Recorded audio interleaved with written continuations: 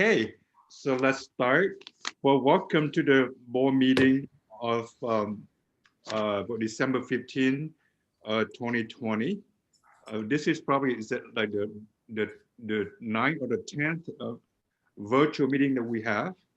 It's just amazing of how things have turned out. So I'm going to read the this written statement here, and then we can recess the closed session.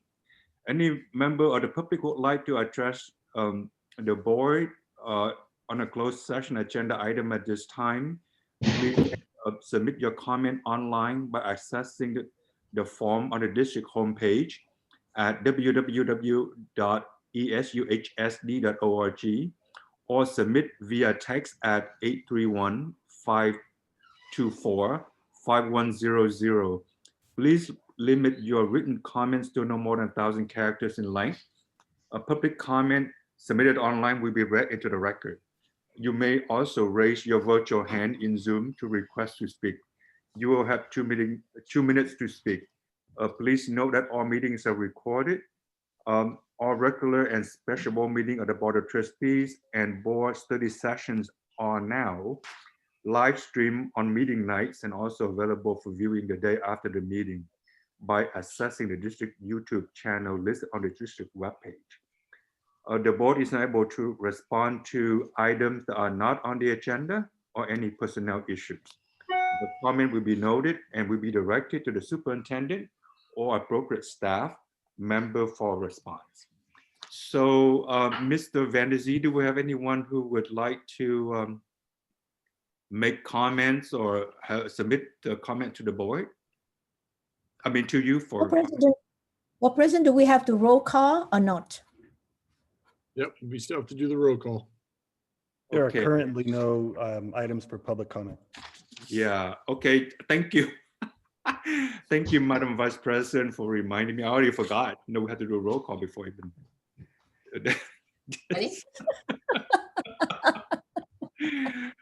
Ms. Gillen, let's do the roll call. President Nguyen? Aye, here. Vice President Lake? Here. Clerk Herrera? Here. Member Cortese? Here. Member Chavez? Here. And for the record, it is now, well, we started at 4:31 and now it's 4:35. Thank you. So we will now recess to closed session. See everybody in closed session. All right. Thank you.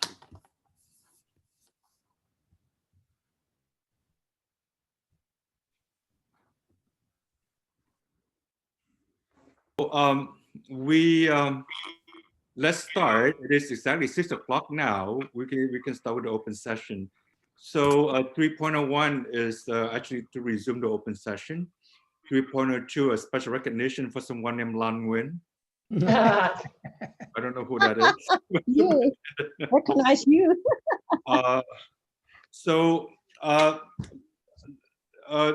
What Superintendent, you mute? Do you want to say something to this agenda item?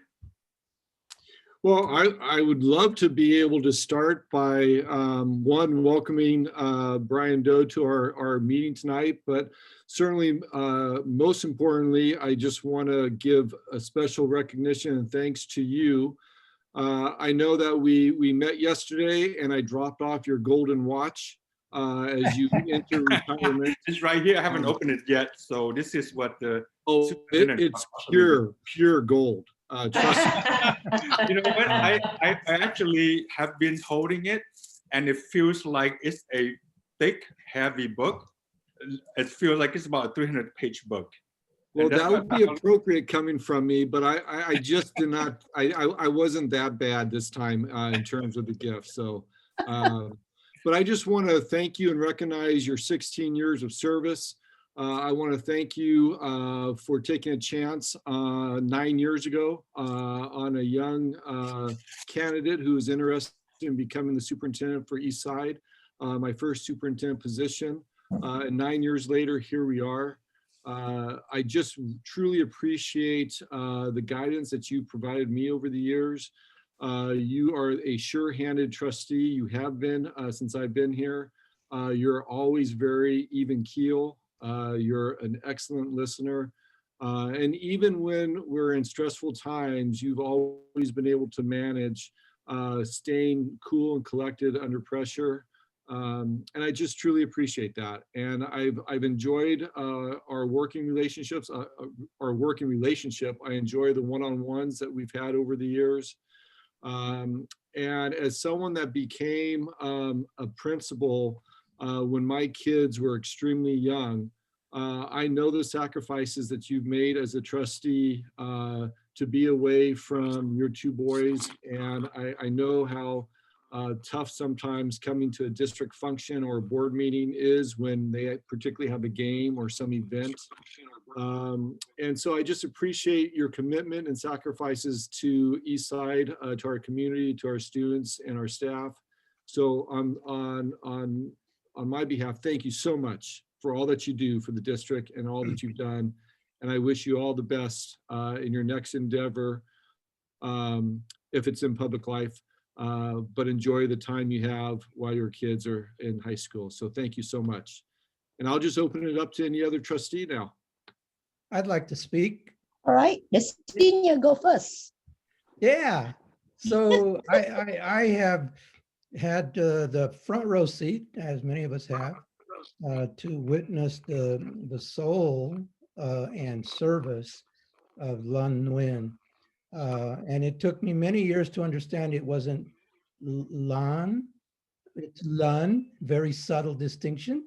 And I do remember the article that came out in the paper when he joined our board that his son had also just been born. And so it was a newsworthy item as he joined our board. So his son is now 16 years old as he concludes 16 years of service. And as Chris was just saying, your leadership, your service has been very steady, very grounded, and at moments when we really needed it, very wise. And I am going to miss you so much, man. And it hit me hard when I got the news that you hadn't filed, for re-election. It really didn't go down easy for me. I'm going to miss you, and probably just in a very kind of, how can I say this? This is just one moment you pulled me aside one day and you said, with a lot of feeling, you said, when I grow up, I want to be like you, Trustee Herrera. It's like you told me something like that, and it was so sweet, and so I'll always remember that, your respect and your support for me and for all of us. I wish you the best. Mi hermano, Lan Nguyen. All right, I will be the next Okay. one. Yeah. Oh, you want to answer or do you want me to say? Yeah, you can say it, and then I'll say something at the end. Oh, okay. Well, President Lan Nguyen will be missed by many of us, right? For sure. And I want to say thank you for your leadership, dedication, and service for 16 years. But I have known you outside of the Eastside district. We have worked together for the Moon Festival and other projects in the Vietnamese American community.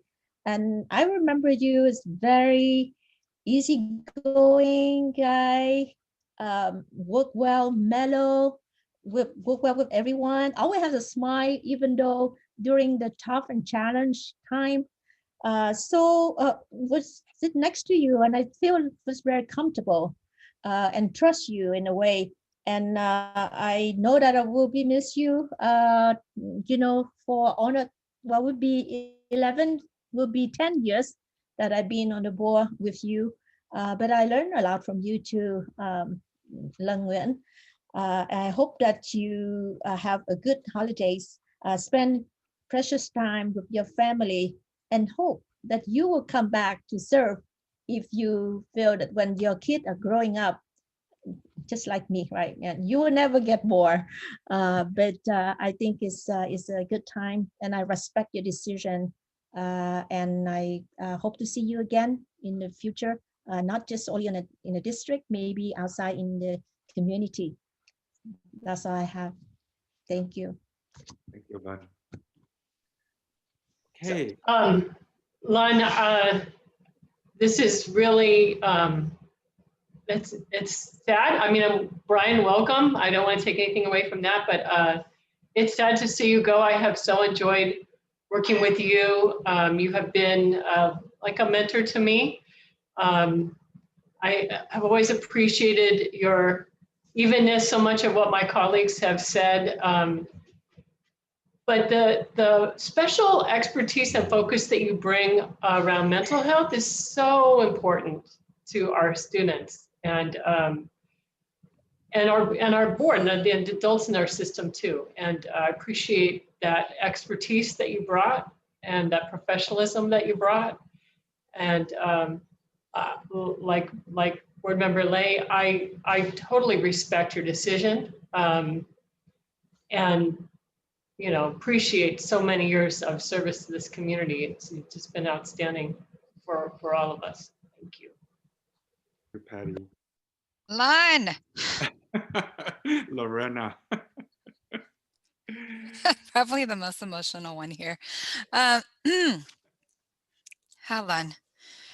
I first remember my first meeting, 2 years ago, 2 years ago. And I sat next to you and you immediately made me feel welcome. Any question I had, you had an answer, you knew where I could go. If I needed a thought partner throughout the years, you'd always be open to hopping on a call and just talking through things, which I really appreciate it. Even though, I'm from the Eastside, just being in this role is different, right? And so perspective, experience, history matters, and you had all of that. And you always did it with a smile on your face, even though you have a lot of demands from work. You have your children. As a parent, I can empathize. And there really are no words or anything that anyone could say that will really measure up to the sacrifice that, parents do on the day-to-day in things of service, like, being on the Eastside board.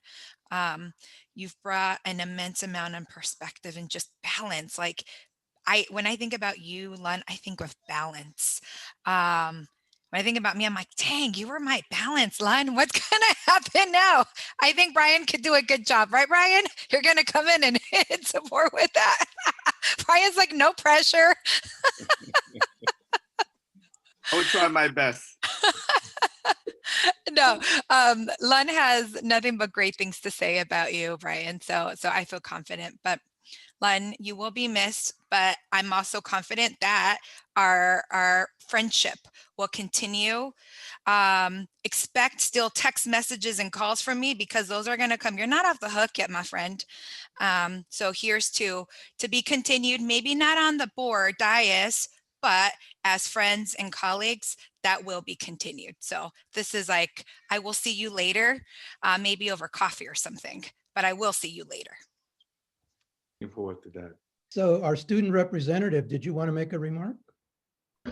I wish I had a lot of history with Mr. Lon Nguyen, but for the 2 years that I've known him, I think he has shown profound leadership, and he is someone that everyone should be happy to have met, and I can say that I'm happy to have met board member or Mr. Lon Nguyen here for that amount of time, and yeah, I echo everyone's sentiments.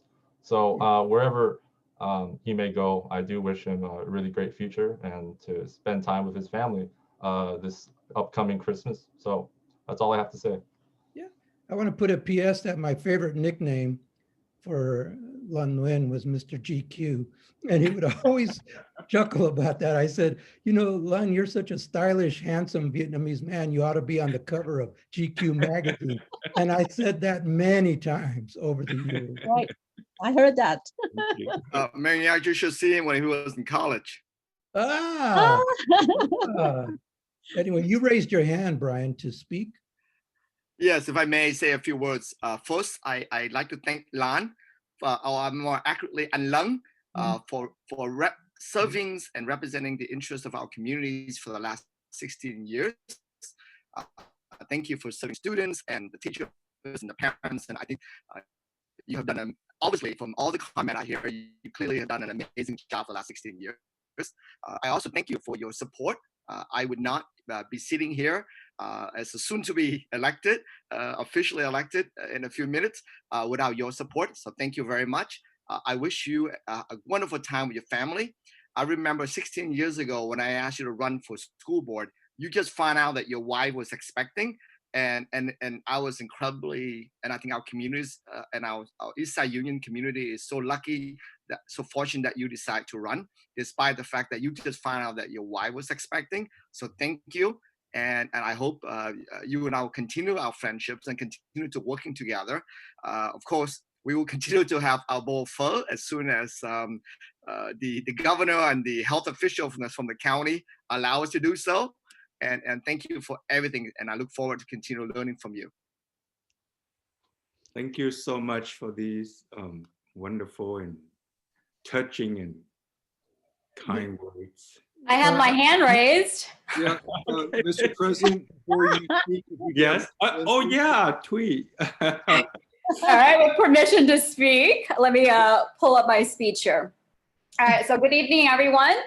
My name is Thuy Huynh, and on behalf of the Vietnamese Educators and Parents Association, I would like to thank Trustee Lung Nguyen for his 16 years of service.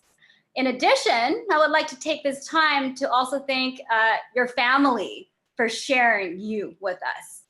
In a world full of good guys and bad guys, you're definitely one of the good guys, and we were lucky to have you. Your commitment to our Eastside community is commendable and appreciated. You were a proponent of the 8th degree requirements for all students and pushed to keep the International Baccalaureate program at Andrew Hill.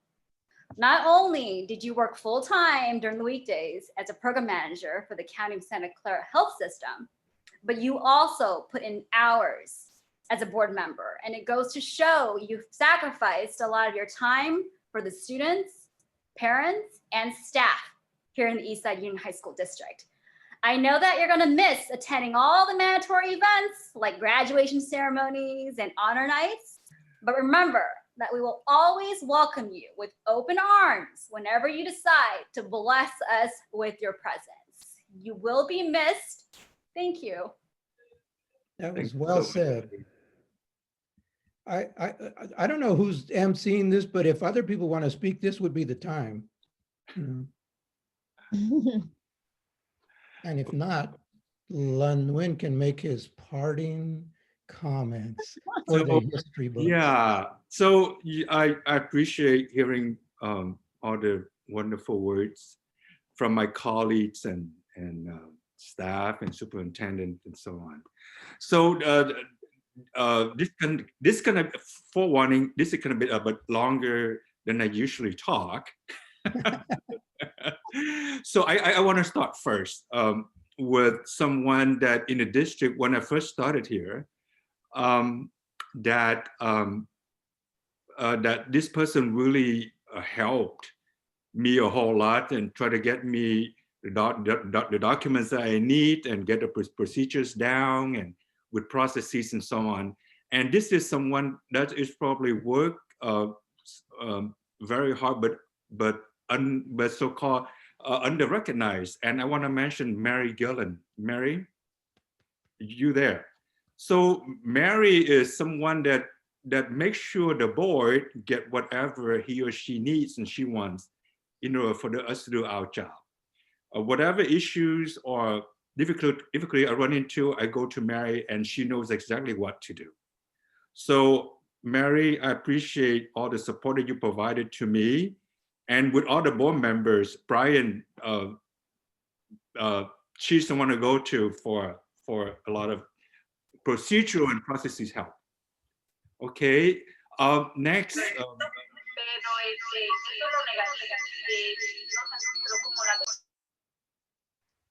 Okay, all right, so another person that I want to mention is our General Counsel, Rogelio Ruiz. Rogelio, you are probably, well, you probably start with the district the same time that I did, or probably a few months earlier in 2004 with, I think during that time, Esperanza was superintendent. And throughout the years we worked together, I found that you are not only a very smart attorney, like how you're supposed to be, but you are someone that I can trust and go to for any issues or concern relating to the district, and know that whatever information I share with you will be kept confidential, and the legal guidance you provide will be very helpful. So I appreciate not only you as a general counsel, but also as a friend. Superintendent, like you mentioned earlier, so I have served for the last 16 years, served with about, what, 5 superintendents? And you are the one that have been with us for the longest. And it is I consider it's a privilege, Chris, to see that, to work with someone who I think probably the most intelligent and smartest superintendent I've ever worked with, but you have this great capacity to grow. I mean, and when I say grow, I say grow in the emotional and intelligent sense, because you're already 6'6". I don't think you can grow anymore. But you have been wonderful to work with, and any school district that you go to join or work with later, we'll be lucky to have you. So I generally say that you are one of the, not only the smartest, but most forward-thinking and open-minded and great superintendent to work with. Thank you so much. And as you know, any board members,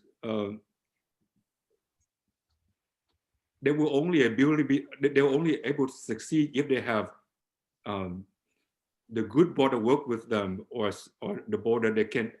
Okay, let me put it this way: board members can only succeed if they have board that they can work with effectively and cooperatively.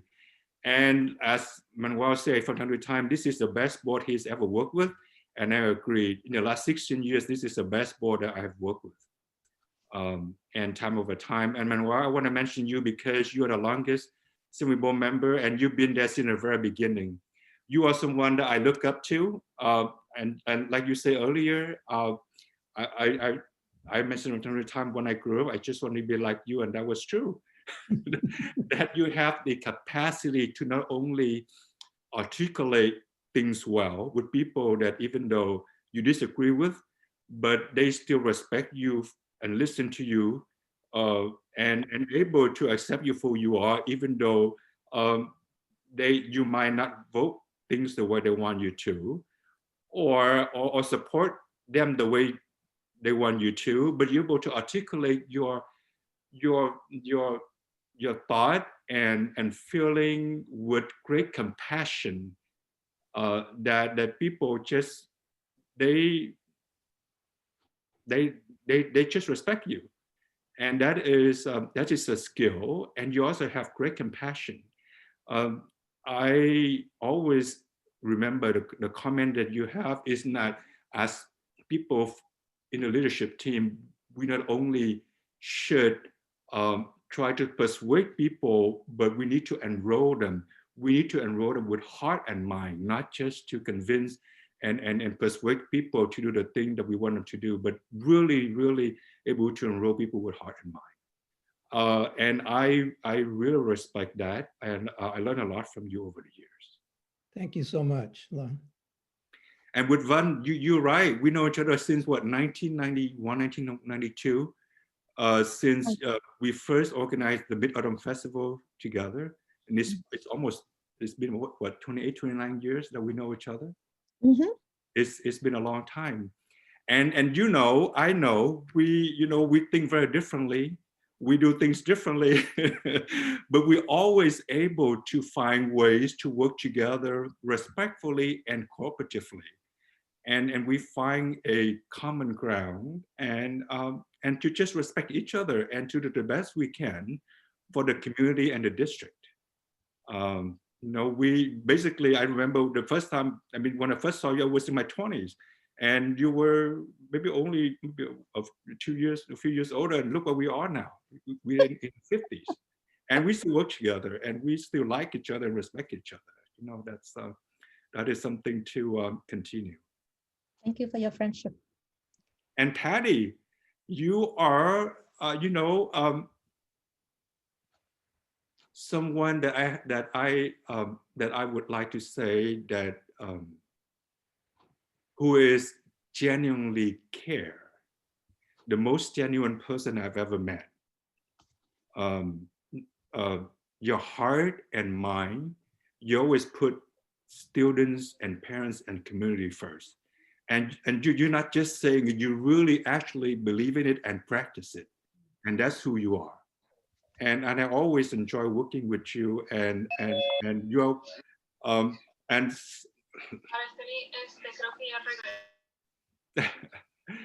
and Lorena mentioned this, and I agree with Lorena. You were one of the kindest person ever, you know. And I just miss. I know I'm gonna miss working with you. And Lorena, where are you? Let me find you.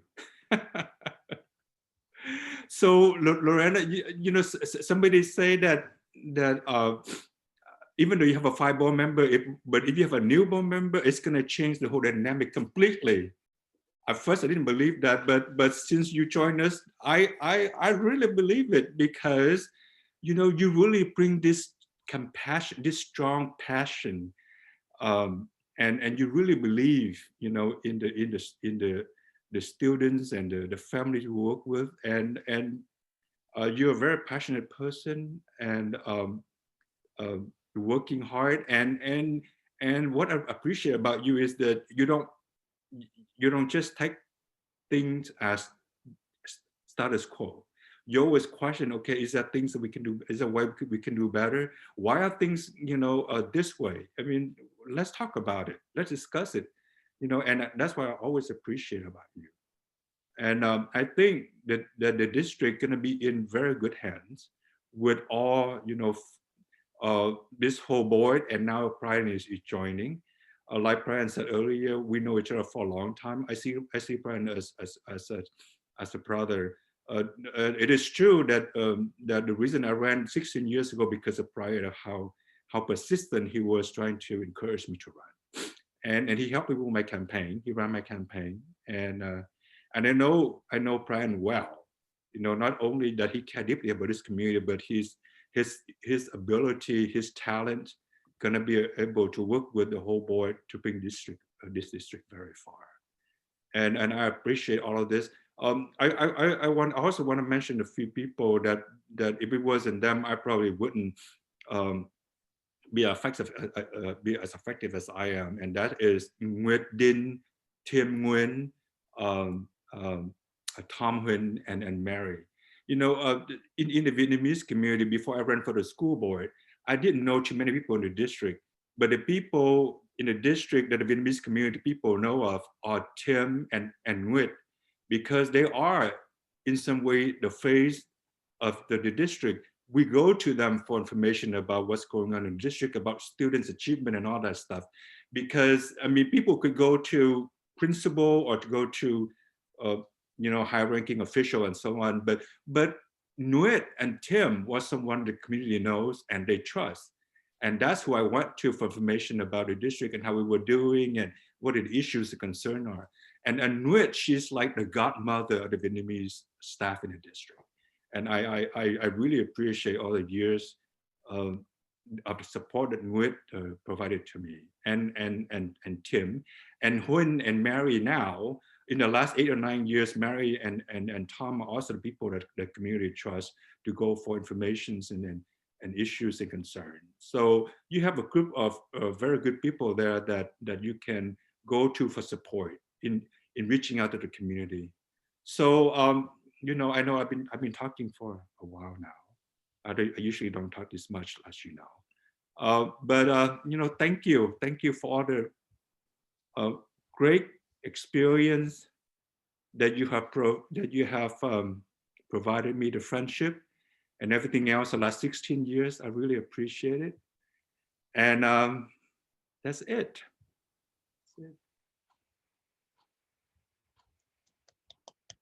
So now it's time for the new board member to get sworn in. Let's start with Patty and then we'll continue with Brian. We'll be seeing you around, Right. Mr. President. Not goodbye, see you later. See you later. So Chris, Patty, who will be doing this swearing in for you? Brisa Rojas. Okay, let's do that. And she is here. And she's Yes. Hi, everyone. I don't know how these usually work. I made a little quick speech, if I may say it before we do the ceremonial oath. Is that okay? Yes. Sure. Okay. So Patty Kuchesi is a true champion of students. She is truly a rare and remarkable educator for our students in Eastside Union High School District, who has an amazing ability to connect to students. And the time I was able to spend with her during my high school years was nothing but inspirational. I was so very lost at the end of my years of high school, but Patty took a chance on me and many other kids and trusted us to create a system where all student voices could be heard. Out of that came the creation of the Student Governing Board, where many other students who will come after us will be able to have a voice on many issues regarding school. And I'm so happy to see that it still continues and it's still alive even now that I'm in college. I see Bruce Nguyen as part of this meeting, and I believe he's one of the chairpersons for the governing board. Yes, he is. That's wonderful. She generously gave up her time to meet with us to ensure that decisions directly affecting our local schools are made by representatives of this community. And I would like to applaud her for her vision, dedication, and willingness to accept the responsibility of helping today's students to become tomorrow's leader. This experience inspired me to continue with school and gave me a newfound confidence to conquer life.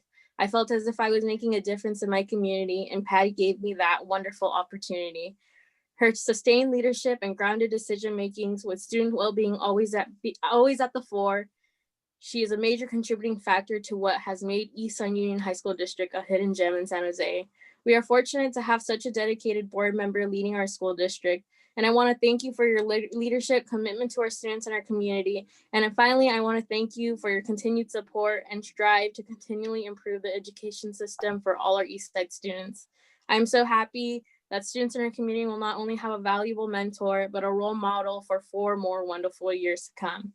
She generously gives herself to ensure that the decision directly affecting our schools. Oh, sorry, I read that back, but I just want to thank Patty for everything that she's done. You know, now that I'm older, I see her as a mentor, and I continue enjoying our mentor and student relationship, even now that I'm out of high school into college. So thank you.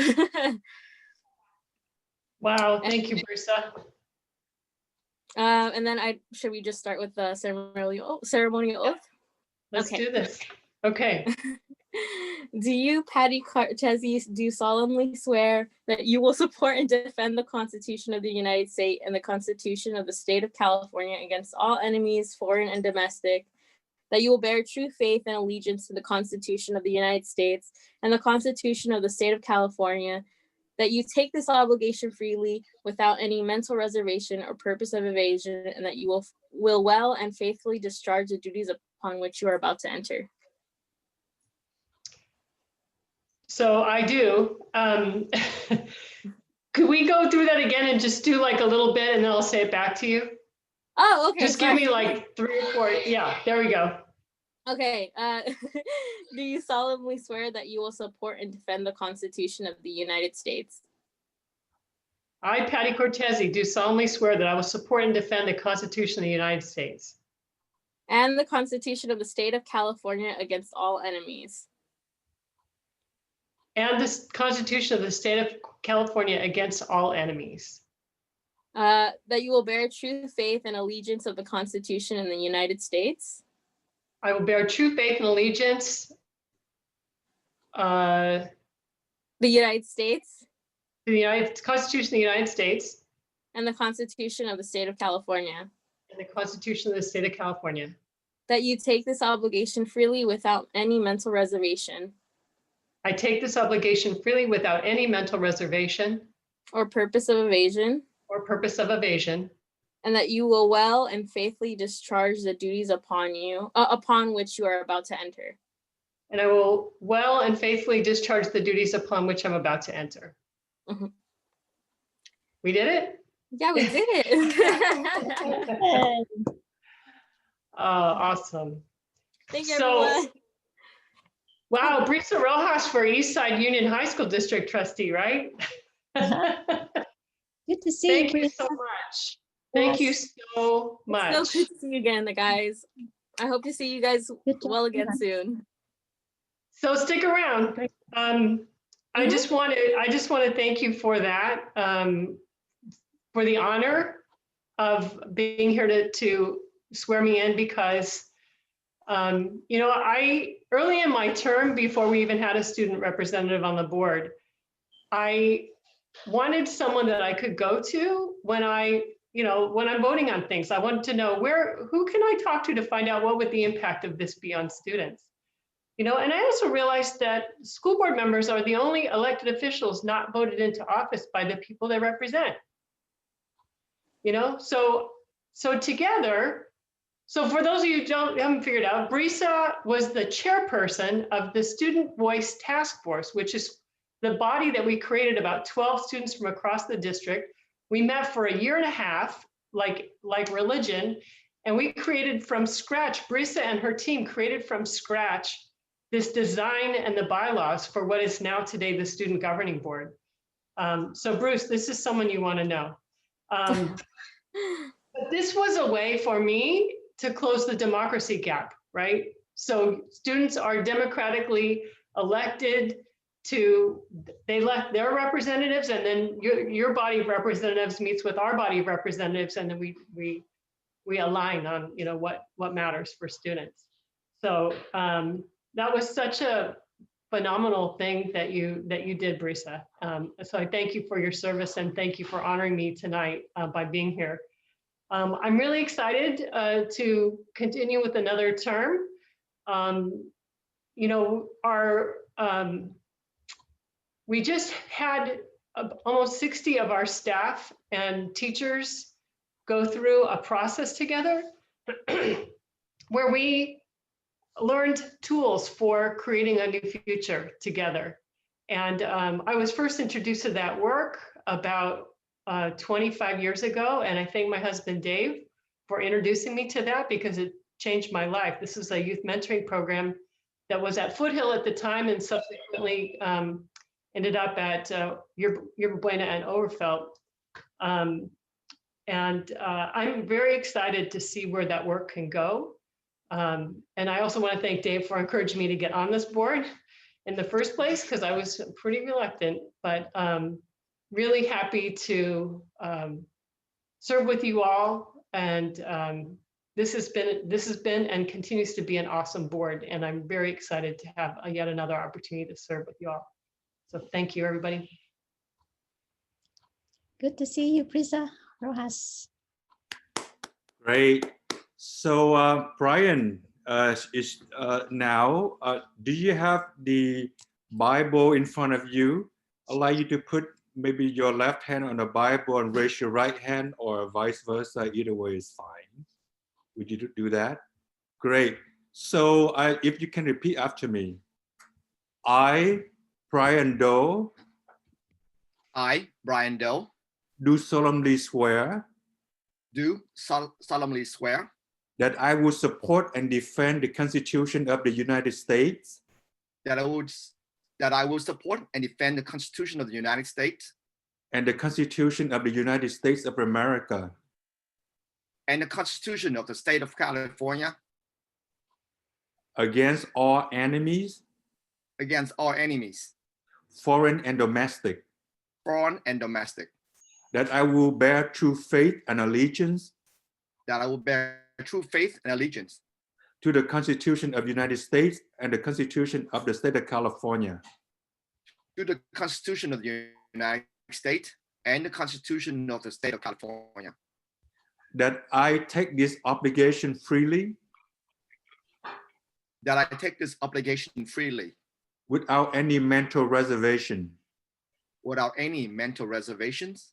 or purpose of evasion, or purpose of evasion, that I will well and faithfully and that I will well and faithfully discharge the duties upon which I am about to enter. Congratulations, Trustee Brian Doe. Thank you. Thank you very much. Congratulations. Congratulations. Is there anything that you want to say or comments you'd like to make? Other than that, I first want to thank everyone for welcoming in. I know I have such an incredible privilege to work with all of you. I want to thank, of course, you for encouraging me to run. And I want to thank Van Lee and Manuel for your encouragement and your support. I also want to take this opportunity to thank Mary and Rogelio and Chris for all the information and helping me prepare for today's meetings as well as coming up forward. I look forward to the opportunity to work with you, Lorena. I know I missed the chance to talk with you prior. I will look for a way to connect with you so we can get to know each other better. Patty, thank you for that spending, I think, probably like an hour and a half and 2 hours educating me and sharing me your knowledge, your experience. I value that. I value what you have done. Clearly, you have done amazing work at Eastside, and I look forward to learning from each and every one of you. This is an incredible honor for my family. Yesterday, my father and my daughter was at Eastside. As some of you may know, my father was an employee at Eastside Union High School District years ago when I was a high school kid. He started out as a classified employees at another school district before he come to Eastside. But because when he became a classified employee here, that allowed my brother and I to have a little bit more comfortable and allow us to attend college. I think it's a great honor for me to come back to Eastside in many ways. I graduated from Independent High School in 1991, quite a way ago, and I want to be able to do what I can with my capacity to return and provide the same, if not a better opportunity for the children at Eastside that I was given. So thank you for everyone, and I look forward to continuing the work that Lan has done to work with each and every one of you in a collaborative manner and to learn from you.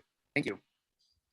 All right, so I guess it's time now for me to officially saying goodbye.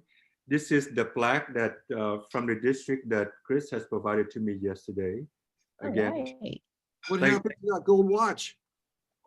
Go what? There's no go what?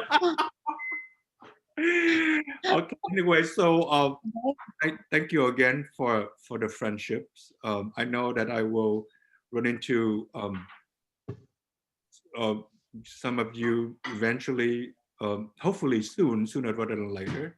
I know I'm gonna miss all of you, the board, the staff, and I'll just miss you. I'm sure that I will, and I can't wait until our paths cross again. Have a wonderful night and have a wonderful holiday, friends. Take care. Good So- night, Lon. Happy holidays, my friend. Sending you a big hug. I forgot to mention that I was very aware that if Trustee Brian Doe did not win, I would be the only Y chromosome on the board. But thank God we kept some kind of balance here. At least you balance now. Trustee Manuel Herrera.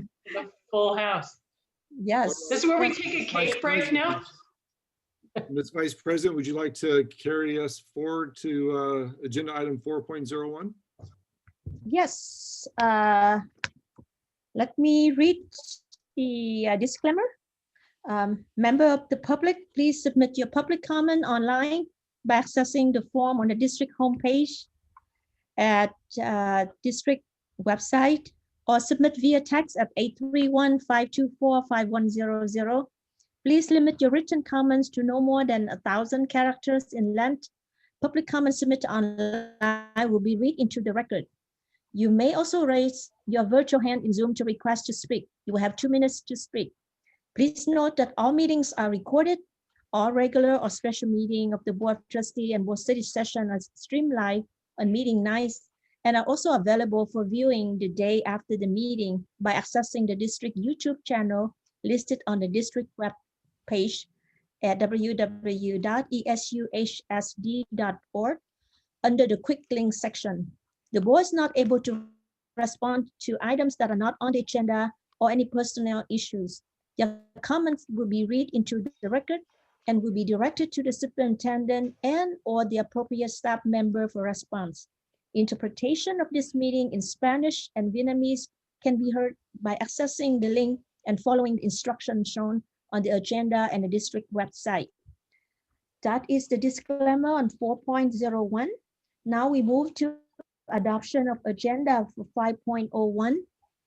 The superintendent and or board member may request that item be removed from the agenda for consideration and or carry to a future board meeting for consideration and or action, and or that the board take action in a regular meeting or subject not listed on the published agenda on an emergency basis on other basis allowed by law, Gov Code 54954.2.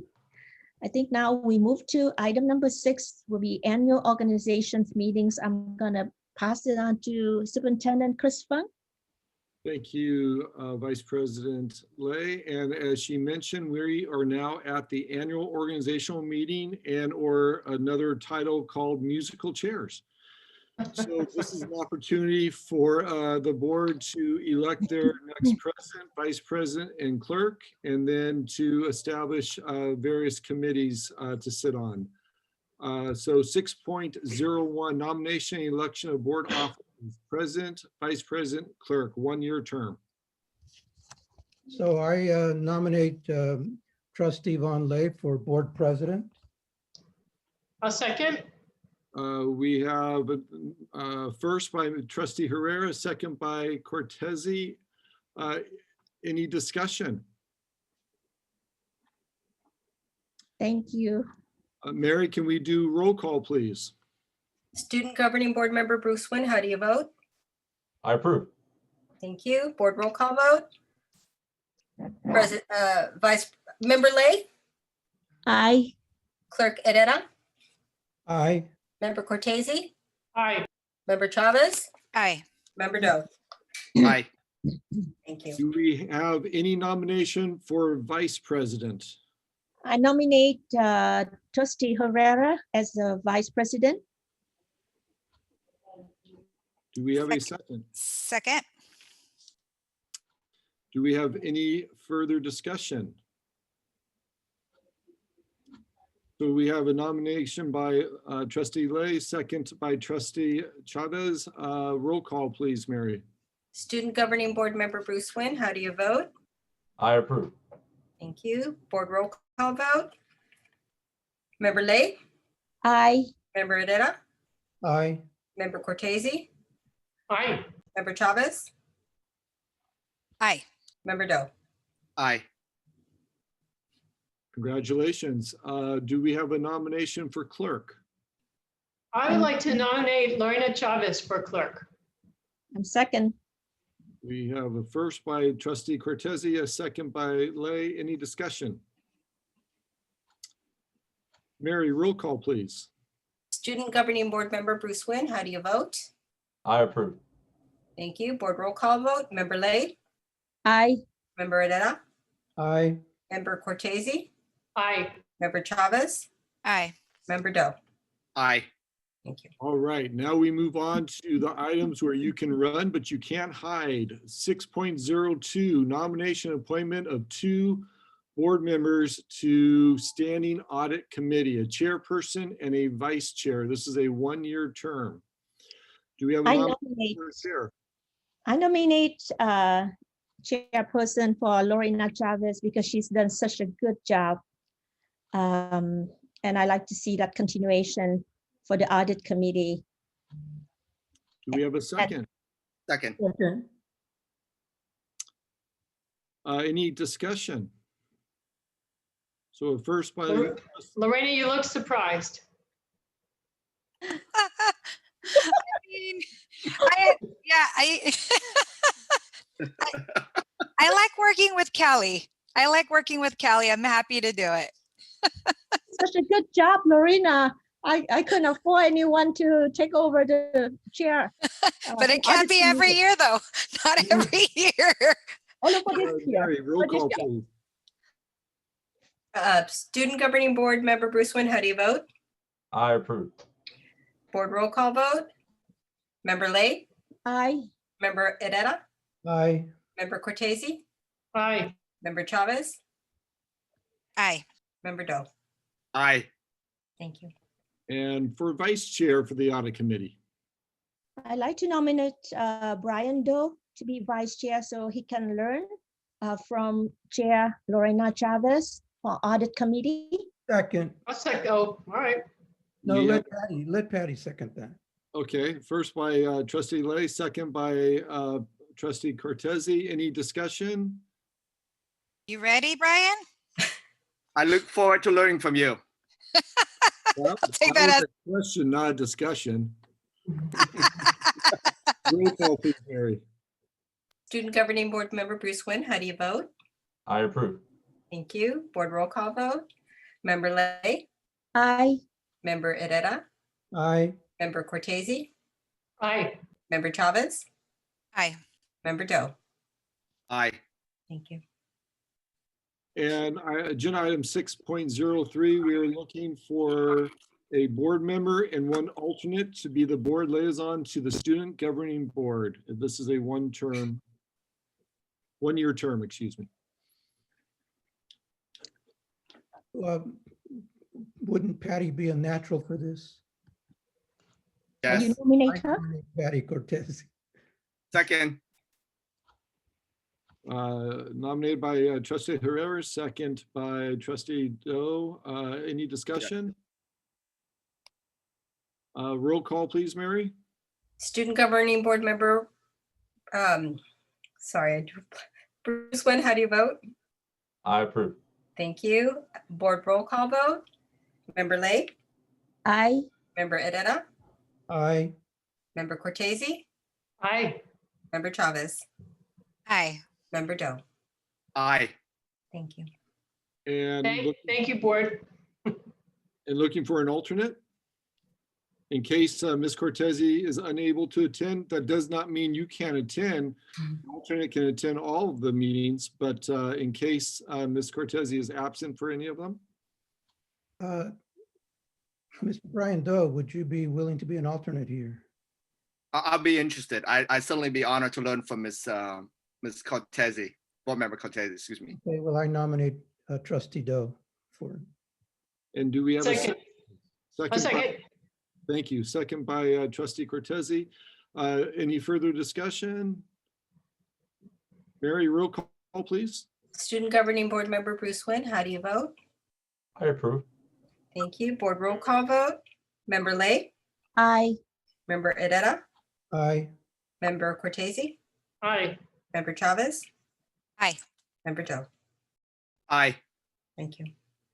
6.04, we have a sitting trustee to fulfill another year as a representative to the Metro Ed Governing Board, but we are looking for the alternate for this in case Mr. Herrera is unable to attend a Metro Ed board meeting.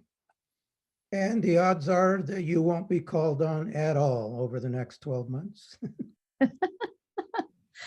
So this is an easy assignment. I would nominate Board President Van Lay. Second. We have a nomination by trustee Cortese, a second by trustee Doe. Further discussion? Mary, roll call, please. Student Governing Board Member Bruce Wynn, how do you vote? I approve. Thank you. Board roll call vote. Member Lay, Aye. Member Herrera, Aye. Member Cortese, Aye. Member Chavez, Aye.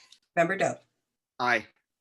Thank you. Agenda item 6.05, nomination of one member of the Board of Trustees to vote in the election of the Santa Clara County Committee on School District Organization. This is a one-year term.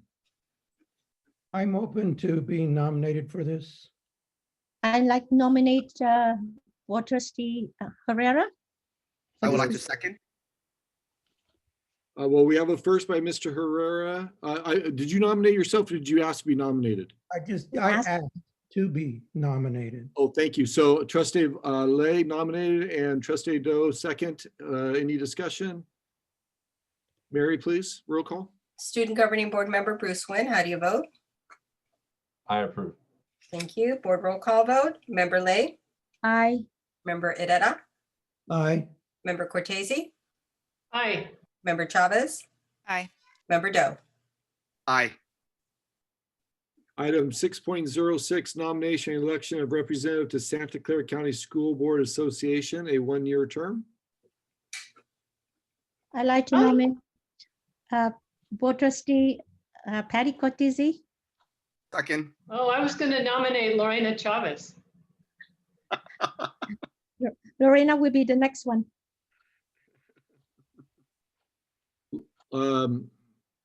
So we have a first and a second. However, Patty, you would like to, you're suggesting Lorena?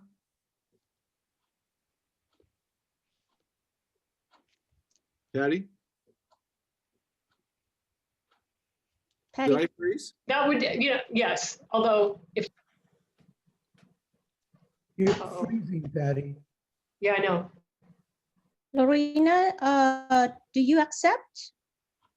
Yeah, I'm already a Or- delegate, so I'd be happy to do it. If Patty is not interested, I'd be happy to sit on that. Great. Well, so we Then have I a second. nomination by Trustee Cortese. Do we have a second? I'm second. Second by Trustee Lay. No further discussion. Mary, please roll call. Student Governing Board Member Bruce Wynn, how do you vote? I approve. Thank you. Board roll call vote. Member Lay, Aye. Member Herrera, Aye. Member Cortese, Aye. Member Chavez. Aye. Member Doe. Aye. Item 6.07, nomination and election of one member to Eastside Alliance Advisory Committee. This is a one-year term. This is usually just one meeting a year. I'd like to nominate Board Trustee Patty Cortese. Is there a Second. There's a second by Ms. Chavez. Any discussion? Roll call, please, Mary. Student Governing Board Member Bruce Wynn, how do you vote? I approve. Thank you. Board roll call vote. Member Lay, Aye. Member Herrera, Aye. Member Cortese, Aye. Member Chavez, Aye. Member Doe. Aye. All right, contrary to what Trustee Herrera said, a 6.8 might be the easiest one because this is the alternate to the Eastside Alliance, which only has one meeting a year.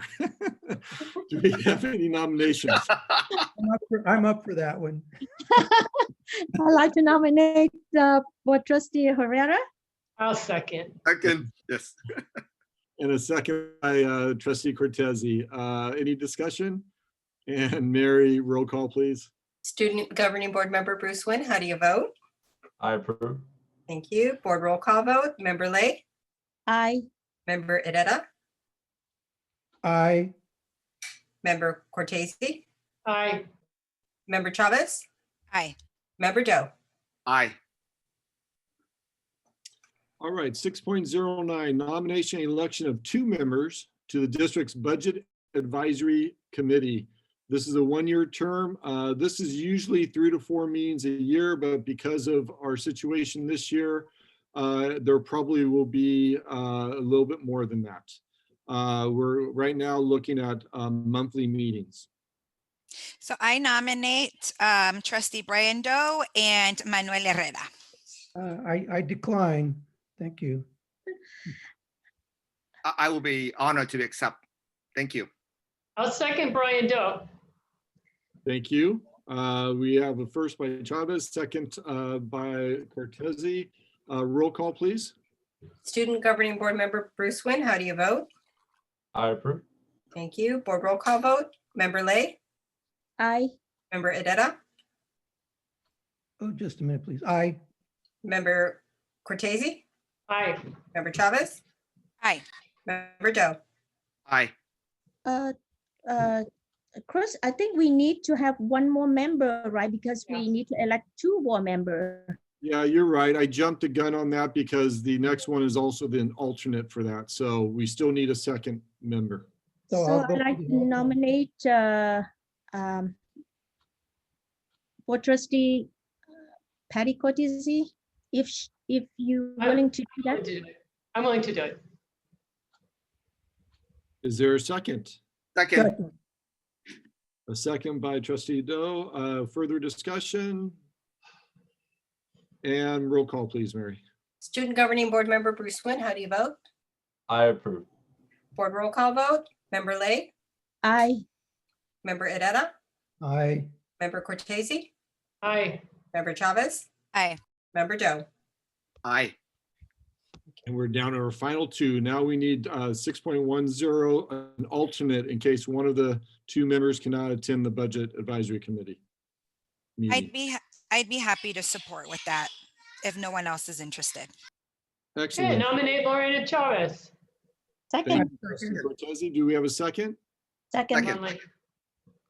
Oh, I heard 3 people. I'm sorry. Yes. You can pick anyone. Yes. Give it to Brian Doe. What the heck? It is Second to Brian Doe. Thanks for stepping up. Roll call, please.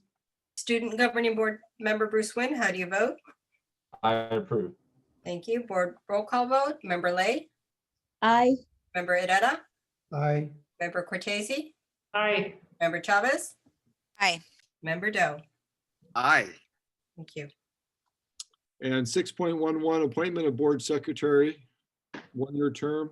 I nominate Superintendent Chris Funk. I second. I yield to Board Member Cortese on that second. All right. I'll accept that for 6 months. And roll call, please, Mary. Student Governing Board Member Bruce Wynn, how do you vote? I approve. Thank you. Board roll call vote. Member Lay, Aye. Member Edetta, Aye. Member Cortese, Aye. Member Chavez, Aye. Member Doe. Aye. All right. Great job, everyone. Thank you.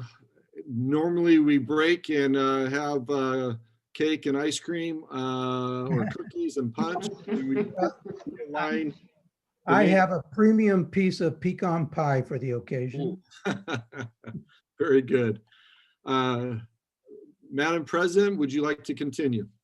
Yes, number 7, item number 7 is board special recognition. So 7.01 is staff building equitable community.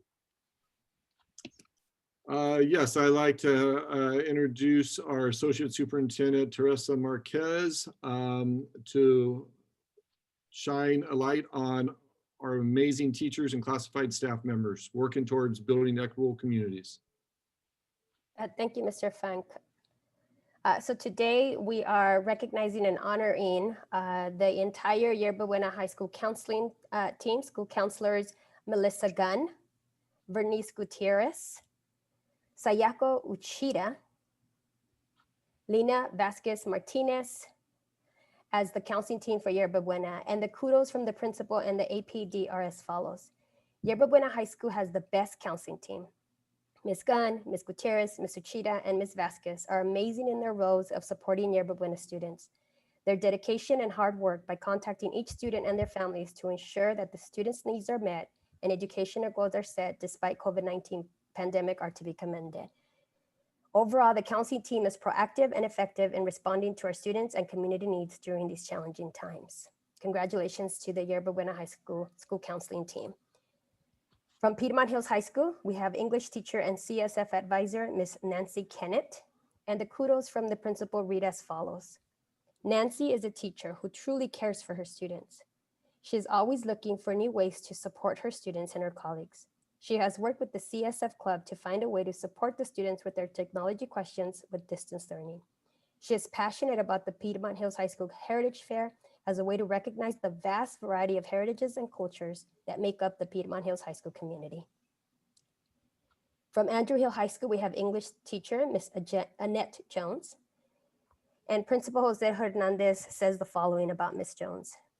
Annette Jones redesigned her English class structure and format to shift towards a choice model. Students study the same English theme and have a choice between 3 to 5 novels or reading samples with choices on possible assessments. Mrs. Jones has been our Puente coordinator for a number of years that is focused on supporting first-generation students to enter college. Puente provides structural, social-emotional, and academic support that will help first-generation students to be college and career ready. Annette continues to provide choices and opportunities for all students. She continues to be a positive energy in our Andrew Hill High School community. From Independence High School, we have Mr. Greg Duarte, Safety Team Campus Monitor. And kudos from Principal Bjorn Berg, read as follows. Mr. Duarte is an active member of our campus community, knowing our students and families, helping guide and support as needed. He takes pride in helping keep our campus safe and focused as an educational institution. GD knows that every day we're helping our students to find their passion, purpose, and path. From Andrew Hill High School, Counseling Technician, Ms. Cristina Guerra. And kudos from her principal read as follows. Cristina Guerra is the first person that all community members meet in the counseling with a friendly smile. She took on the challenge to learn about Easy Arms and is now able to help any student logging into their distance learning classes. Mrs. Guerra has been helping students in person, via School Loop, and on the phone since distance learning began. Her positive energy and willingness to help others is a huge addition to our Falcon community. From Mount Pleasant High School, World Language English teacher, Mr. Jose Solis. And kudos from the assistant principal there, Dr. Rangel, read as follows. Students and colleagues highly respect Mr. Solis because he's an advocate to the students and has been instrumental in strengthening our services for our English learner students. In addition, he has also taken on the MTSS leadership and is already working hard to include the voices of all stakeholders as we work towards the achievement of a more equitable community. We are delighted that he is part of our Cardinal family. And from Calero High School, we have the Principal Secretary, Maria Lisa Serna. And her principal says of Mari's always willing to go out of her way to help students and staff members. It is obvious that she cares for others. Her positive attitude, patience, and kindness make Calero a better place. From Evergreen Valley High School, Attendance Secretary, Rachel Reese Teppel. And Principal Kyle Klenner says, Rachel has been at Evergreen Valley High School for 3 years. And during that time, she has formed countless meaningful connections with students, staff, and parents. Parents report that she is responsible, compassionate, and quick to address their concerns. Students and staff appreciate her efforts towards keeping the attendance office organized and helping them when they need it. Most of all, though, Rachel helps connect students to campus and provides support and a compassionate ear, often when they need it the most. Everyone at Evergreen Valley High School is so happy that Rachel is on our staff. She embodies ROAR. And from our Calero Adult Transition Program, our special education teacher, Ms. Marcela Parrilla. Kudos from our ATP coordinator, Mr. Lott, read as follows. Marcela has been an incredible addition to the ATP team. She has high expectations for her students and colleagues and is a natural leader. In only her second year, she shows exemplary skills and has cleaned up an overdue caseload left to her. Her students love her and are reaching new heights. Congratulations to all our equitable community recognized staff. Thank you, sir. Wow. That's excellent to see the picture as well as to learn from each of the staff certificate or classify has done such a good job to support our student. And kudos from all the principal, what I learned from them in the different ways, how would they make a difference and what's something that people know about them. So this is amazing, amazing staff and teachers that work for district. So that is my congratulations. I'd like to hear from other board member would like to say anything to our board special recognition. If not, then we move on to number 8, student board liaison. And I have to look into if I see any raised hand. Okay, I didn't see anything. And we will move to 8.01 for student board liaison. 5 minutes for Bruce Nguyen. Bruce, would All you right. like to share something with us? Yes, thank you for allowing me to share on behalf of the student body. So good evening, the Eastside Board of Trustees. I am honored to have represented the student body for the first semester of the 2020 to 2021 school year and to continually advocate for the student needs. Before the new year begins, I would like to review with the board the unique ideas of the Student Governing Board. And some of the topics that will be highlighted include responses to COVID-19, ways to address student equity on our campuses, and to make improvements to mental health resources. So as you may know, the impact of COVID-19 on Eastside affects not only the livelihoods of adults, but the growth of youth and adolescents, people like me. I sit with you today to talk about the potential learning losses incurred to students because it will have drastic effects on their performance in the years after this pandemic. And teenagers already suffer academically. And right now they're doing online coursework and testing and with finals. And they continue to struggle and access those tutorial sessions. And representatives are conducting surveys on their campuses. And each of the responses are met with resounding complaints, and some of which may include technology use, such as eye strain and stress. This system, unfortunately, removes the different ways of learning that we are all used to having, which is in person, and we must take steps to make sure that as we reopen, students are not falling behind. In the future, I ask that we continue to preserve the Assets program under Goodwill, as well as improving tutoring services on the high school campuses thereafter.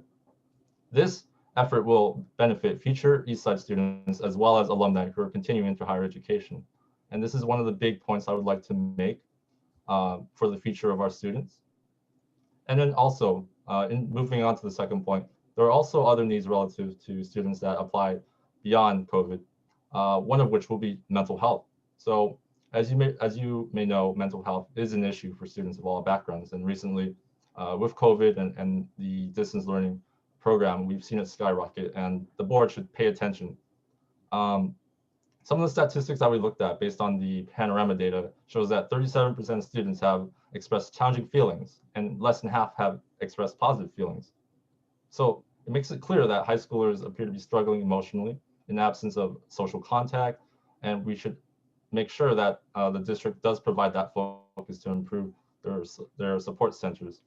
We should expand and broaden the access to campus social workers through interactive means.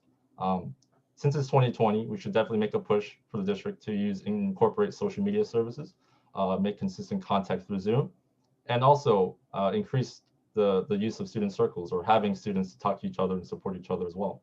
And with that said, one question I might ask is if it's appropriate to punish students who might need that day off from their classes to recover. I'm echoing sentiments from students that we adjust those policies to excuse absences relating to mental health and to help them catch up academically so all of us can reduce that struggle. And if there's one thing I know about mental health, it's that we should always act before it's too late. And that concludes that my second point there. And then I would like to take a look at from as a whole that we ensure that students and families from disadvantaged backgrounds receive the resources that they deserve. I'd like to remind everyone of the importance of equity and equality, inclusion, and to see the district fulfill that promise. The Black Lives Matter resolution passed by the board created a platform for the community to build upon. And we can say with confidence that there is like declining minority suspension rates, and the Eastside is less divisive nowadays. But additionally, the student governments identifying from Vietnamese and Hispanic heritage would benefit from having important policies translated and readily accessible, which we are also working on right now. And students should know that from the start, that there are certain rights that they are granted, and it should be accessible, and they know who to contact for it. And we would make sure that is something that is achievable. And then to summarize, I would like the board to listen really closely to what 30,000 of us are expressing. And it's important to look at these topics with undivided attention. So, and I trust that everyone is listening right now. The success of youth relies on the actions of this board to be proactive and not reactive. And the appointment of the new Student Governing Board liaison is something that's important to us, and we want to make sure to express our thoughts and collaborate together to push actionable decisions to board policy. And that is something I would like to continue into next year with that person. And I hope that my words and the words of the Student Governing Board are ideas that we can all continue to pursue next year. And that concludes my speech, and thank you everyone for listening. Are there any questions? Yeah, I open up for all the board members. If you have any question to Bruce Nguyen, message and thought. Thank you for a really, really thoughtful and thorough report, Bruce. It's really important that we as board members have an opportunity to have a space, right, to where we get to hear the voice of the work, what's top of mind for students. And you said it so eloquently and thoroughly, so really appreciative of that. You will be working with Ms. Cortese and Mr. Doe, and I have full confidence that they are going to continue the work that we've started and take it to higher great like heights. So I just say keep on pushing, keep on, you know, making sure that your voice is at the table, and know that regardless, I will always be a resource to support you all in whatever you might need. Thank you. Excellent. Any other board member? Yeah, I have a question. So Bruce, you mentioned that your colleagues on the board had talked about wanting access to mental health services and to know how to access those. Where do you think, where's the missing link there, would you say? I'd say, well, with COVID-19 and everything, I think it's the aspect of having something readily available.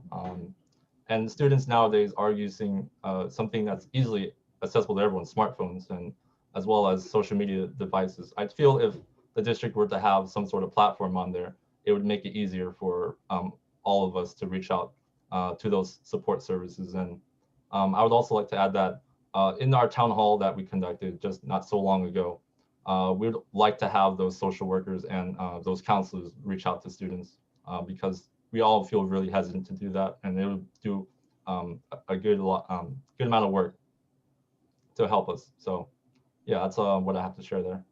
Thank you. Any other board member? Bruce, I look forward to learning to see how and in what manner the social media can be helpful toward the mental health for the students. Perhaps it is more of a nut and bolt, but I certainly love to see it, have an understanding what it would look like, so that we can be helpful in a manner that's helpful and not counterproductive. Because I think we want to respect the privacy of the students. Yeah, and I'm looking forward to sharing incentives and different strategies we can do that. Thank you. I think Bruce, you really share your thoughts, from your message, and I know that staff also heard about, any other resource that we will support a student, especially during the pandemic, and how could we reach? We have to be more proactive, right? And I think that's something that we are going to take it seriously, and we're going to listen to a student as the voice of the student to help us to go to the right direction. So I hope that Superintendent Fung will take this comments and maybe work together with the Student Governing Board representative, and we will achieve the goal, how we're going to support our students during the most critical time with mental health, with social worker, and all the resource that we need to think ahead of time, so we can best act it before any situation, any accident or incident might happen to our student. So thank you, Bruce, for your remarks and for your comments. If we don't have any other comments, so when we move to 9.01 as for the public hearing. It's 9.01. We will now hold the public hearing which is scheduled approximately now at 7:18, regarding the charter renewal petition submitted by the Foundation for Hispanic Education for Latino College Prep Academy. Yes, good evening. Oh, okay. Please go ahead. Okay, Tutorials. great. Thank you so much. Good evening, Eastside Union High School District trustees, staff, and members of the public. My name is Jesus Rios, and I am in my 5th year as principal of Latino College Preparatory Academy. As a public charter high school serving the community of East San Jose for nearly 20 years, we appreciate your consideration in allowing us to demonstrate the academic offerings, breadth of services, and developmental aspects of our school community. Tonight, you will hear a brief presentation in addition to remarks from a school representative, a student, a recent alumnus, and a parent. Next slide. LCPA was founded to serve English language learners in East San Jose to earn a high school diploma for post-secondary educational opportunities. Throughout their 4 years at LCPA, students are prepared to be biliterate upon graduation in meeting the demands of a 21st century professional environment. Historically, LCPA has done just that, with over 1,000 alumni graduating and enrolling in colleges regionally and nationally. Next slide. Mr. Rios, would you mind turning on your video, please?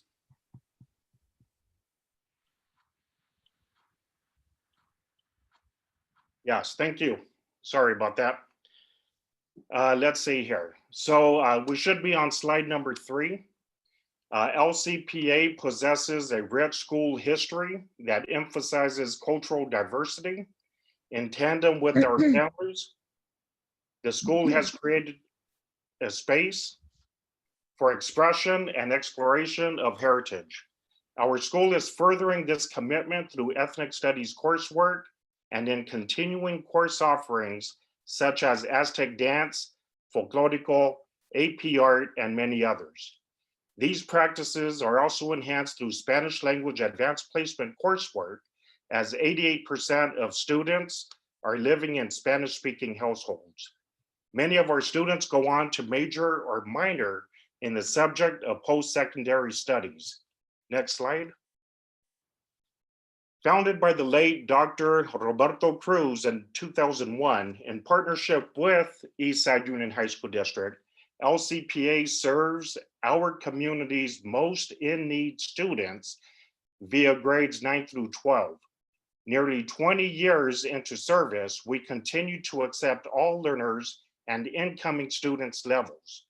With LCPA demographics representative of our local neighborhood composition, our 410 students are 97% Latino Hispanic and 90% socioeconomically disadvantaged, with the vast majority identifying as first-generation students. Next slide. Our academic program goals are designed to serve students best and have been solidified through our local control and accountability plan with families. Each goal is supported with dedicated staff efforts, financial investment, and meticulous measurement to foster an environment of academic rigor and student accommodations. These goals also correspond with our 5 school values: orgullo, respeto, alianza, liderazgo, y educación, known as Órale. Next slide. None of our programs and efforts would be possible without our parents via their governance, program design efforts, survey participation, and the ingenuity they contribute to LCPA daily. Parental engagement offerings include Poder de los Padres, our school site council, our monthly cafecito meetings, and advisory committees. Parents also receive leadership development opportunities with our partners, the American Heart Association and PICA.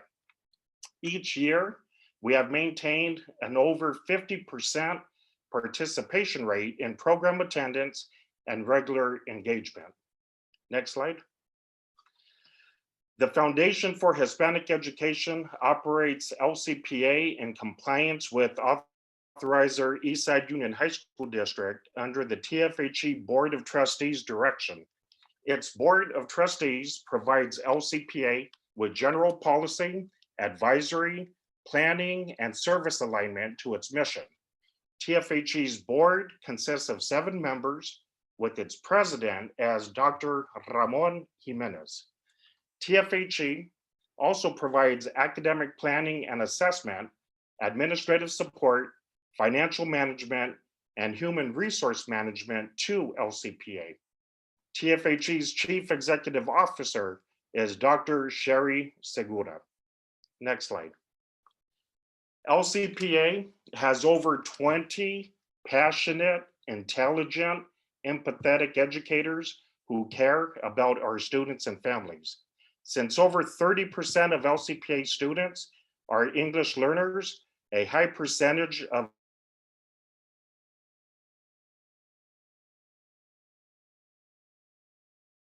We lost you.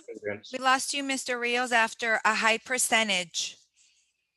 Okay, my apologies. Okay. So let's see here. So since over 30% of LCPA students are English learners, a high percentage of our educators are bilingual. Our teachers and counselors have the skills to advise, teach, and prepare students who are learning English as a second language. Next slide. LCPA's home is a state-of-the-art building where students receive a college mirroring environment through the Abby Sobrado Center for College Success. The campus also hosts an athletic field for 8 varsity team sports, a currently under renovation multi-purpose building, and common areas for student recreation. Next slide. In addition to providing a nationally normed and assessment-based content curriculum, we have collaborated with nonprofit agencies such as Allen Counseling Center for Social Emotional Services, the Tenacious Group in offering Rush 180's purpose-driven mindset, and Second Harvest Food Bank in addressing food insecurity. Each group has been pivotal in serving the entire student and their families. Next slide. This year's AP results reflect our students' investment by continuously challenging and providing students with rigorous content for college preparation and persistence. Our 40% seal of biliteracy rate also reflects the school's mission, as does our high A through G completion rate, especially amongst subgroups en route to a 4-year university education at a UC or CSU campus. Next slide. LCPA has an expectation and preparation plan for every student to attend a 4-year college or university. LCPA has created a college-going culture with our annual college visits that encourage post-secondary aspirations and is highlighted in our annual Senior Decision Day tradition. Each year, approximately 60% of seniors receive admission to a 4-year university and persist with continued enrollment. Next slide.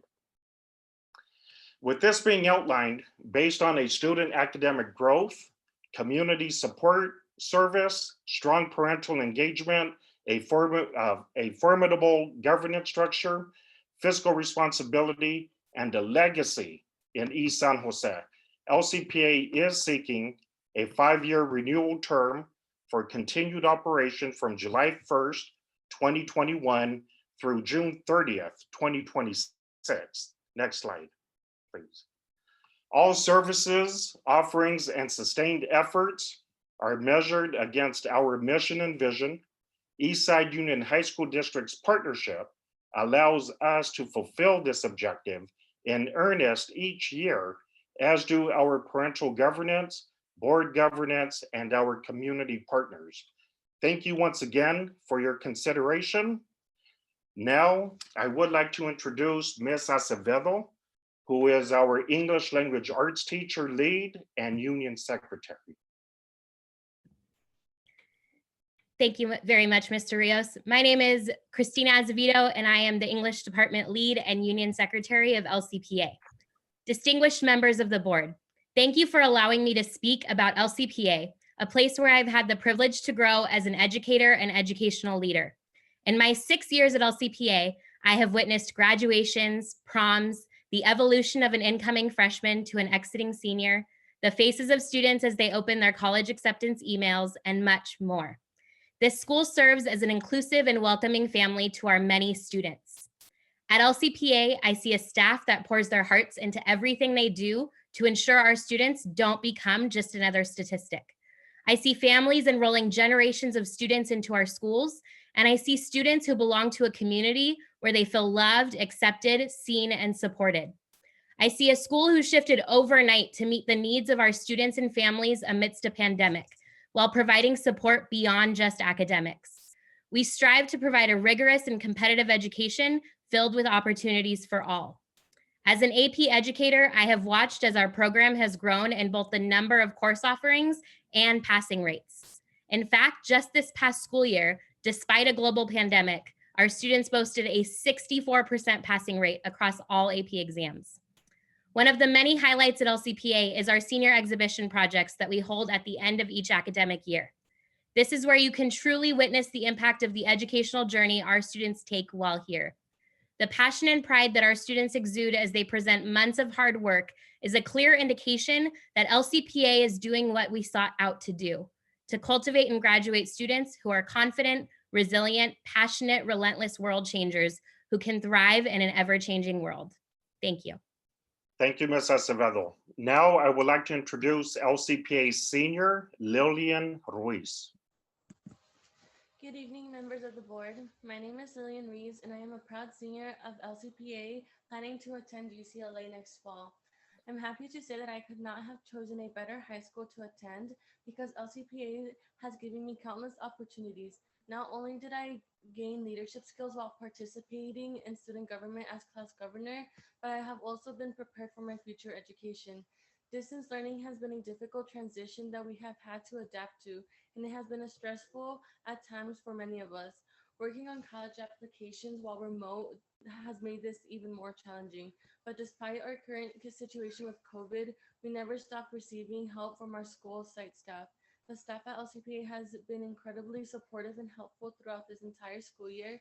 They make sure that we are on track with all our work and consistently schedule one-on-one meetings with us to make the progress easier for us.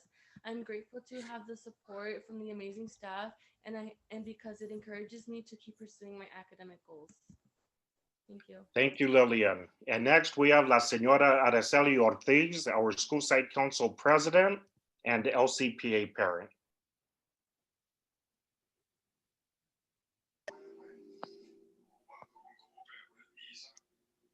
Buenas tardes, miembros de la mesa directiva. Mi nombre es Araceli Ortiz. Tengo 6 años siendo parte del Latino College Preparatory Academy. Mi hija mayor graduó hace 2 años de LCPA. Ahora está en Monterrey Bay University, gracias al apoyo de LCPA, maestros y a su dedicación de ella. Ahora tengo mi segunda hija en grado 10, tomando curso AP y de honores. En la escuela tenemos el poder de los padres, donde aprendemos más sobre educación y empoderamiento para tener voz y voto en la educación de nuestros hijos y a ser líderes en la escuela y la comunidad. También soy parte de School Site Council, donde soy la presidenta. Es mi segundo año en el comité y para mí es importante porque he aprendido sobre el presupuesto escolar y donde decidimos sobre programas para nuestros alumnos.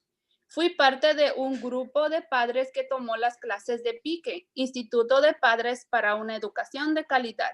Este instituto nos enseñó herramientas educativas y empoderamiento. Fue traído por la Fundación Hispana de Silicon Valley a la escuela. PIQUE me enseñó a creer más en mis hijas y en mí como madre de una estudiante de primera generación en la universidad. La escuela le da herramientas a los alumnos para ser exitosos en la escuela y en la vida. Mes con mes voy a los cafecitos con el director Ríos, donde tocamos temas sobre educación y discutimos sobre la seguridad de la escuela y de los alumnos. Por eso elegí a el CPA para mis hijas, porque es diferente. Me siento segura y en familia. Creo firmemente en el lema de nuestra escuela. Gracias. Gracias, Senora Ortiz. And lastly, we have Marisol Osorio, an LCPA alumni class of 2020. Hello. Hello and good afternoon. My name is Marisol Osorio and I'm an alumna from LCPA. I transferred to LCPA in 2018 and I'm delighted to say that I completed my last 2 years of high school in a place that helped me grow not only as a student, but as a leader as well. Over my time at LCPA, I had the opportunity to take a number of AP classes that hadn't been offered to me at my previous school, to join 2 different musicals, establish a yearbook committee, to do a number of large art projects outside of school, as well as captain the girls' basketball team in my senior year. While I found it rough to move schools, LCPA welcomed me with open arms. I met with Mr. Rios, my future teachers and peers, and I instantly felt welcomed as part of the community. One of the things I enjoyed most from my short time at LCPA was the way we were encouraged to express ourselves through visual art courses and athletic clubs, both of which provided me with ways to take my mind off of school and improve my interpersonal skills like leadership, communication, and teamwork. It was clear to me from the beginning that I would always have someone to go to when I needed help, advice, and guidance in just about anything from grades to college applications and even help writing a resume. And I always felt comfortable asking for help from teachers and counselors, even in my final months of senior year during the midst of the pandemic. I was always able to reach out to my counselors and teachers to make sure all of my college applications were correct and on time for deadlines. And I'm proud to say that with their support, I was accepted into 13 of the 15 colleges and universities I applied to, and I'm now finishing up my first quarter at the University of California, Davis. Thank you. Thank you, Marisol. This concludes our presentation. Thank you once again for your consideration.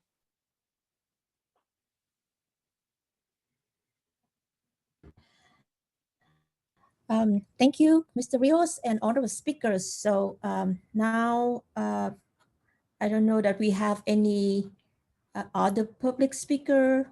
If not, this is the second time and third time. If we don't have any more, then I will be said that the public testimony on this matter is now closed. Madam Vice President, we do have some public written comment.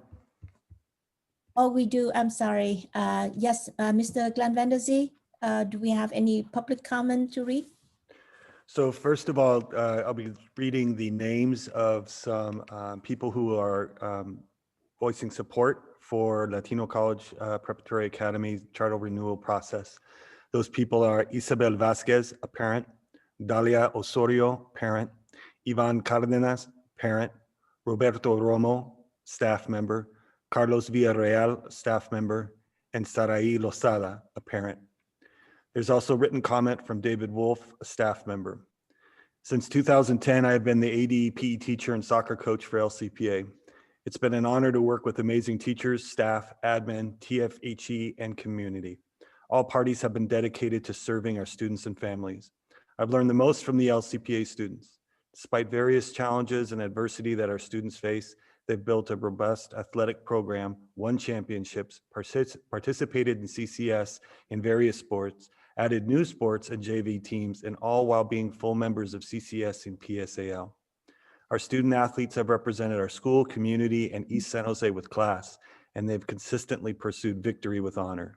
For the 4th year in a row, we have received league recognition for having 0 unsportsmanlike conduct incidences. Overall, it has been a privilege to work with education-based athletics that promotes respect, integrity, and sportsmanship, develops leadership and life skills, and enriches the educational experience. Thank you for your time. That is the end of written public comment. All right, thank you. So now the public testimony on this matter, is it now closed? No, we have 3 hands raised, Mr. President. Oh, We do. Okay, I did not see it on my screen. Could you, Superintendent? Miriam Tellez, you may speak.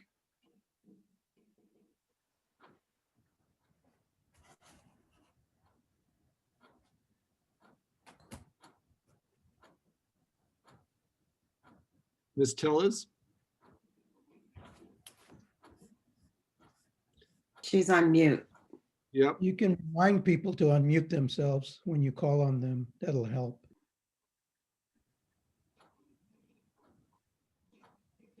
Ms. Tellez, are you able to unmute? I've unmuted you.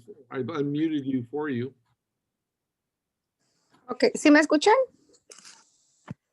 Sí. Sí. Ok. Buenas noches a todos. Soy mamá de un alumno de Latino College Prep y estoy aquí escuchando y pues estoy muy contenta con la escuela porque soy parte de ella, mi familia es parte de ella y estoy muy agradecida por todo el staff que nos ha brindado. Mi hijo se va a graduar en este año y mi segundo hijo va a ser parte de esta escuela y muy agradecida completamente por todo el soporte que nos ha brindado la escuela. Mi familia y yo estamos muy agradecidos por todo lo que nos han brindado. Will, are you able to, Mr. Lazo, are you able to please translate?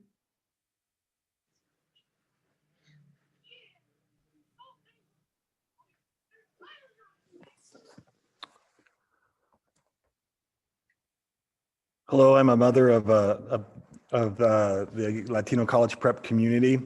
We're very pleased with the school as we are part of the family there. I have a child who is a son that is going to graduate this year, as well as another son that will, or child that will be continuing in the school. We're very happy with the education that we received and really grateful that this institution exists to serve our community and to serve our family, and we hope that it continues. Eddie, you're next in line, please.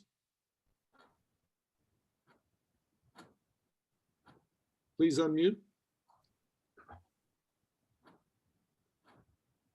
Hello? We can hear you. Oh, hi, I'm an ex-student of LCPA. I graduated last school year and it truly was one of the best options for me because it's one of the most welcoming communities I've ever seen in anywhere, from the students, from the teachers, from the staff. Everybody was super nice and they always helped me out whenever I had a problem, whether that be a school problem or a personal problem. They were all there for me, and it really is something like that I would recommend to anybody. Thank you. Rebecca Vazquez, you may speak.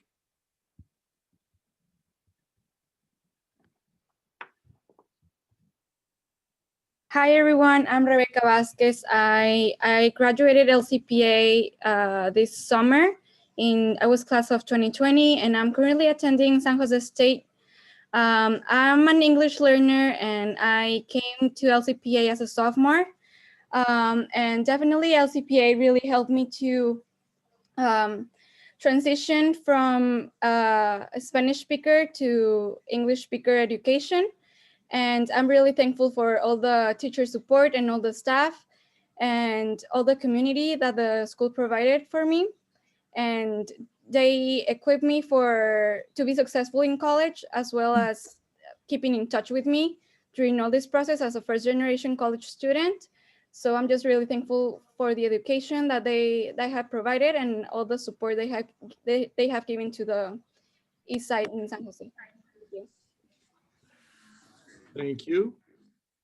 Mrs. Martinez. So Superintendent, we have any more speaker? Yes, we have three more. Araceli Martinez, you may speak.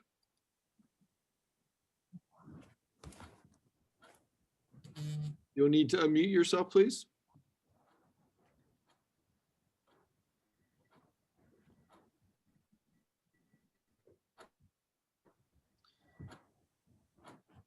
We'll come back to you, Mrs. Oh, Julie. ya. Hola, buenas tardes. ¿Sí me oyen? Sí. Sí. Buenas tardes. Mi nombre es Araceli Martínez y soy mamá de un niño que se graduó ahí. Tengo 6 años ahí también en la CPA. Tengo 2 hijos, tengo 8 años. Uno que se graduó con becado y es el primero de la familia que llega a la universidad, gracias a Dios. Ahorita voy por la segunda hija graduada. En este año se gradúa. Y yo quiero dar las gracias a Mr. Ríos y a toda la escuela, porque los maestros han sido, aparte maestros, han sido como una familia, no tanto para nosotros, sino como para nuestros hijos. Los alumnos siempre están ahí y yo quiero que esta escuela siga porque han salido muy buenos estudiantes. No nomás hablo de mi hijo, sino muchos y varios que conozco de otras generaciones anteriores que han salido muy buenos ahí porque por el equipo que tiene esa escuela, y me gustaría que en realidad le den la oportunidad de otros 5 años más porque se lo merecen, hacen mucho trabajo, nos ayudan como padres, tienen buenos eventos para nosotros, siempre estamos ahí, quisiera que sigamos adelante y siempre unidos como familia. Muchas gracias y suerte CPA. Gracias. Just checking, Mr. Lazo, have you been able to connect as our interpreter?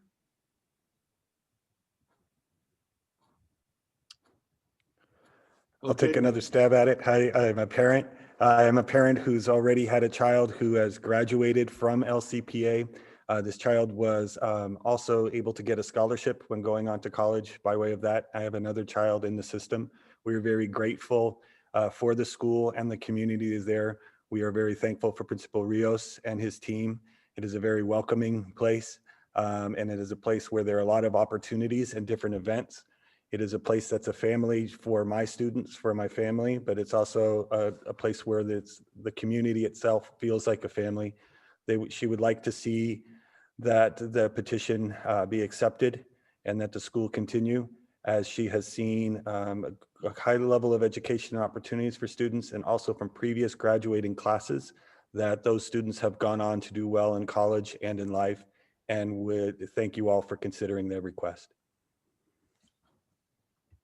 Julia Benitez, you're up, please.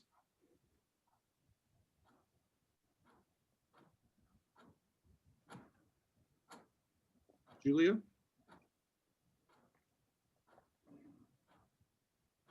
Buenas noches. Buenas noches. Buenas Señora, noches. ¿podemos ir parte a parte para que traduzca mientras usted hace sus comentarios? Hola, mi nombre es Julia Benítez. Soy madre de un niño del 10 grado. Hi, my name is Julieta. I am a mother of a 10th grade student. Mi comentario acerca de LCPA es, estoy muy feliz de haber llegado a esa escuela en la cual me siento en familia, me siento apoyada por maestros y por el principal, Mr. Ríos. My comments here are about in support of LCPA. I feel very grateful for having arrived, for my child to have arrived at that school with all the staff and for Mr. Rios. Mi hijo siempre tuvo un poco de problemas en otras escuelas porque él tiene un IP y cuando llegué a LCPA lo primero que yo buscaba era acerca de ayuda para él porque necesitaba extra ayuda. Al límite que estoy hoy en día con mi hijo, no tengo ninguna preocupación porque tengo el contacto con los maestros y tengo los meetings en cual hasta el principal está incluido. Me hace sentir que no me tengo que preocupar del estudio de mi hijo. Está con muy buenos grados a pesar de esta distancia que tenemos ahorita de aprendizaje. So I'm very grateful again to have arrived at this school. My child has sometimes had problems and my child does have an IEP. When we transferred to this school, we were greeted very well by the staff. The staff is very participatory in his education, including the principal who attends the IEP meetings. During distance learning, I still feel very fortunate and very calm with the fact that my child is getting the support of staff and can reach out for help when necessary. And to this moment in time, is getting good grades even during the period of distance learning. Yo quiero pedirles, por favor, que nos den la oportunidad de seguir con LCPA, que nos está apoyando mucho, no solo a los niños, sino que a los padres, y nos sentimos muy contentos. Yo estoy muy contenta de ser parte de la familia de LCPA. I'm asking that the board continue this school and grant its petition, as we feel very supported by this school and it's being very successful. We feel very much at home, and we're asking that this school continue with its service. Muchísimas gracias. Thank you all.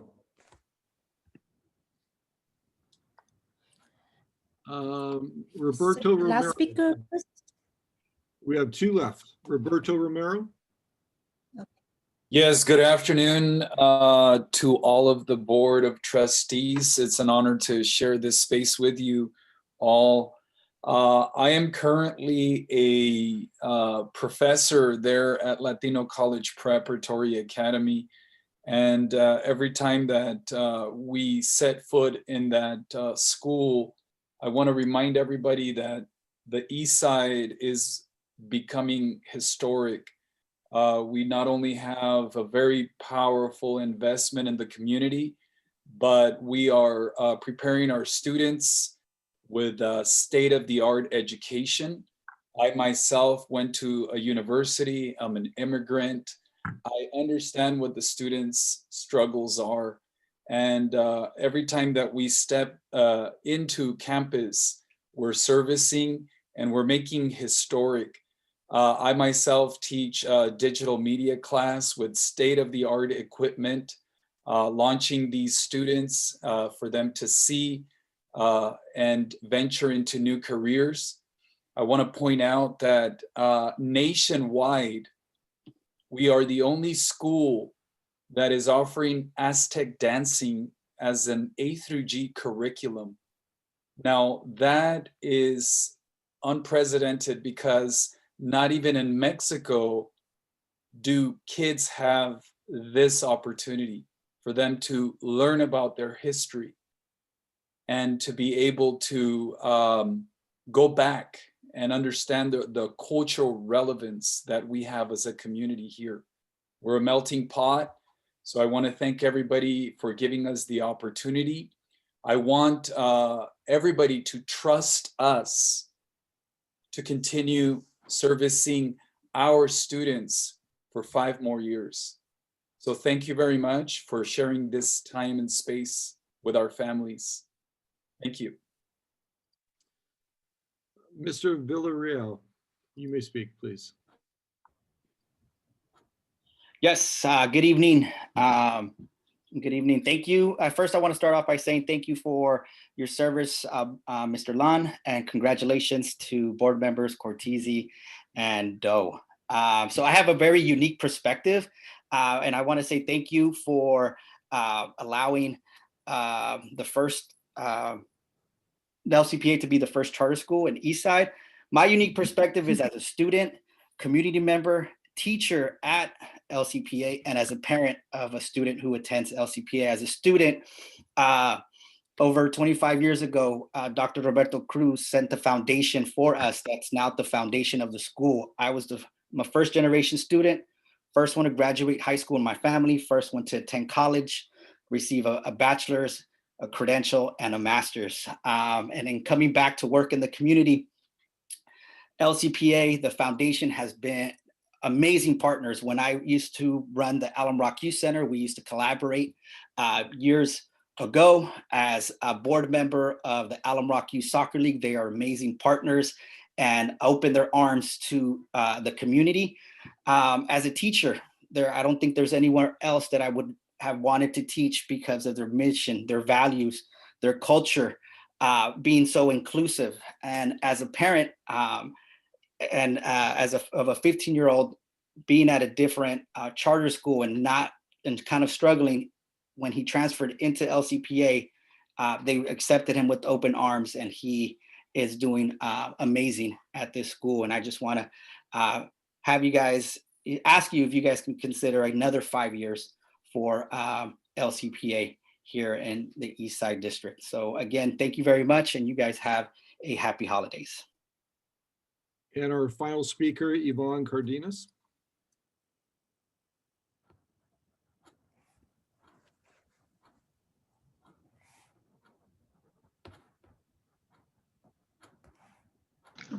Buenas tardes.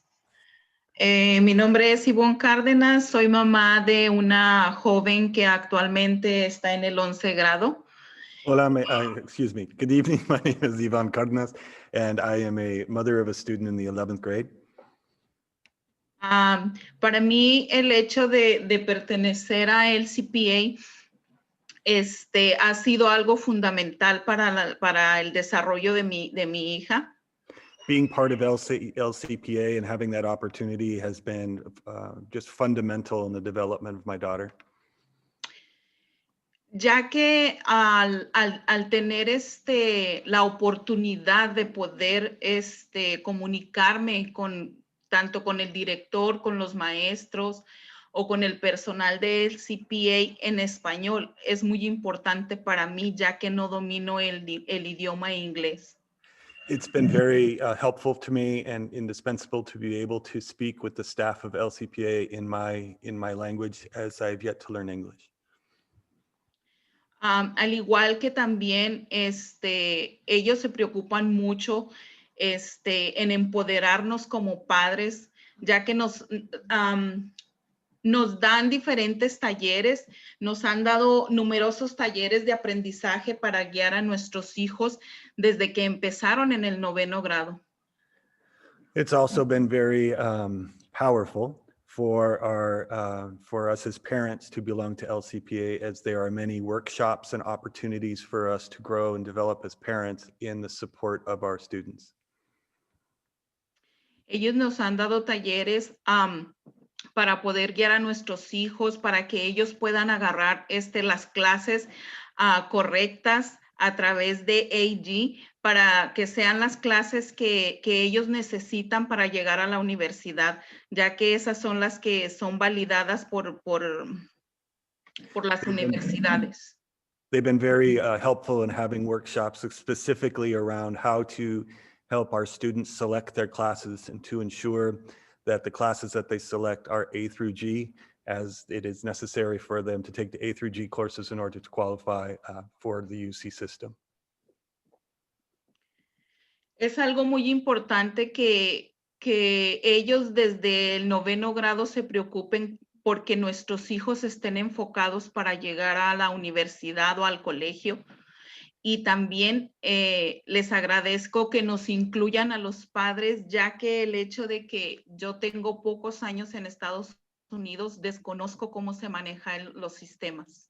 It's very powerful for us to receive the information and to be able to start working with our students as they're received as 9th graders, because the classes that they take and how they are placed will be very important for them to be able later to enter into the university system.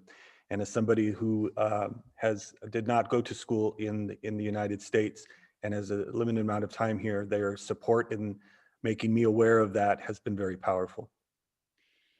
Ellos se están encargando de preparar a mi hija para que ella pueda ver las opciones que tiene de acuerdo a las universidades o de acuerdo a la carrera que ella quiera tomar en un futuro.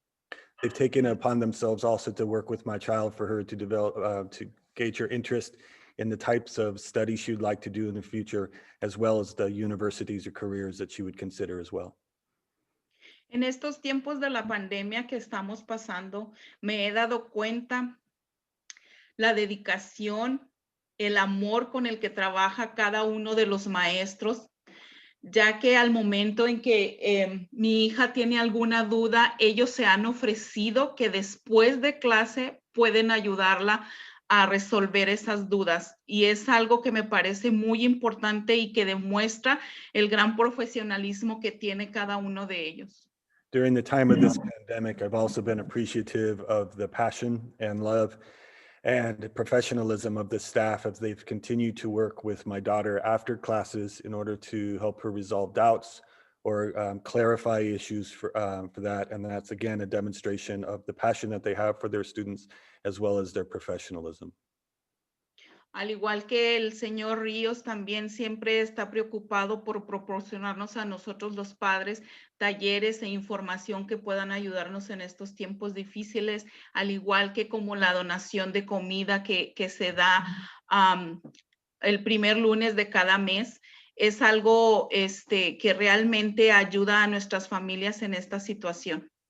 Also, thank Principal Rios for his time and giving us workshops about how to navigate these times during the pandemic, as well as monthly on the first Monday of every month, there is opportunity to gain access to a food bank, which helps our parents and our families during these difficult times. Otra de las cosas que tengo que agradecer también es el hecho de que están abiertos para que estemos tomando talleres. Hace 2 años yo pertenezco a Ywca, es una agencia que ayuda a mujeres que han sufrido violencia doméstica o trata de personas, de la cual pertenezco y soy voluntaria y soy promotora de esta agencia, y eso fue gracias a que el señor Ríos presta el local, el edificio para que podamos nosotros tomar esos talleres. We're also very appreciative of the school and the way that it's opened its doors to workshops from other agencies. I work with the YWCA, which is a women's organization, which also deals with issues of domestic violence. And thanks to Principal Rios opening the doors of the school, we're able to hold workshops that deal with that issue in the school. Mr. Banerjee, 30 seconds left, please. Okay, 30 segundos. Solo agradecer y les pido que nos puedan otorgar ese tiempo que necesitamos para que nuestros hijos se continúen preparando. Muchas gracias por ayudarme a traducir y que tengan una linda noche todos. Thank you very much for letting me speak here tonight. We are asking that you authorize the 5 more years of LCPA as they continue to offer quality service to our community. Thank you all very much. Mr. President, there are no more speakers. All right, thank you for speaker, and thank you, Superintendent, for helping me out to call speaker who raised hand. I'm still maneuver the list of attendees. So right now, no more speakers. So public testimony on the agenda item 9.01 is now closed. So we're gonna move to agenda item 9.02. We will now hold the public hearing, which is scheduled approximately at 8.01 regarding the proposed adoption on the initial proposal for successor contract from Eastside Union High School District to the Eastside Teachers Association, CTA and EA. So calling for public speaker. Do I have any public comment to read, Mr. Glenn Vanderzee? Here none. Can I call for public speaker for second time? And call public speaker for third time. If there be no person present who are interested in providing testimony, then the public testimony on this matter is now closed. Move to agenda item 9.03. All right, so discussion and or action regarding the proposed adoption of the initial proposal for successor contract from Eastside Union High School District to the Eastside Teachers Association, CTA and EA, Mr. Glenn Vanderzee. You're on Do we mute, have sir. do we have any speaker? We're bringing this for you this evening, the Sunshine. The district continues to acknowledge and appreciates the contributions by ESTA. And what you have before you is the language that we are sunshining and proposing the areas that we would like to enter into negotiations with beginning next year, and the district has an interest in bargaining up to 3 years with this. So these are the items that we are sunshining this evening and ask that you accept them. All right. So do we have to roll call? Or we just read this? I believe we need a motion to approve and a second, and then a roll call. Move for approval. I'm sorry, aren't we just having a sunshine hearing? There's no action on this, isn't that correct? 9.03. 9.03, or are we still? 9.03. With discussion and action. I'm sorry, I thought we were still. Yeah, 9.03. So we have. President? Yes. Oh, we can get the motions. I'm trying to see if there's an attachment of this actual items. So we have motion from Board Clerk Chavez, and we need the second.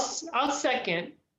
I'm just curious if Mr. Vanderzee said he was bringing forward a list of items that were sunshining, but I don't see them attached to the board docs.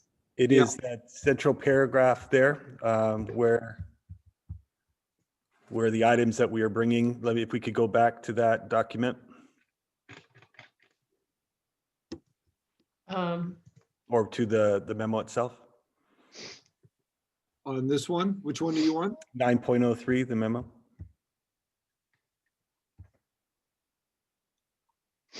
Huh, it's frozen on me. There we go. So I'm going to have to read off my screen so I can see that. So board member contains the items that we're bringing here is the district proposes and has an interest in the following areas of contract negotiations: total compensation, which includes salary and benefits, Articles 26, including appendices A and C, excuse me.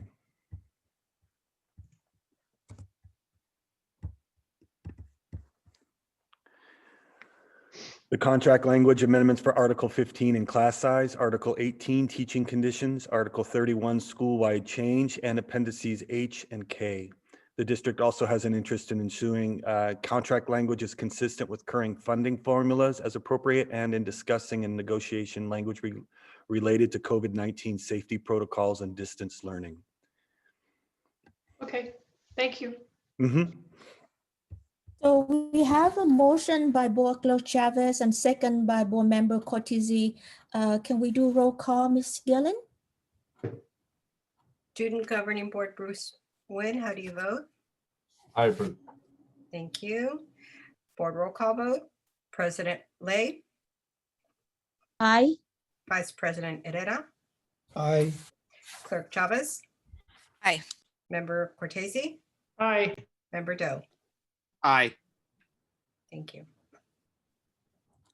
Excellent. Now we move to item 9.04. We now hold a public hearing, which is scheduled approximately at 8:07 p.m. to receive and sunshine the initial proposal for successor contract for 2021 and 2022 from Eastside Teacher Association, CTA, NEA, to Eastside Union High School District. I'm calling for public speaker of first time. For second time and third time. If no person present who are interested in providing testimony, then the public testimony on this item 9.04 is now closed. Any other comments? If not, then we move to item number 10, special order business operations item, board discussion and action. So 10.01, superintendent and board members may request that item be considered, discussed, and act on out of the order indicated on the agenda as per schedule. Do I hear any item will be requested to change If I don't see anything, then we move to 10.02. Approve statement of votes and certification of election results from the Santa Clara County Register of Voter Office and declare the totals to be the final result of the election. Mr. Superintendent Funk?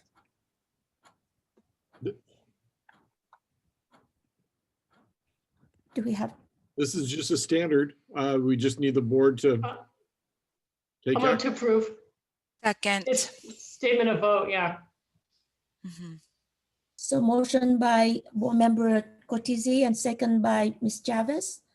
Roll call, please, Ms. Gillen. Student Governing Board Member Bruce Wynn, how do you vote? I approve. For roll call vote, President Lay, Aye. Vice President Herrera, Aye. Clerk Chavez, Aye.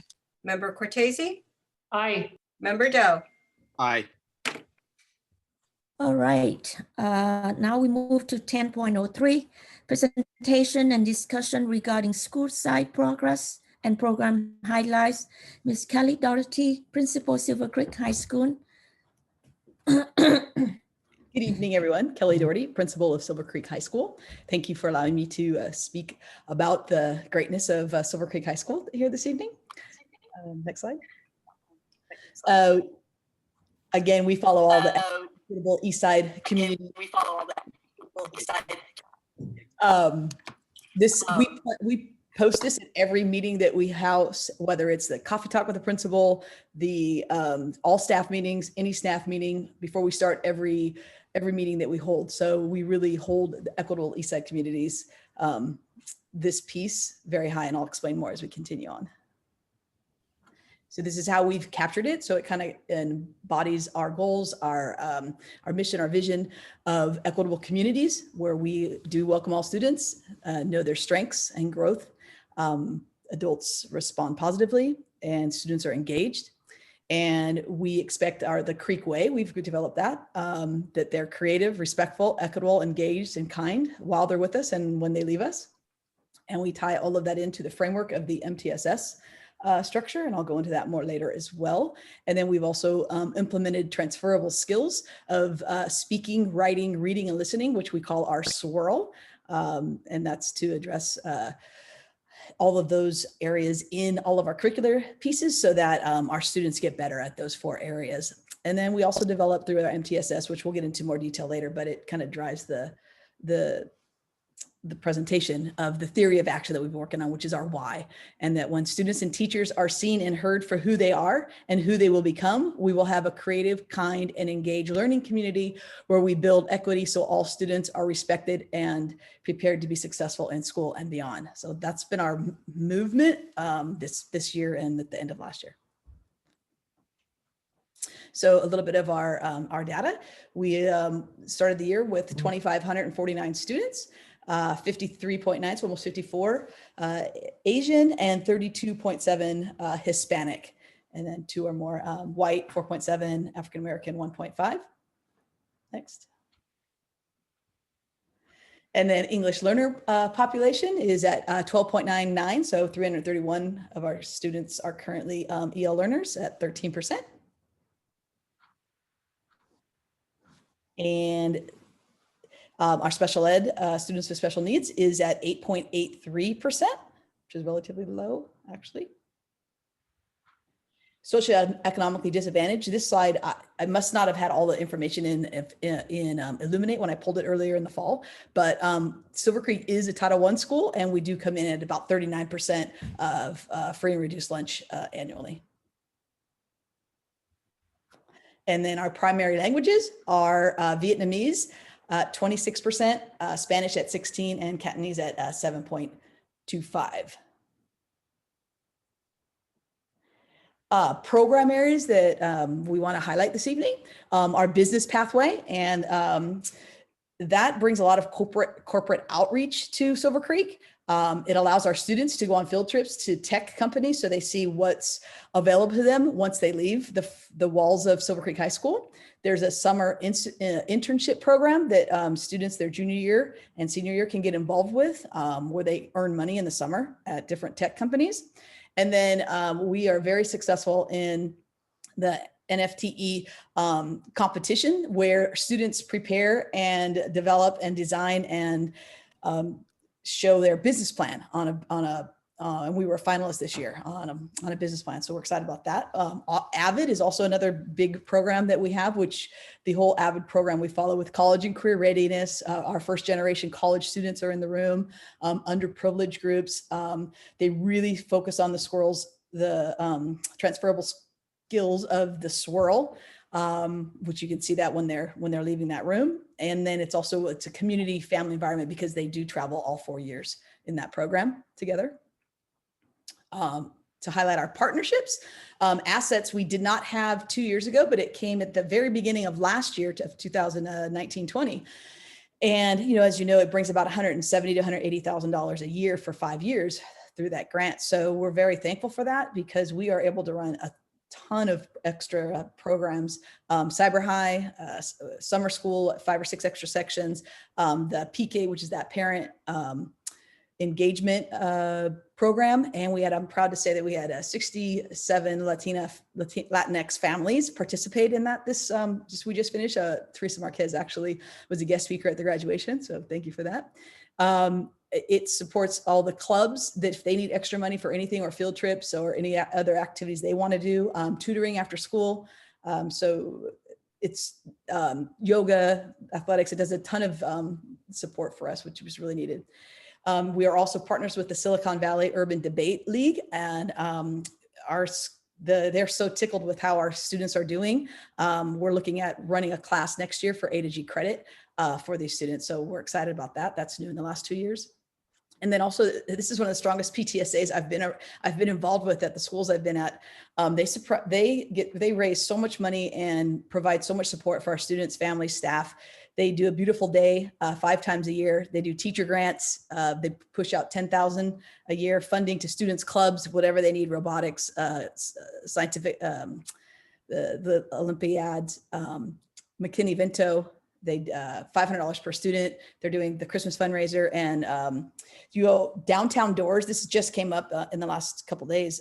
We are now looking at student artwork of Silver Creek, and we're going to create our own downtown doors on Silver Creek campus. So they've just approved for us to put 10 student artworks on 10 different doors throughout our campus. So we're excited about that. Next slide. Other highlights is our professional development. We, through School Site Council, approved a 0.4 release for a teacher to help organize and coordinate the Professional Development Committee and the MTSS team. And what that does is allow us for continuous feedback loop on monitoring the needs of our teachers of what kind of professional development they need to help support our students. These two teams have a variety of voices and diverse group of teachers that sit on these committees. And they also model and train teachers in new initiatives and strategies. The teachers' moves, they make up an equitable Eastside community. It really comes alive with this group. It's been really fun to watch it unfold over the last 2 years. And it's really changed the culture of our school staff-wise. It's something that we work on, the emotional learning of our staff, so that trickles back into our student and into the classroom. And they do things like what they call PD strands, which teachers get to pick. It's 3 Mondays in a row, and they get to pick the 3-hour sessions that they want to attend. We also this year started pop-up training. So if somebody just needed a quick 15, 20-minute training on something, we have a menu of pop-ups they can do, and then drop-ins where we just leave our Zoom open for questions or for trainings on Zoom or trainings on Google Classroom, etc. Swirl has been the guiding compass, the really implementing speaking, writing, reading, and listening into the classroom this year. And the cohorts of the professional development have been great. Again, teacher choice, homegrown talent, quest to continue building communities and connections through our professional development. And I think it's really showing in the classrooms as well. So here's some of our California dashboard data. This is the student achievement for our juniors during the 2019 school year. You see that it's pretty exciting because Silver Creek is in the green and staying there pretty well in English. We were at 62.5% of above the standards of English standards. And in math, we are 9.8 points above the grade level standards. exciting news, our English learners are at 58.1, making. Kelly, you're on mute. Sorry, hit the you kind of want to scroll yourself and then it does other things. So thank you for that, Marina. So that's one of our real goals, is to really support our English learners, because we know they're struggling, and you'll see some data about that in a minute.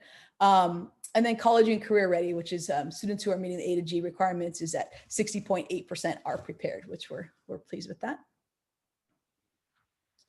And then our graduation data, this is an increase of 2.4% at 93.7. I'm excited to see the 2020 data, because I think we've really improved since then because of the programs that we've implemented, like Cyber High, and really increased that, kind of changed some things around a little bit for better equity access. And our English learners increased by 7.3. Hispanic population that we always were watching increased by 2.5 to hit that 90%, which I'm so proud of. Social economic hit the 90% by increasing by 3.2%. So they got above 90. Students with disabilities are at 80.3. So they increased by 23.8%. So we've been really focusing on this piece to get our kids across that stage. Is so important. This is exciting news too, because you can tell that our conditions of our climate of our school has changed through the teacher lens, through the advisor lens, counselor lens. Everybody's working in this area, and you can see in every category we've had a significant decline in suspensions, from African American 5.5, English learners 2.8%, Hispanic 1.5, socioeconomically disadvantaged 1.7, students with disability 6.7. So this has been a concentration on changing our climate of our school. Another highlight of our data, and as we're continue to work on student engagement and equity in the classrooms, we're starting to see an increase in our attendance rates. So I just wanted to share that with you. And then areas of growth, the data that we're looking at. I chose to pick this data because, again, we implemented what we're calling the swirl. So the speaking, writing, reading, and listening portion, it's part of the LPAC testing for our EL to reclassify them. And it will help our EL students, but it also help our lower and middle performing students, but all students. But as you can see from this data point, is when you drill down into the English language arts, that we have 14.71% of our students are below grade level in reading, 9.41 in writing, but you can see these pieces of listening. So that's why that became really important to me, to really focus on the swirl in every lesson and throughout the day. So that's been our push this year. Next slide. And in math, same thing, concepts and procedures, 28.6% of our students were below grade level, and in problem solving 17.43. So I feel like if in all of our classes we do what we're calling the swirl, we can see these numbers shrink. This was our survey from 2019 in the fall, where we were at self-efficacy, which we talk a lot about in our district and get supported by the district in this area, and was at 39%. And that's the self-efficacy is when they feel like they don't know, students don't know what to do when they get stuck and how to ask for help. But the ironic part about that is when you ask the teacher what they thought, their climate for supporting academic learning was at 90%. So we spent a lot of time looking at these two pieces last year and at the beginning of this year to kind of try to close that gap. Next slide. So then our 2020, fall 2020 survey came out. So I want to focus on that a little bit. And I think the interesting pieces about this is that teachers felt like student engagement. This was like a snapshot because the questions are like about distance learning in the last 2 weeks, who felt engaged, and 52% felt they were. On the student side, the same question was, have you been able to access the internet? 34% said yes, so that felt low. So I thought we should look at that. Cultural awareness, both for the student, for the teachers, 51%. So this is how we're dealing and thinking and talking about race, but yet our students feel that we're only doing that at 31%. So those are some deep dives we still need to continue to do. But the most interesting thing to me, which kind of, made me like, wow. And these have been our last staff meetings for the last 5 or 6 times. And that is the student relationships. It's the question for the student relationships is how many of you feel that you have a relationship with adults? And this was earlier in the year, but we came in at only 16% on that. And then for the student needs of the teacher, they came in at 22%. And with those two questions, one of them is, what are, do you believe the social well-being of a student is important? And it came in at 14%. So, and then relationships came in at 21%. So it's those are the areas we've been spending time, is working on our social emotional for our staff capacity so that it trickles down into our student capacity. So what we did is once I got that data, I held a staff meeting and I shared more than this, more of these statements, but within the panorama data, there's statements that the kids actually got to give free responses. And so they gave us some really nice, like, aha moments that I shared with the staff. And these are just a few that I pulled for this particular presentation. But I think some teachers, other adults should just be more mindful of students' mental health during this hard time. I would recommend not piling as much work on students as well. Be more understanding and make sure that we understand by the product and give us more time to do work and have our work on them in class. I feel that we get stressed out so much due to how much work is given. I wish more teachers were considerate of how much work they give to students. Personally, one of my teachers signs well over 2 hours of work. So we addressed all those things and we spent a lot of time having teachers talk through that and doing breakout rooms and talking like, what does it really mean? Because the ironic part was our teachers at this time of year were having the exact same issues. Like, we were giving too many meetings, we were expecting too much, we were asking too many things. So it all really tied in together quite nicely. This was like the middle of September-ish, maybe beginning October. So these are the areas of continued areas of growth. We spent time analyzing marking period 1 progress report to marking period 1 progress report this year and then last year. And you can see, because of the distance learning, it really worried us on how we were doing. And I know this data is really hard to see, but if you just look at the red and orange labels, like under Hispanic, you can just see how they've just increased from the left side of the screen to the right side of the screen, how our orange and red have increased through marking period 1. And then what I've pointed out at the bottom of the little red arrow is how even the Hispanic population has increased. And you can see on the bottom chart where it says 2,386 on the left and then 2,480 on the right. I think the most staggering piece on that was the students that are EL. The DNFs is 62 and it was 52% last year. So anyways, it became quite an alarming piece that we knew we had to address. So that takes us into our next slide, our MTSS cohorts and the MTSS framework. Next slide, so I can explain it from there. So this slide encompasses what I shared with you, our slide at the very beginning, but in a little bit different form. So our theory of action that I've already covered is first, and then we have our Eastside equitable communities, and then our MTSS framework that's driving us, and then our Creek Way, what we expect students to do, which I spoke to, and then how we're social emotional. And then with MTSS, it branches out. So you have your academic side, which is where we're putting in the swirl, speaking, writing, reading, and listening. And then we've asked the departments to pick their 5 major standards to get through this year, so that support from the district and support from the admin on site is that we don't have to cover everything and get everything done that we've always done. So that's been our focus. And then on the behavioral side, relationships, and that students are welcomed as they are and adults positively respond, and that we're always connecting with kids. And we spent a lot of time doing phone call visits and communicating with our advisors and our counselors and our teachers, reaching out to those underperforming students. Next slide. So that takes us to our immediate steps. Some of this is we've been already done, but celebrating the Creek Way and acknowledging what students and teachers are doing, identifying next steps in the classroom to improve the swirl.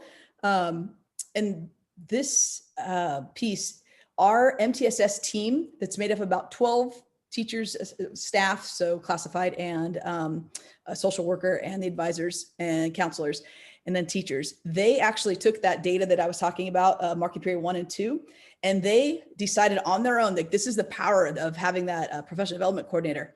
They designed and developed and said, we need to be the ones that go take 2 people per group, go into the departments and look at the teacher's early warning system data of marking period 1 and marking period 2, and then come up with some strategies. And they developed about a list of about 20 strategies, but then they narrowed it to 5 that they wanted to share with the department. So that was one of my most proud moments, when you actually see your staff on their own, just from the things that have been fed to them, just develop and then push out to talk about grades to a whole group of teachers, and some of it was positive, some of it was like a negative, but it's been, at least we got the conversations going. So that's been a great step that kind of happened after this list was made.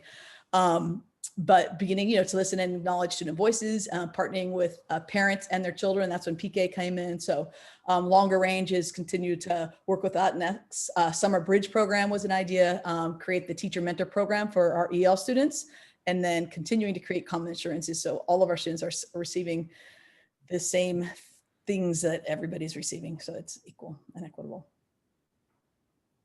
So this is just so that you see where it ties in from our WASC and our single plan for student achievement goals.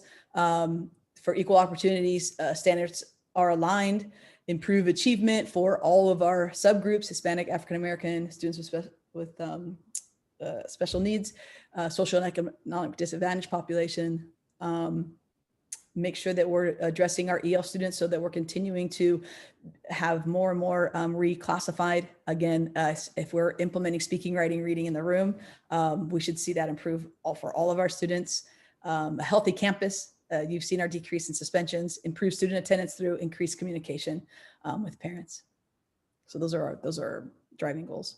What's the title on this one? We'll scroll down a little bit. The other way. What's the top? District supports, thank you. So, we asked, well, what are the district supports? And I would say continue with the MTSS coach. She's very helpful with our MTSS team and with our admin team, and she meets with us monthly, which has been great. Continue with our weekly principals check-in that the superintendent and Teresa Marquez have been running. It's been great to build our connection as principals. Continue with district-wide subject area professional development offerings. I think that's just a way to really align our district in all subject matters. I would love to see us move to a district-wide block schedule and provide a list of district-approved alternatives to finals, because that's what we're going through right now, so that teachers know that it doesn't have to just be a formative, it can be any kind of formative assessment. That's all I have for you. All right. Thank you, Principal Kelly Doherty. I'd like to open up for any comment from our board colleagues. Anyone want to say anything? Chavez? Yes. Yes. Congratulations on all the great work. This is so exciting to hear. I was like, yes, yes, yes, as you were talking. So I just, huge shout out. So I wrote down a few notes that I want to make sure to share. First off, I love your theory of action. I haven't seen very many people talk about that. I don't know if that's top of mind for people, but I think that's really important, in synthesizing your why and what it looks like this is what my theory in action looks like, right? So congratulations on that. The business pathway, I was curious. You mentioned some tech companies that our students have worked with or visited. Can you name some? Do you know any off the top of your mind? I asked because that's been top of mind for me. Yeah, it's been Adobe, it's been Google, it's been all of them. So it's been really great. Summer internships, I'm not exactly sure where they go for those, but the business program really goes at all levels of places. It's fantastic. They get really excited to talk about it too. That's awesome. Cool. And congratulations on being a finalist with the business plan for the students. That's huge. That's a huge skill set that our students are leaving with. So huge kudos on that. Of course, Pique has a special place in my heart. I think involving our parents and educating and supporting our parents through engagement and learning is part of the work that needs to happen in collaboration with our student support. We're like a triangle of support. So as we support parents, we're also supporting our students indirectly, aside from the work that we do in the classrooms and in school. So thank you for supporting that initiative, Kelly. Too, they were so excited that we're going to run a part 2 for these same parents starting in January. So yeah, we're excited about that. Yes, keep me updated on that. I love that work. And downtown doors, I was going to say, please let me know what happens with that. I was like, I want to see that, because when I was a teacher, and you know, when I go into school still, like the way that things look and feel really matters to part of like belonging in a place, right? And I'm pretty sure this is going to shift the environment to be extra exciting. So I want to see that. I'd be super curious to walk the hallways. So please keep me updated on that. Great. They should be up in January, so coming soon. All right, I'm gonna make a note. Feedback loops. When I heard feedback loops, like a light bulb went off with me, and I wanted to say thank you. I think this is one of the best practices out there. It's key for our teachers. So I'm really glad to hear these strategies that our schools are implementing that I've personally seen be very successful. So I just wanted you to know that I noticed that and I heard that. The swirl, I heard you mention that throughout your presentation, and aside from me making the connections, what I took away from that is you're thinking about like a strategy or strategies that really can support in different areas, right? You're not trying to reinvent the wheel or put so many things or create different solutions for different things, which we could easily get stuck in that rut. So I just really appreciate your way of thinking and approaching that. Another noticing that I had was with looking at the student feedback, especially starting early. One of the key things that you mentioned was the workload on students. And that really stood out because I've heard it in many places, particularly student governing board. I feel like we've had these conversations over a number of meetings, inclusively in our town hall. That was a topic that really stood out. So hearing from a school site specifically that this is top of mind, this is being shared with teachers are taking it into account and figuring how to solve was really, really great to hear. And I'm glad that you're also taking the time to celebrate, because in the midst of all of the things, it can be easy to forget to celebrate some of the wins that are happening. But I think that's just super important and key for culture. So thank you for that, Kelly. And a last noticing is it was really exciting to hear about the staff-led initiatives towards the end. You're hearing about your staff going into the data, doing a deep dive and saying, here are these 20 strategies, but we know that's not feasible. Here are the 5. These are our big bets. These are why, and supporting each other through that, and it really being a collective effort. I think that really sets the tone for just the environment and ownership, right? I co-collaborated, I co-created. It is mine. It's not like top down. And you know, that matters. So very, very nice job on all of this. The question that I have is, you have some clear next steps with like programs and strategies. And I'm curious if you have some thoughts on specific goals. We have some goals, but do you have like some milestones, some proxies, like quantitative that you're envisioning, or a specific goal that this will support, whatever, you know, your next steps are? I definitely would like to see our EL students more be reclassified. And some of that is just educating them on what it means, but it's also just getting them the skills they need. So I would like to see that number increase. Again, that graduation rate on that 80% that we were hitting, I would like to see all of our subgroups be at least at 90%. So that's a common goal I kind of keep in the back of my mind. The A to G, I'm always looking, I mean, it's pretty good here when you look at the new dashboard. But again, I want to see all of our subgroups hitting that 60% that the school-wide is. So that's the kind of stuff that we do look at. Wonderful. Thank you, Kelly. Appreciate it. Good job. Thank you.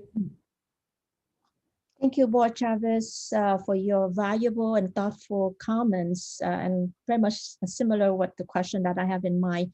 I want to open up for any other board members have any other thought or would like to share any questions with Ms. Kelly. If I don't hear anything else, and I would like to say something about the presentation from Ms. Carey's is, I mean, now I understand a bit more about, you know, school site information about race and ethnicity groups. And I know that the Asian populations has been grown more than any other school site in the district. And I was wondering that you have like about 26% of primary language is the Vietnamese student. Do we have enough staff or counselor or you know, teacher that support that population in your school? We actually do. I was just looking at that the other day for our last report. I didn't have it in here because this was built before that, but I can get you that number. But yeah, we have a Vietnamese counselor, we have Vietnamese translators, paraeducators, teachers, quite a few Vietnamese teachers, but I can get that specific number for you. All right, thank you. And looking to the area that area for growth for social emotional, I was wondering that the survey that you have included here is staff climate survey for fall 2020. Do you have any other survey? This is the time that during the pandemic, or do we have any survey before this time so we can compare to look into those areas with growth, like student relationships or student needs, you know, like 16%, 20%, 22%, or cultural awareness and action. You know, so I was wondering, do you have any other survey before the timeline that for the areas for growth for social emotional? Well, how can we compare? Yeah, we have the 2019 panorama data that had that piece in. Let's see, it has, so we do have that to look at. Some of the questions were different because we were trying to, obviously with the distance learning and the, we were trying to get specific questions for students and staff. Yeah, we do have the panorama data from both years. But we haven't this one that you're looking at now, we just gave it in what, September? Kirsten King, Teresa gathered it September, maybe into September, maybe even October. Yeah. So this is pretty It was October. October, yeah, it was October. Yeah, thank you. So this is pretty new. So we're just, you know, we dove into it right when we got it. And so we're just now really starting to implement it. So those will be our next steps. All right. Well, thank you for your good work. And, you know, I'm really proud when I saw the performance of the student graduation has been increased and a lot of progress. So congratulations. And, you know, I'm looking forward to see maybe next year in your area to grow. All right, any other board member have any questions? If not, thank you, Ms. Kelly. And we move forward to 10.04. So 10.04, a presentation, discussion, and action to receive and approve the first interim financial report for fiscal year 2021. Mr. Christiu, Associate Superintendent, and Sylvia Pelayo, Director of Finance. Madam President, we're on 10.04, not 10.05. Oh, I'm sorry. Oh yeah, 10.04, I'm sorry. Presentation and discussion regarding system response to key performance measure. Ms. Teresa Marquez, Associate Superintendent. Yes, and Kristen King, thank you. Director. Thank you, Board President. Thank you, Board President Lay. Teresa Marquez, Associate Superintendent for Educational Services. Good evening, board members, Soups Council, members of the public, and welcome to a newest Board of Trustees, Board Member Doe. This year's annual Key Performance Measures presentation will be done a bit differently. First, we've divided the presentation into two parts. The first part will focus on two of our key measures, specifically our graduation rate and our A through G completion rate. and will actually be presented tonight by our Ed Services leadership team consisting of myself, Director Kirsten King, Director Marta Guerrero, and Director Dr. Sharon Cavallero. The second part, which will focus on the other key measures, which are attendance, behavior, and suspension, we're actually going to hold off and present to the board in January. And we'll also present it as a team where we'll bring in specifically Dr. Shanice Powell. Additionally, the actual full report will come to you and be submitted at the January board meeting with the second part. Now, the reason for breaking this into two parts is that we wanted to make sure that it allowed for us to not only focus on the data, but on our responses as a system to the data and the gaps within our system responses. So I want to start us off by first looking at our promise as a district. Our promise as a district is to ensure that all our students graduate college and career ready. And as a district, keeping this promise means that we've committed to building equitable Eastside communities, specifically where we're going to build the capacity of all our staff members within that system so that equity and inclusion are the core principles of our system. And specifically, as you've seen many, many times before, for us, equitable Eastside communities means that all students are welcomed as they are, that their strengths and areas of growth are not only known, but are supported, that the adults in the system positively respond to whatever needs it is that our students bring, and that our students are able to engage with tasks that are going to develop their thinking skills for full participation in their community. So as we look at the data in a slightly different way through the lens not only of equitable communities, but I invite you and I offer for us to look at these key data points through the lens of system response gaps. Many times you've been presented the data and we've presented it to you as student achievement gaps or opportunity gaps. And that language really puts a lot of the onus on the students themselves and their families to be able to diminish or eliminate that gap. So what we invite you to actually look at it through is through this lens of the fact that key performance measures are a manifestation of the gaps within the system responses that we put in place.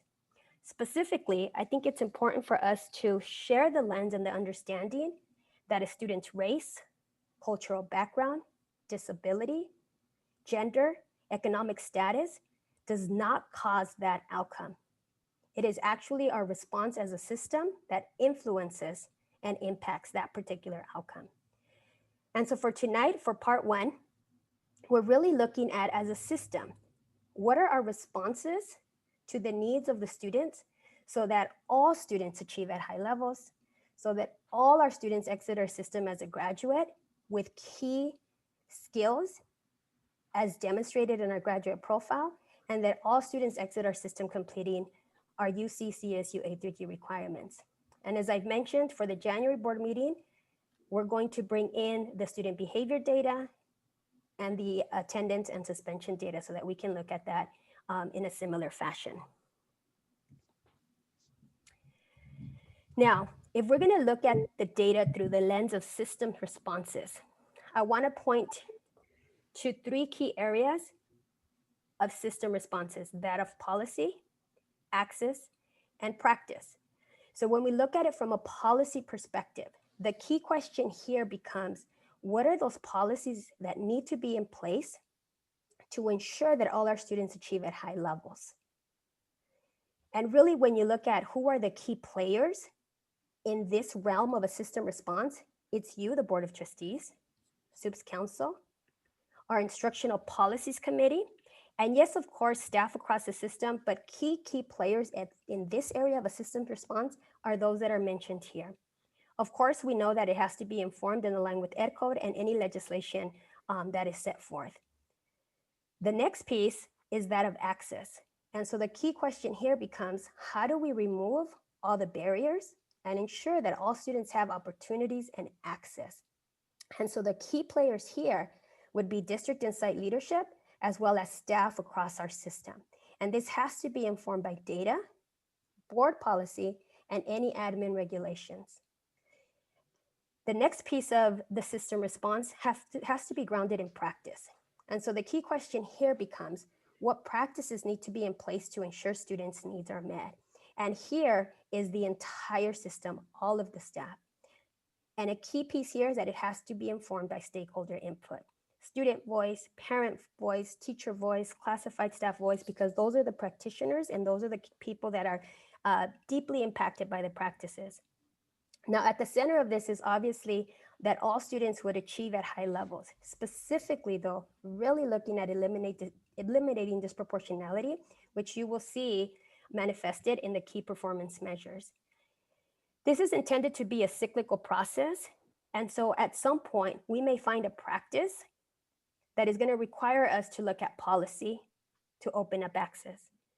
It may be a starting point of access that requires us to look at practice and then policy, or it could be that we begin with policy to open up access and then implement those practices. So I invite you to look at it through a slightly different lens than what we've presented to you in the past, and look at it from how we as a system are responding to the outcomes, and then also what are those gaps that we're going to identify. So at this point, I'd like to turn it over to Director of Assessment and Accountability, Kirsten King, who will share with you the key data points to begin with. Ms. King? Good evening. I'm Kirsten King, Director of Assessment and Accountability. And so when we begin our conversations around data and we look at different student outcomes, it's important for us to ground ourselves in the actual population breakdown of the district, because we have some very large populations and we have some very small populations. And when we have small student populations, their data can be very volatile over the years. So you see big shifts and changes from year to year with small populations. So our largest population when we look at race, our largest two populations when we look at race and ethnicity are Asian and our Hispanic students, 44% and 45%. So it's important to keep that in mind. And then when we look at our socioeconomically disadvantaged population district-wide, we're almost at 50%. Only 1.2% of our students are McKinney-Vento, 9.5% students with disabilities. And that foster youth is actually the number of foster youth. We had 50 on Seabed's Day last year. That number fluctuates throughout the year. The foster youth population is very mobile, so they come in and out, and that number could increase by the end of the year, and it could be different students than were there at the beginning of the year. We have 15.7% of our population are English language learners.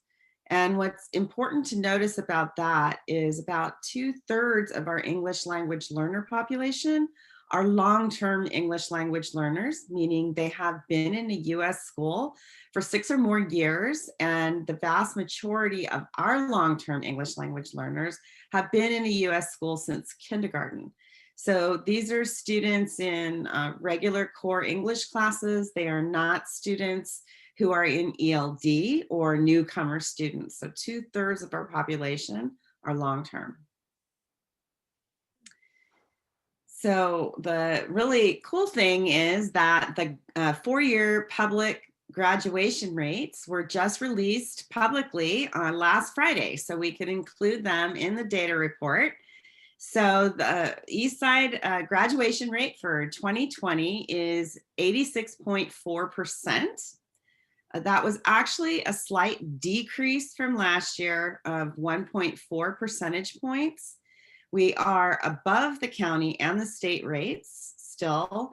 And it's also important to note that both the county and the state rates also decreased slightly when we look at graduation rates. We also did some comparisons with our comparable district and districts. We have 5 comparable districts, Kern County, Anaheim, Oxnard, Antelope Valley, and Sweetwater. And our graduation rate is higher than 3 of the 5 districts. The other thing that's really important to notice when we look at this is that we don't see the same high-level graduate outcomes based on when we look at different subgroups of students, which means that our system is really not responding appropriately to all of our populations. So we're not giving the supports to specific groups of students that they need to be able to graduate at high levels and at high rates. Specifically, if you look at students with disabilities, the graduation rate for our students with disabilities is 67%. Our graduation rate for foster youth, 43%, homeless youth, 60%, Hispanic, 79%. And so we see really some disparities between our student outcomes. And so it's important for us to think about what we need to do as a system to be able to support these students so that we can have high level outcomes for all of them.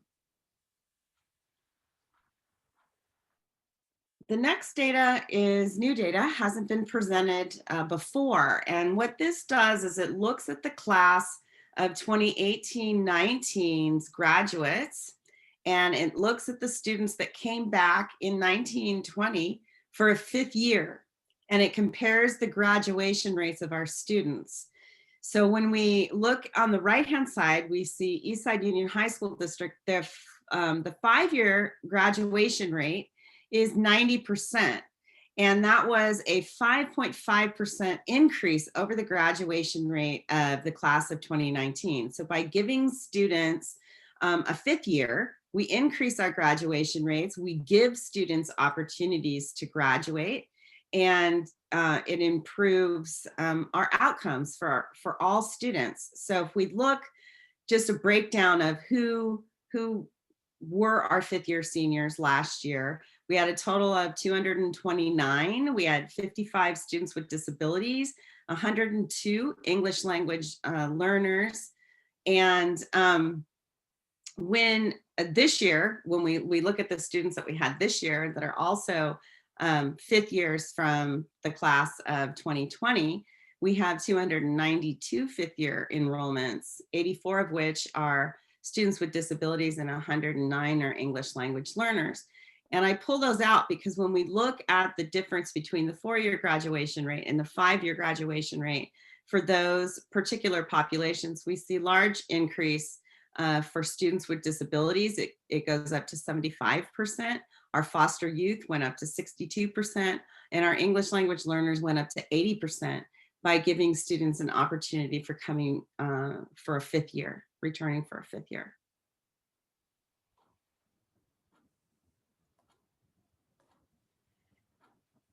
So this slide looks at the local non-cohort and the cohort graduation rates again. And so our local cohort are the students, remember, that stay with us. They join us the first day of grade 9. They stay continuously enrolled all 4 years with us in one of our Eastside schools. And if they move schools, they do so at the beginning of the year or the very end of the year. And we have, our system is responding really well to our local cohort.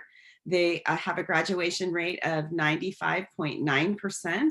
And most of our student groups also have very high graduation rates when they are in the local cohort. Where our system is not responding well is to the students that don't fit in our local cohort. So the students that are mobile, that join us after the first day of grade 9 or in another grade level, or move in and out of our district and come to us from other countries. And we see a large differential within that graduation rate. So again, this is an example of where our system is not responding appropriately to the needs of certain groups of students. So graduation rates are a 4-year statistic. It takes students 4 years to get to graduation. And so we've created some metrics that allow us to look at progress towards that graduation goal at each grade level. So we have an on track for graduation, which looks at credits earned walking into the next grade level. So for students in grade 9 to be on track, we're looking at the percentage of those students who walk into grade 10 with 60 credits, in grade 10, walking into grade 11 with 120 credits, and walking into grade 11 with 180 credits. And what we see is that our 9th graders last year, 69% were on track for graduation, which means 31% were already down credit towards earning that the graduation in 4 years. And we see larger discrepancies when we look at student groups in grade 9. Only 50% of our students with disabilities, 49% of our Hispanic students, and 45% of our English language learners were on track to graduate at grade 9. Again, focusing on, we see clearly in that yellow box that we need a system response. We need to be able to support these students in a different way than we're doing right now. What we also see is that grade level on trackness decreases as the grade levels increase. So for grade 10 overall, we only had 63% of students that were on track for graduation at that point, walking into grade 11. And when we look at our vulnerable population, students with disabilities, that drops down to 34%, and our English language learners down to 35%. And when we look at grade 11, 59% of our students are on track to graduate at that point. And for our students with disabilities, it drops down to 32%, and our English language learners for 33%. So what this means is that we have to be reactive at this point with these students in providing ways for them to make up credits. And if we were to look at some system responses, then that might be something that we would do proactively to support these students so that we see more students on track for graduation at each grade level. So Kirsten, I'm sorry, real quick. Yeah. So that data was for all students cohort and local cohort and our non-cohort students together, right? Correct. Okay, thank you. Kirsten, if I may. Yeah. I've noticed some of the slides contain Asians and Filipino. Are the Filipino also included in the Asian, or do you separate that out? Good question. So the federal government provides data and looks at data with the Asian and Filipino population together. So Filipino is by the federal government is considered an ethnicity, and it's included in the Asian race population for federal statistics. For state statistics, the state of California breaks out Filipino. And so when we look at our public 4-year cohort graduation rate, for example, that one shows you Filipino separate from Asians. Is that why we have some slides that just have only Asians and some slides have Asians and Filipino? That's why, because the public graduation rate for California comes out with the Filipino ethnicity broken out from the Asian group, and you can't undo it. So I can't combine it. Yes, no. I don't mean that. I just want to get clarity. I understand. I have a feeling that was the case. So on the federal level, when they are separating, they included Filipino into the Asian, where with the state, there's a separation of Filipino. Now, are there any other breakdown when it came to Hispanics or any other group? Not at the state level, just looks at all of the races as well as Hispanic ethnicity. I see. So I take that we have data from the state and the federal rather than this. We did not collect this data ourselves. Some of the data, so the local cohort and the local non-cohort data, we actually do that calculation based on our data that we send to the state. And for quite a few years, we've been doing our data aligned with the federal metrics, because for many years, that was all we could get from California. So that's why for the data that we've produced, we combine the Filipino population into the Asian statistics. Yes. I don't know if that makes sense. It does to some degree. So for the on track for graduation, that's our own data. That's not from some outside source. Right, that's our own data.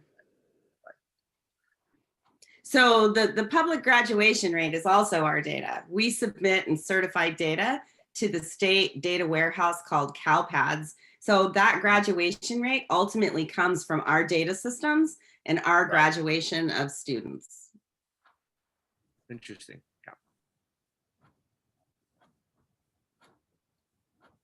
So if we look at it through the lens of system responses specific to graduation rate, it's evident that we do indeed have some system responses in place that have contributed or have been a factor in producing positive outcomes when it comes to our graduation rate. So specifically, when you look at it from the policy perspective, we have board policies in place that address the following: equity, right? We have an equity policy that specifically states that interrupting inequitable practices and biases and creating inclusive and just conditions in our schools is a priority for us as a district. We have board policies that address alternative credits towards graduation, allowing for students to be able to present credits from various sources to be able to meet their graduation requirements. We have reciprocity of academic credit, meaning that they can go to a Ywca accredited institution that offers some sort of course that they're able to bring to us for credit. And we have differential graduation and competency standards for students with disabilities policies that allows for us to really look and hone in at our students with disabilities and what's the best approach for us to be able to graduate them. We also have legislation in the form of assembly bills that allow for reduced credits for graduation for target populations, specifically our foster youth, our justice engaged youth, our migrant and newly arrived immigrant students, our McKinney-Vento students, and our children of military families. So when you look at it from a policy perspective, these are some system responses at the policy level that we have that would allow us to be able to respond to the graduation rate. When it comes to access, we do indeed have credit recovery options such as Cyber High and Summer School available across all of our system. We provide a fifth-year option for our students across our system. We have continuation schools that would allow for students to continue their education if a comprehensive high school is not one that is responding to their needs.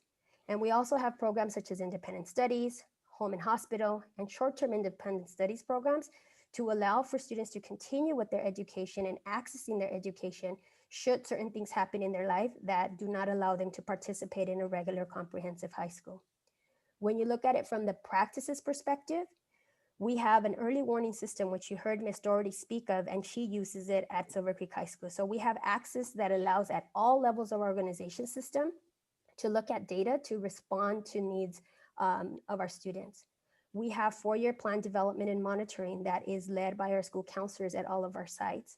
And we have social workers and other support staff that support the social, emotional, and mental health well-being of our students. And so if we look at some of the system responses that are in place from these three areas, you could see that these are some of the things that we have in place that allow us to be able to have some of the positive outcomes that we have. Now, when you look at it from the gaps within the system, next slide, Mr. Funk, please. We recognize, and you saw in the data, that there's definite gaps because we continue to see disproportionality within our outcomes. And so when you look at it from the policy perspective, we continue to have policies that include language that allow for variance in practices. As an example, we have Board Policy 5121, specifically under the area of unexcused absences, that reads as follows. If a student misses class, they may be provided with an opportunity to make up missed assignments for full or partial credit within a time period not less than that missed. So the may be provided allows for variance in practice from site to site, possibly from teacher to teacher. And so just as an example of how at the policy level, there's some review to be done within those policies. From an access level, least restrictive environment. You've heard Dr. Cavallero in a presentation that she did at a previous board meeting speak about the least restrictive environment and our targets for our students with disabilities and that of our English learners. Interventions in the moment. There's a lack of interventions in the moment when we identify that a student needs support. We continue to have biases, both implicit and explicit, that impact the adult responses to student needs. And although we have credit recovery options, the availability or opportunity for them may be limited depending on how students are able to access it or which students we're actually targeting. when we look at practices and the gaps within our system response, although we have the early warning system, how do we use it to actually inform practice and respond to the needs of our students? How do we bring about more inclusive practices to support our students with disabilities in their least restrictive environment, specifically with practices such as push and support and co-teaching? And how do we put in place more timely preventative responses, both academically, for behavior and social emotional, in the moment, as opposed to waiting to be reactive? And so these are some of the gaps that we have as a system that contribute to the disproportionality that we see within the graduation rate. The next data point that Kirsten's going to take you through is that of A through G completion rates. So the next set, A-G completion rates. So these are the graduates that complete all the UC A-G course entrance requirements. And the board, I think it was back in 2010, created a default pathway, A-G pathway for students. And so when we look at the courses that students take, they take primarily all A-G coursework. And so the difference between the A-G completion rate of our graduates and just simply graduating is the difference between earning a C or higher in our core courses or a D or higher. So to earn A-G credit, for example, in English, you have to get a C- or better in that course. But to get graduation credit in English, you just have to get a D in that course. So it's important to keep that in mind when we look at the A-G completion rate data. So the A-G completion rate for Eastside, this is, again, is new, hot off the press, just came out on Friday, is 52.8%. Eastside did see another increase in their public A-G rate, a 0.8 percentage point increase. And we are above the state and below the county when we compare those. And we are above 4 of our 5 similar districts, and actually one of the districts has exactly the same A-G rate as we do. So when we look at this graph, although we've seen improvements over the years in our A-G rate, especially after the board made their policy on the default pathway, we still see differential outcomes based on our student groups. And if you'll notice, it's the same student groups, of course, that had gaps for graduation rates. So our system, again, is not responding appropriately to support these students for the high level college and career readiness outcomes that we want to see for all of our kids. Students with disabilities, for example, it's a 13.3% UC A-G completion rate.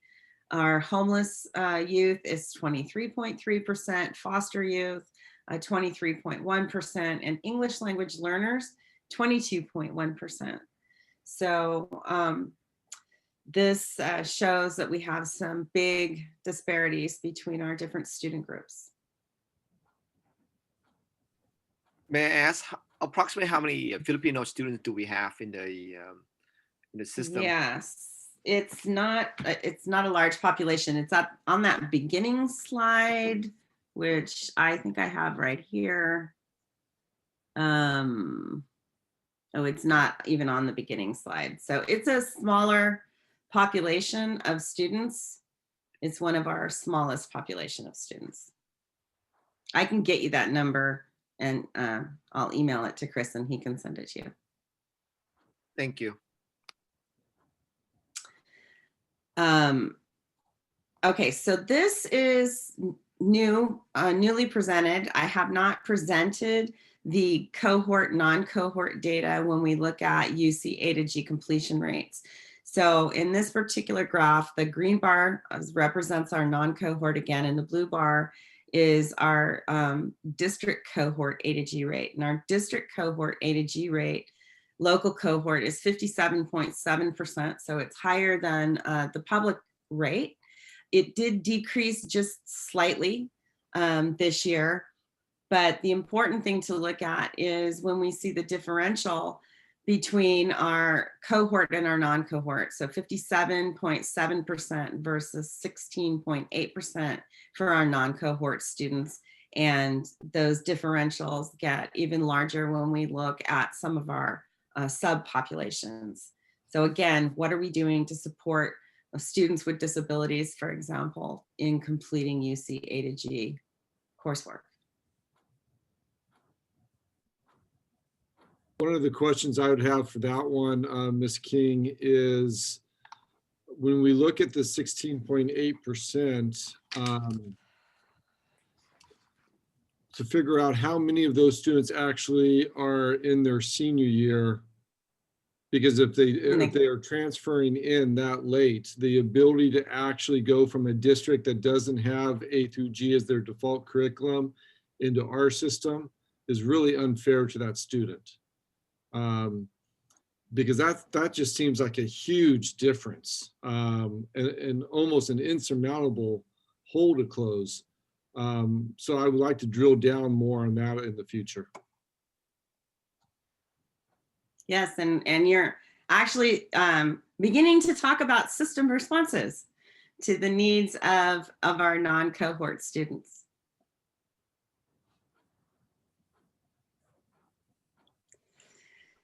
So A to G, like graduation rates, are a 4-year statistic. It takes students 4 years to get to that point. So we have on-track measures, again, that look at the completion of specific courseworks based on each grade level. And so what we see is that in grade 9, 55% of our students were on track walking into grade 10 for A to G completion.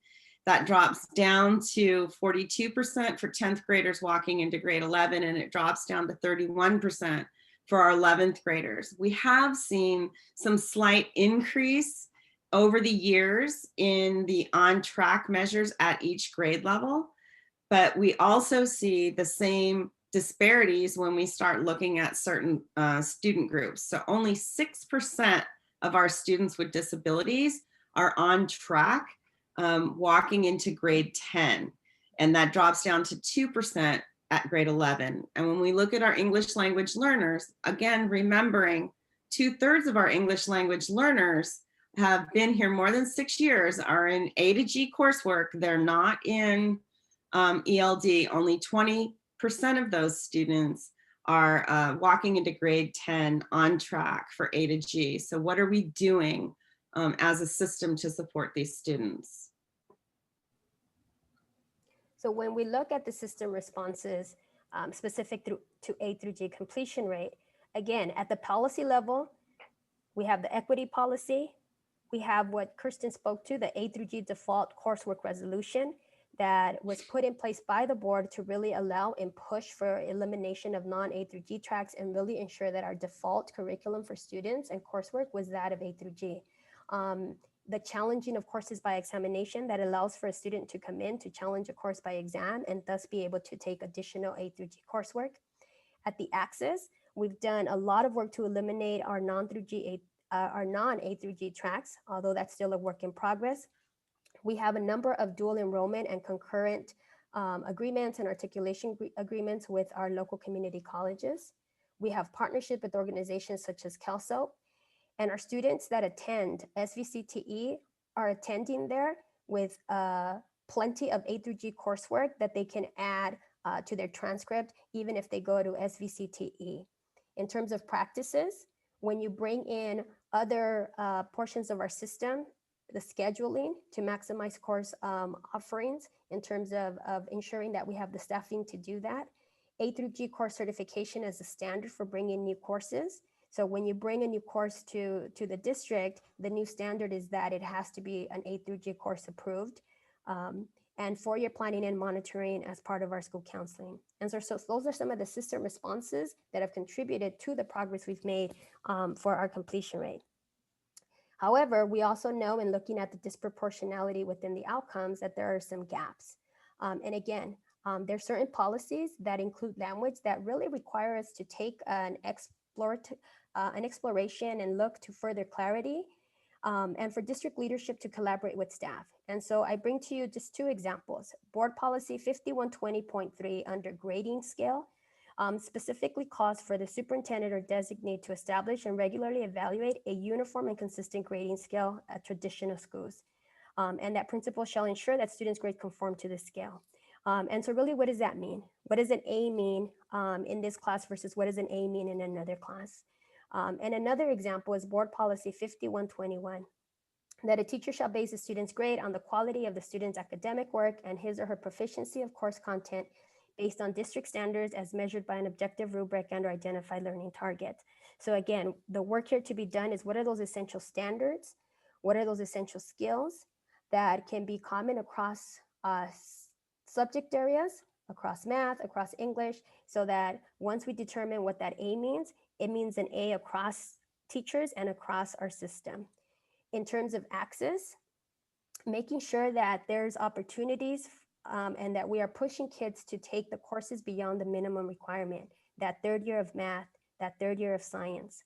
Making sure that when students come from outside the district or they bring coursework as per board policy, that it's posted as part of their transcript, that access is accessible across our system, that we have open access for advanced placement courses across our system.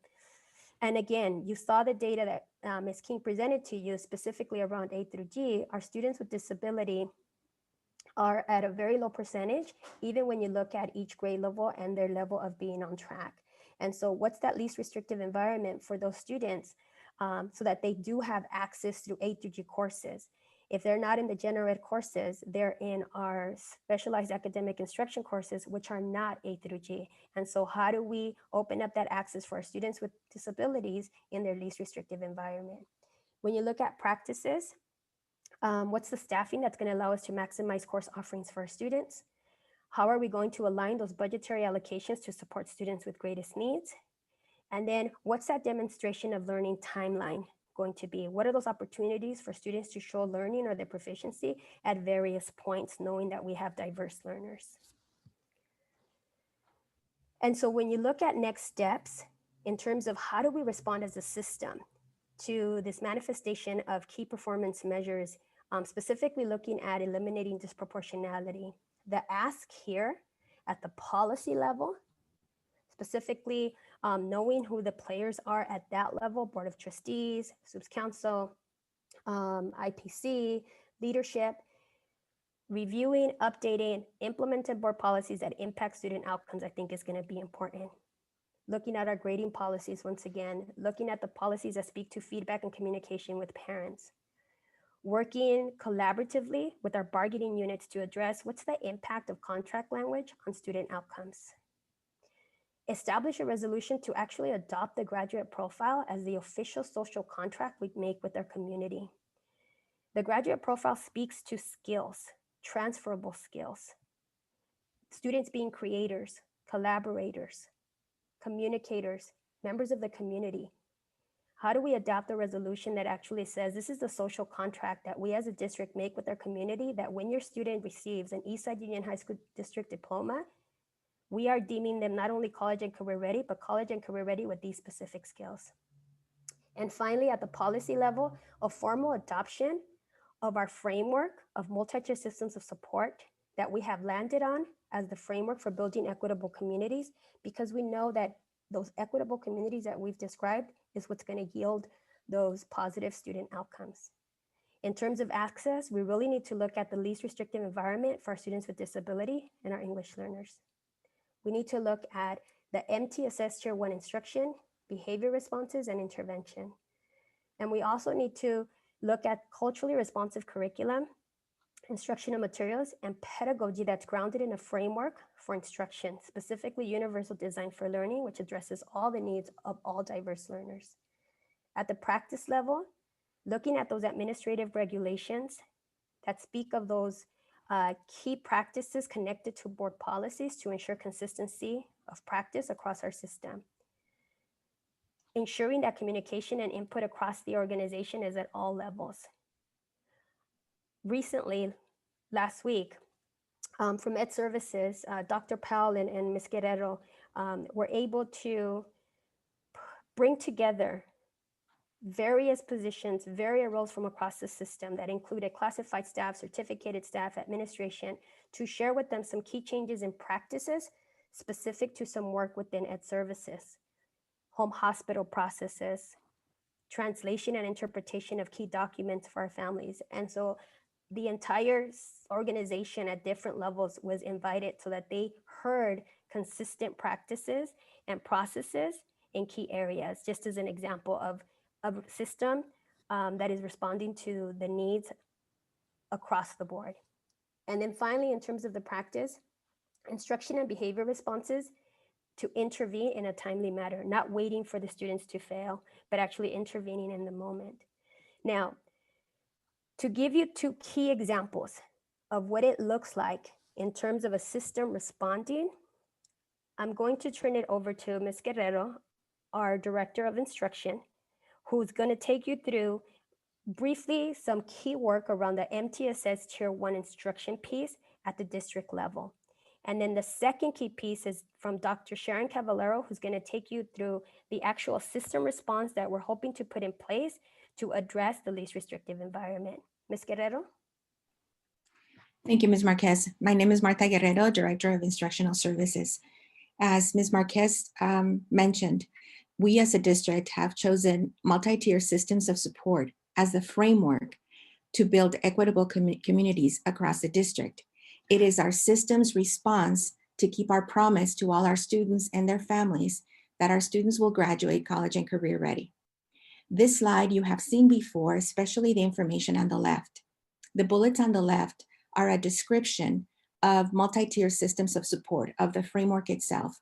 You'll notice that some of the words have been put in bold, and that is to highlight how MTSS aligns to our promise to build equitable communities, to welcome all students as they are, to get to know their strengths and areas of growth, to respond positively to our students' academic, social, emotional, and wellness needs, so that our students can then engage in the tasks that teachers prepare for them in their respective classes. Over the last year or so, you have listened to presentations from school sites sharing their progress on the implementation of MTSS. As you know, we had a tiered implementation of MTSS. We started 3 years ago with half of our schools learning about MTSS, and then the second half of our schools learning and being coached in their process of implementation. That means that this is actually the first year when all of our schools are able to engage in a conversation about multi-tier systems of support, because all of our schools have gone through the training and are in the process of implementing Tier 1 interventions and supports. Educational Services, which is made up of 5 departments: Assessment and Accountability, Student Services, Career Technical Education, Special Services, and Instructional Services, under the leadership of our Associate Superintendent Marquez, have been aligning all our efforts towards that implementation of MTSS and is supporting the sites in their implementation. So at the beginning of this year, we focused on 4 action items as the core of the work we will engage in to support that implementation of MTSS. And you see that on the right-hand side of the screen. The first action item is developing common assurances across our district. We've made a promise to our students and to their families to ensure that they're college and career ready. That requires that every adult in the district, every department, every member of our organization work together, and that we push together to ensure that our students are college and career ready. So the development of common assurances becomes extremely important, because we need to define what that looks like. What does this commitment look like? What does it look like across the comprehensive high schools, across our continuation high schools, across our alternative school of choice? What does that commitment look like? What are those common assurances that we can tell our parents they can expect? This is how Eastside works, whether it's in the classroom, whether it is from one classroom to the next, within departments, within schools, across our schools, all the way up to the different departments at the district office, from facilities to HR to business. What is it that parents can expect? What are those common assurances that will make Eastside meet its promise of college and career readiness? Our second action item is embedding reflective practices. Reflective practices as a way to improve, as part of that improvement cycle. So If we have this commitment we have made of ensuring that our students are college and career ready, along the way, we must stop and reflect to ensure that we're working towards that promise.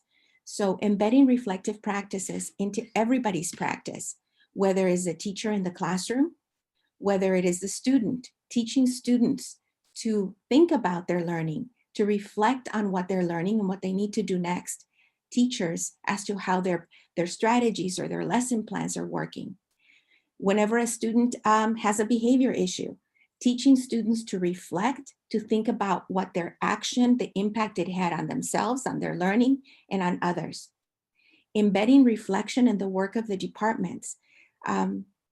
Do our results, our passing rates, our A's, our B's, our C's, is that meeting our commitment? If not, then what is it that we need to do differently? As a system, how we are going to respond. Reflection in the schools as to how we're meeting our missions. Reflection in the different departments at the district office as to whether this commitment that we have made, whether it is to provide facilities that are clean to our students, whether it is to provide interventions and supports, how are we meeting this commitment, and how do we use this reflective process to ensure that we are doing so. Our third action item, the use of assessments to inform our practice, not just to give an assessment to check how things are going, but to inform our practice and determine what our next steps will be. Those assessments can take the form of formative assessments in the classroom. So those quick check-ins or assessments in paper and pencil or online that allow us to know whether what we did is having an impact. And if it hasn't, then what do we need to do next to ensure that all our students are understanding, are meeting the standards, and are able to earn a good grade in the class. Those assessments can be in the form of the surveys we give, like the Panorama survey, to allow us to reflect and check in on the work that we're doing, and so that we can then determine what our next steps are going to be. Assessments can also come in the form of feedback on meetings or reflections, very similar to the way that the board engages in reflection at the end of every meeting to determine whether or not goals were met and how the meeting went. And lastly, our fifth action item is understanding cultural consciousness and recognizing implicit bias. Understanding cultural consciousness means understanding who we are. Who are we, the adults in the system? What do we bring to our daily work? To the classroom, to the office, to the meetings, to our interactions with each other, with our students, with our families. What have we determined as familiar or normal to us? What triggers us? And how do we react when that happens? Cultural consciousness is more than just ethnicity and race. Those are important because we need to know how we react to that. But it's mostly the lens that we use to filter other people and their actions and the words that dictate our reaction to them. Do we treat them like the other, different than me? It is this recognition of cultural consciousness that will allow us to recognize our own implicit bias. A couple of years ago, the majority of the staff went through the implicit bias training. At the core of the implicit bias training was the message to recognize, interrupt, and repair. So if we take that core message of recognize, interrupt, and repair, having common assurances will allow us to recognize when we are not following them, when they are lacking, when we are not meeting them, when we're not practicing them. It will allow us to interrupt that practice, that procedure, and repair. Recognize, interrupt, and repair are at the core of reflective practices. That is the whole point of reflection, recognizing where we are not meeting our promise, interrupting those practices and repairing them. Assessments can be used and should be used to recognize, interrupt, and repair, whether or not our attempts, our efforts are meeting the standard that we have set. And lastly, it is through recognition, interruption, and repair that we will continue to be conscious of our own biases as we move forward when we work with such a diverse population. Next slide, Mr. Fung, please. So after we in Ed Services identified these 4 buckets of work, these 4 action items, we created a reflective tool to organize initially our own thoughts at Ed Services, but then we offered this tool to staff to support them in the initial engagement with these 4 action items that support the implementation of MTSS. The tool has 4 questions, which you see on screen, which we have tailored to the different groups with whom we've worked. The questions are reflective questions. In what areas under your supervision, under your job description, under your responsibility, do we need common assurances? We have provided a definition. We have provided, this will allow us to have the same understanding so that when we have these conversations and we're engaging in this reflection, whether it is about common assurances, reflective practices, assessments, or recognition of implicit bias and cultural consciousness, we will be able to have a similar conversation system-wide. We have taken this tool and these questions to a variety of meetings and stakeholder groups we engage with.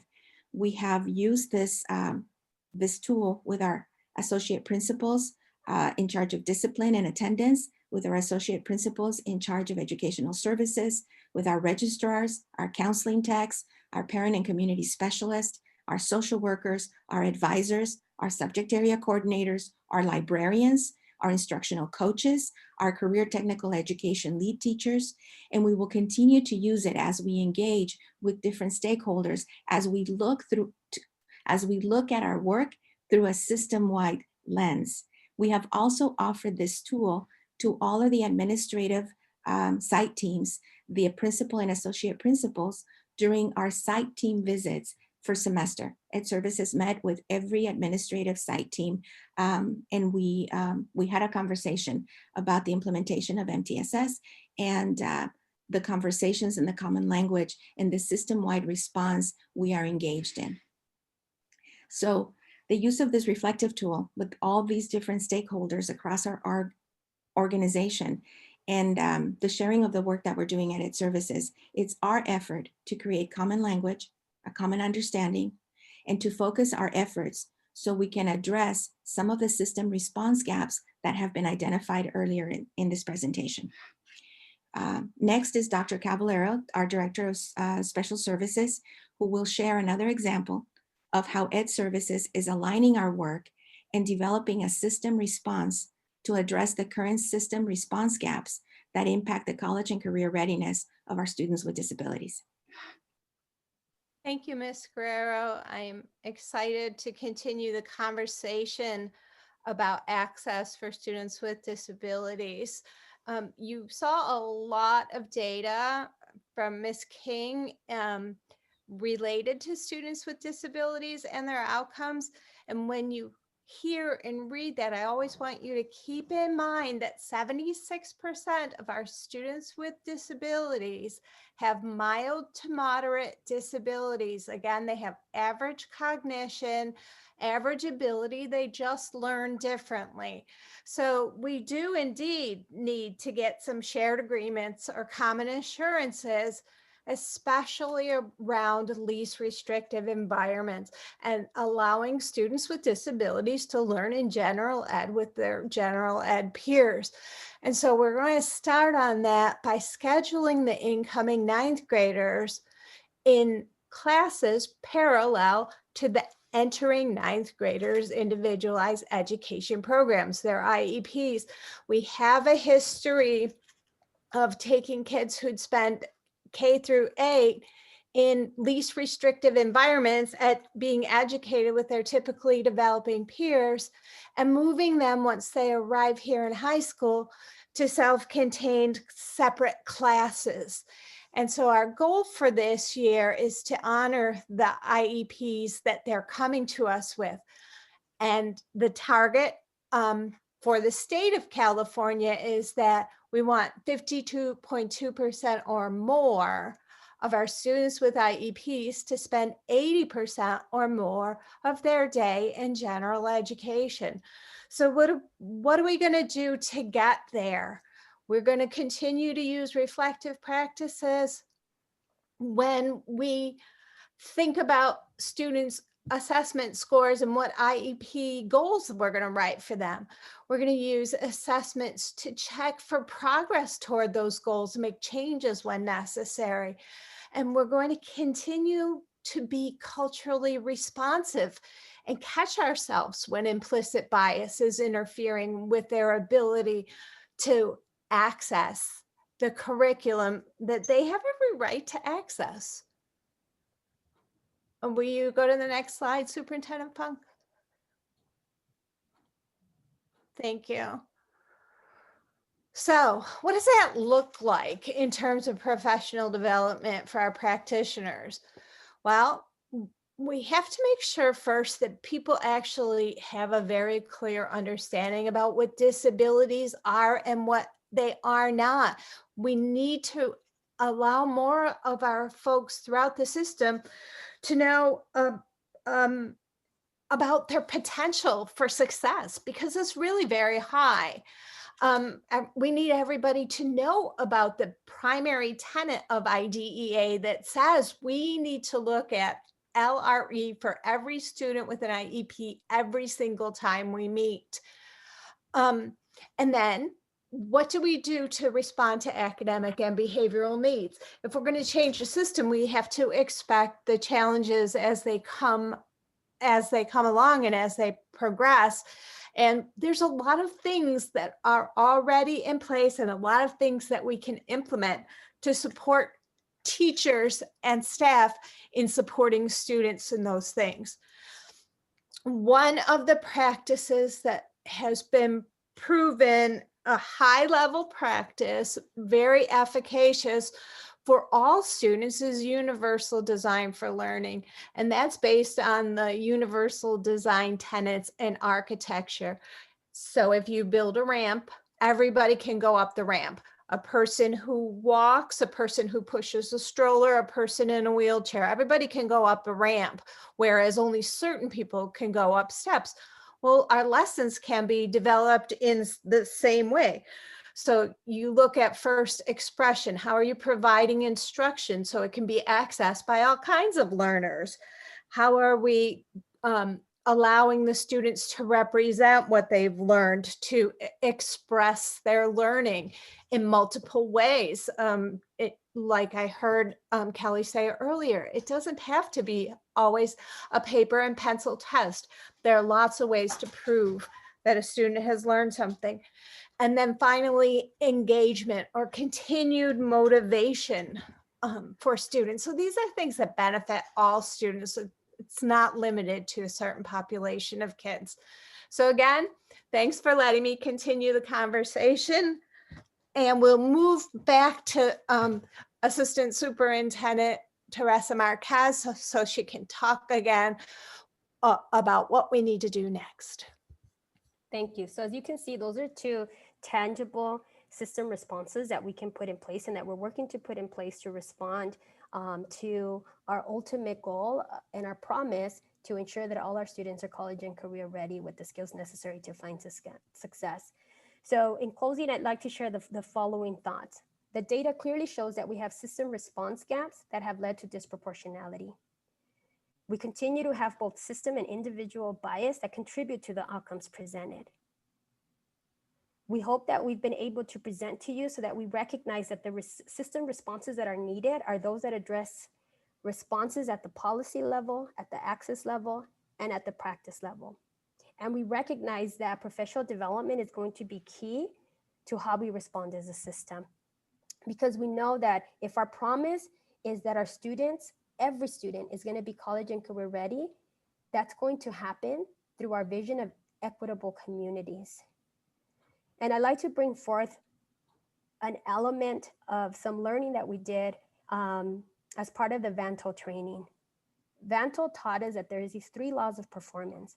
And the key one here that I think we need to focus on is future-based language transforms how situations occur to people. So in other words, what is possible? If we were to have a blank canvas, what can we imagine for our students, for our community? How do we create a space with the conditions for future-based language to be used to project a new future where all students are achieving at high levels and we eliminate disproportionality. So the last thing I leave you with is the following. Next slide, Mr. Funk, please. That every system is perfectly designed to get the results it gets. So if we design our system with equitable communities in mind, then we should see results that reflect that. Thank you very much. Wow, wow. Well, I want to say that thank you, Ms. Vazquez, Ms. King, Ms. Guerrero, Ms. Cavallero, for a very comprehensive report with many important data, and that we can see is a really big picture, how we're gonna work and eliminate disproportionality, and a lot of questions that we might have later on, and I want to open up for any discussion with my board colleagues. Do I see any raised hand? Ms. Chavez? Ms. Chavez, thank you. I Yeah. did not see on my screen. So I raised Yes. my hand via Zoom, the little blue hand. So that's why I wasn't. Anyway, can I just say this was beyond amazing, beyond amazing. So yes. Just thank you so much for the thought into this. Aside from like gathering the data, I could tell the whole team really spent a lot of time, real intentionality, just the way that y'all framed it for us in different components. It's so important that we not only get data, but I personally was ready for like more. It's like, okay, we know, and what, so what, like where is the opportunity? And like this provided so much clarity of like what I could support with as a board member, how the district is thinking about it. I really appreciated the Vanto component, bringing it in. You know, that's top of mind for us is in building that into how we operate, the culture that we want to build and support Eastside becoming. And yeah, like every question that I had along the way, I was like, Lorena, you are going to be silent and listen to the very end. They will answer your question, and you more than answered the question. So I can't thank you all enough. I'm just really excited and right on point with the collaboration piece. I'm really excited to move the work together with our staff, right? I think there is a real hunger for doing that together. So I'm ready. So again, gracias. Ms. Cortese? Thank you. This was just an extraordinary presentation. I mean, the shift in the you know, we live in language, and the shift from speaking about achievement gaps and opportunity gaps to system response gaps is seismic. That's a game changer. So whoever, I don't know where that came from, but that's just extraordinary. And I love that you talked about response gaps, because to me, you know, when you talk about a response versus a reaction, a response means that we have a choice. So we have some say, we have some power in how this goes. So really incredible use of language there. I love the reference to our mission statement as our promise. I mean, that's just so powerful. And I also am very grateful to see the non-cohort student data woven throughout, because if we are going to be talking about equity, we absolutely need to focus on, you know, as you say, the system's response to the needs of those particular students. I mean, I'm feeling very, very hopeful about where this is going to go, given this is what data is for, right? What you did tonight is what data is for. Every system is perfectly designed to get the results it gets. So we're backward engineering from the results that we're seeing. It's just great job, everybody. Really amazing. Any other question? One more from Mr. Herrera. board So member? am I called on? Yes. Oh, Do you have okay. any comments? Well, Any I thought just want to share? ditto to board members Chavez and Cortese, and this was an incisive and masterful presentation. I'm just blown away, and very grateful and thankful that we have this kind of staff capability and dedication. I would like to receive a digital copy of these PowerPoints, and just so that I can like revisit them, you know. This is a tremendous job. Congratulations and thank you. Well, that makes my Friday update that much easier, Mr. Herrera. Thank you. Mhm. Any other board comments? Well, I could say that, yeah, this is a very comprehensive and very extraordinary report for KPM. And I know that staff have done a lot of good job and put a lot of data information into the report. So a good job. I appreciate that. So now, Brian Doe has raised his hand, and I previously raised my hand on the screen, but apparently you have to go to yeah, the I cannot see on the screen. So that's why I asked the superintendent Fung can help me, because I And think I have to Brian, work you have with to use the participants raising your hand digitally or electronically. I did, but I did not see on my screen. So sorry about that. Brian, No please. worry, Chief. I'm late. So first of all, I just want to take this opportunity to thank the staff, all the speakers, and obviously who are all your supporting staff to help you to create this extraordinary report. And I like to echo my colleague in saying that the work that and the shift in the way that this is thinking and not in thinking is what I probably consider is work is seismic change. In organizations, it's not just about saying that there is inequity, but rather figuring out solutions on how we can respond as a system. So thank you for that.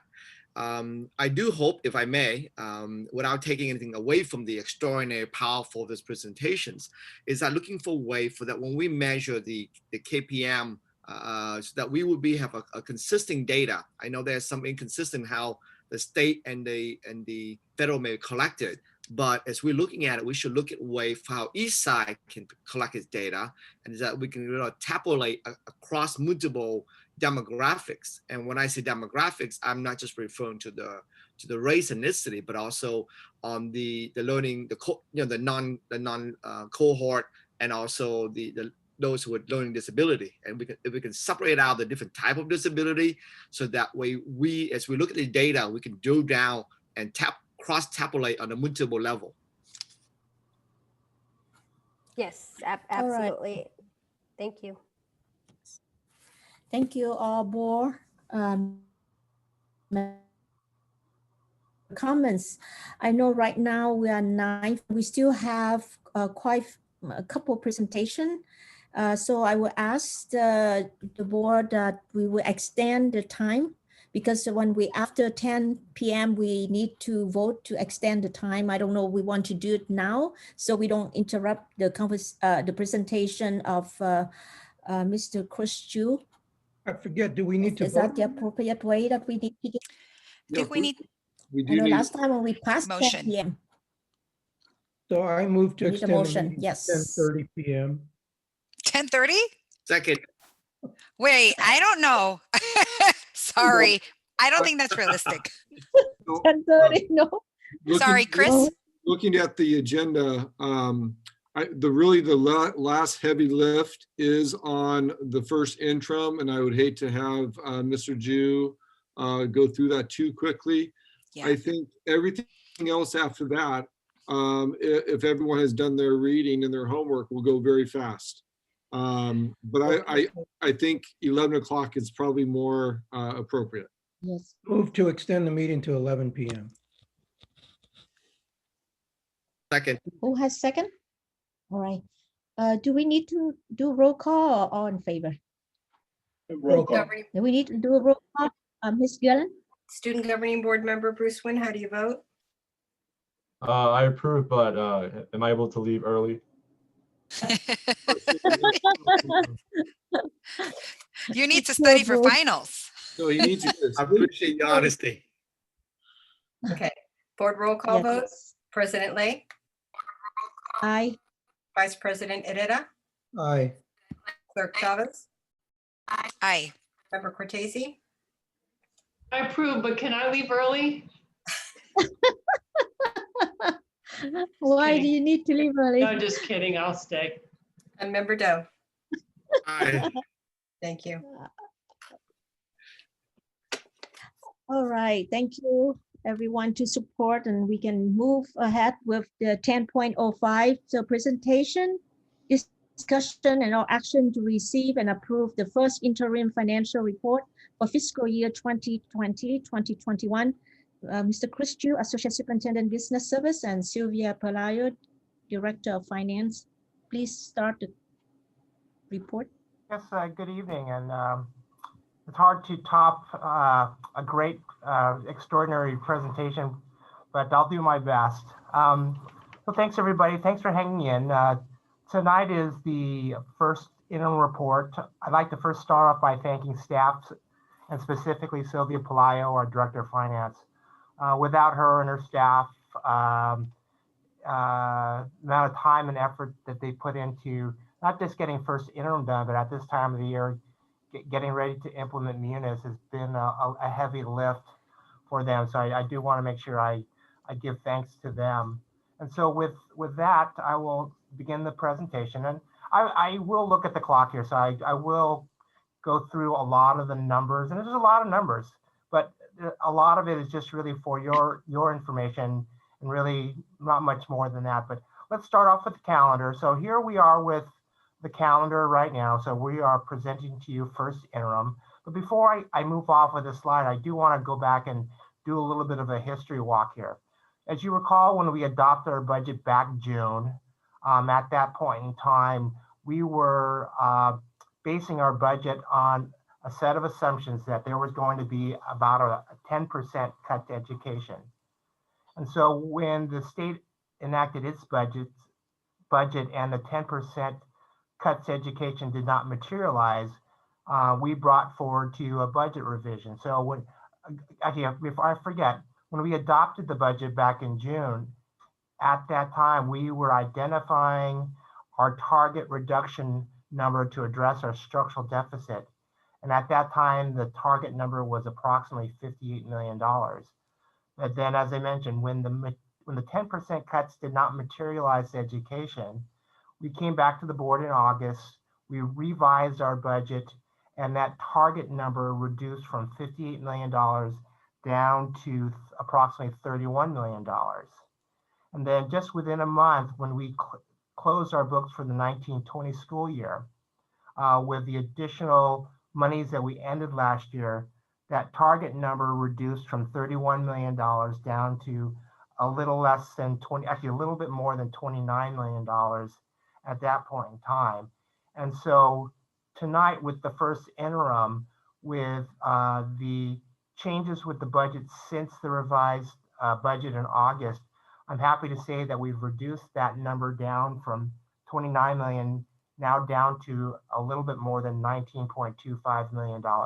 And that number, we'll talk a little bit more in a few minutes about what that number looks like, but this is where we are in the process. And then after tonight, we'll be coming back to you in March and presenting you the second interim report as well. So I think we all understand what the purpose of the interim report is.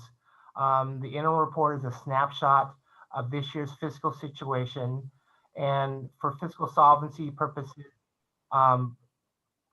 we are certifying ourselves as positive again, meaning that the district will be able to meet its financial obligations, not just in the current year, but the subsequent 2 years. And as you will hear me say often, and quite often, is that when we talk about a budget, it's not a one-year budget. We're always looking at the budget from a 3-year lens. And so that's what you see here is mainly a first interim report that really addresses 3 years, 3-year sets of assumptions, and how those assumptions affect the bottom line. So tonight, again, the first interim report that we are presenting to you tonight will come along with a positive certification.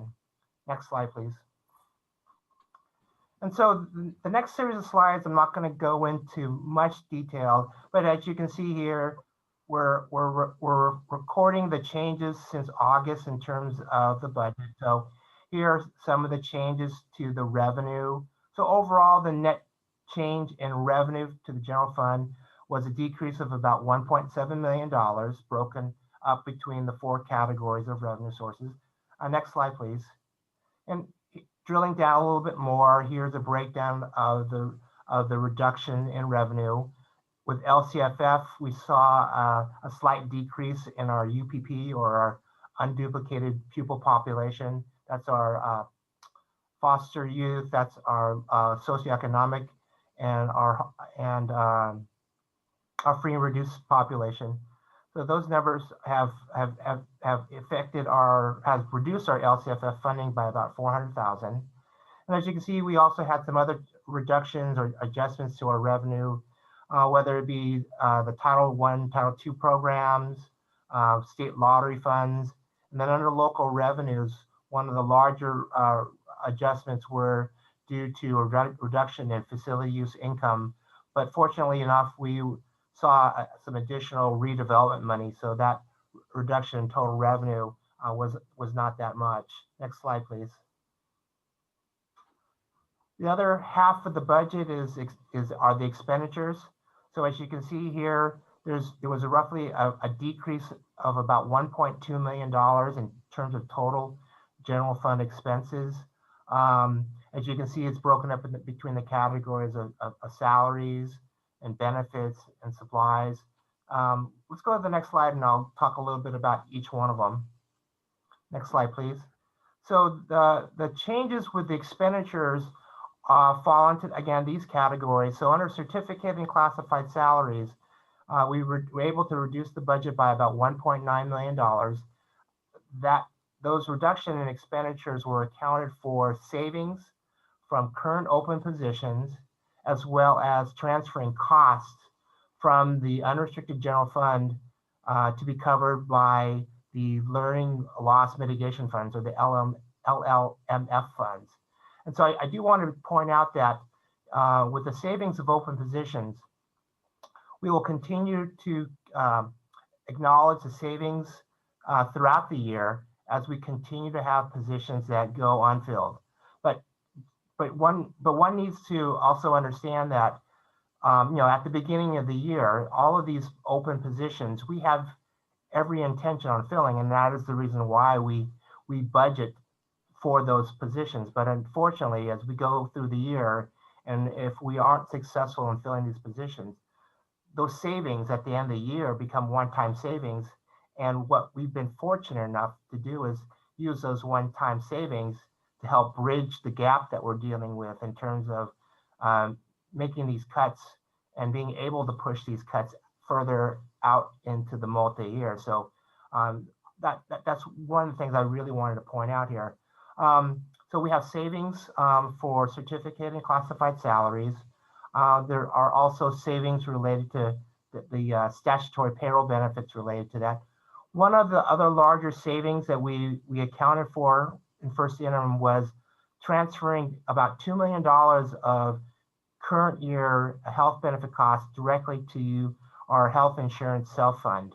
Fund 68 is where we account for all of our health insurance costs. And upon closing the books for last year, the fund balance in the self-insurance fund had a fund balance a little bit larger than we would normally have. And so it enabled us this year to transfer more cost from the general fund directly to Fund 68. And so by doing so, that created some savings this year of approximately $2 million. And then the other changes to the expenditure part of the budget, where we've actually increased the budget, is really to account for, again, the one-time learning loss mitigation funds. As you may recall, we received about $14 million of one-time CARES Act funds to address and deal with the impacts of the pandemic. And so the one-time dollars now are being budgeted in the form of expenditure. So as you can see here, under supplies, books and supplies, we've increased the budget by about $3 million. We've increased the budget under operating and contracted services by about $1.3 million. And this is mainly, again, due to the one-time learning loss mitigation funds. Next slide, please.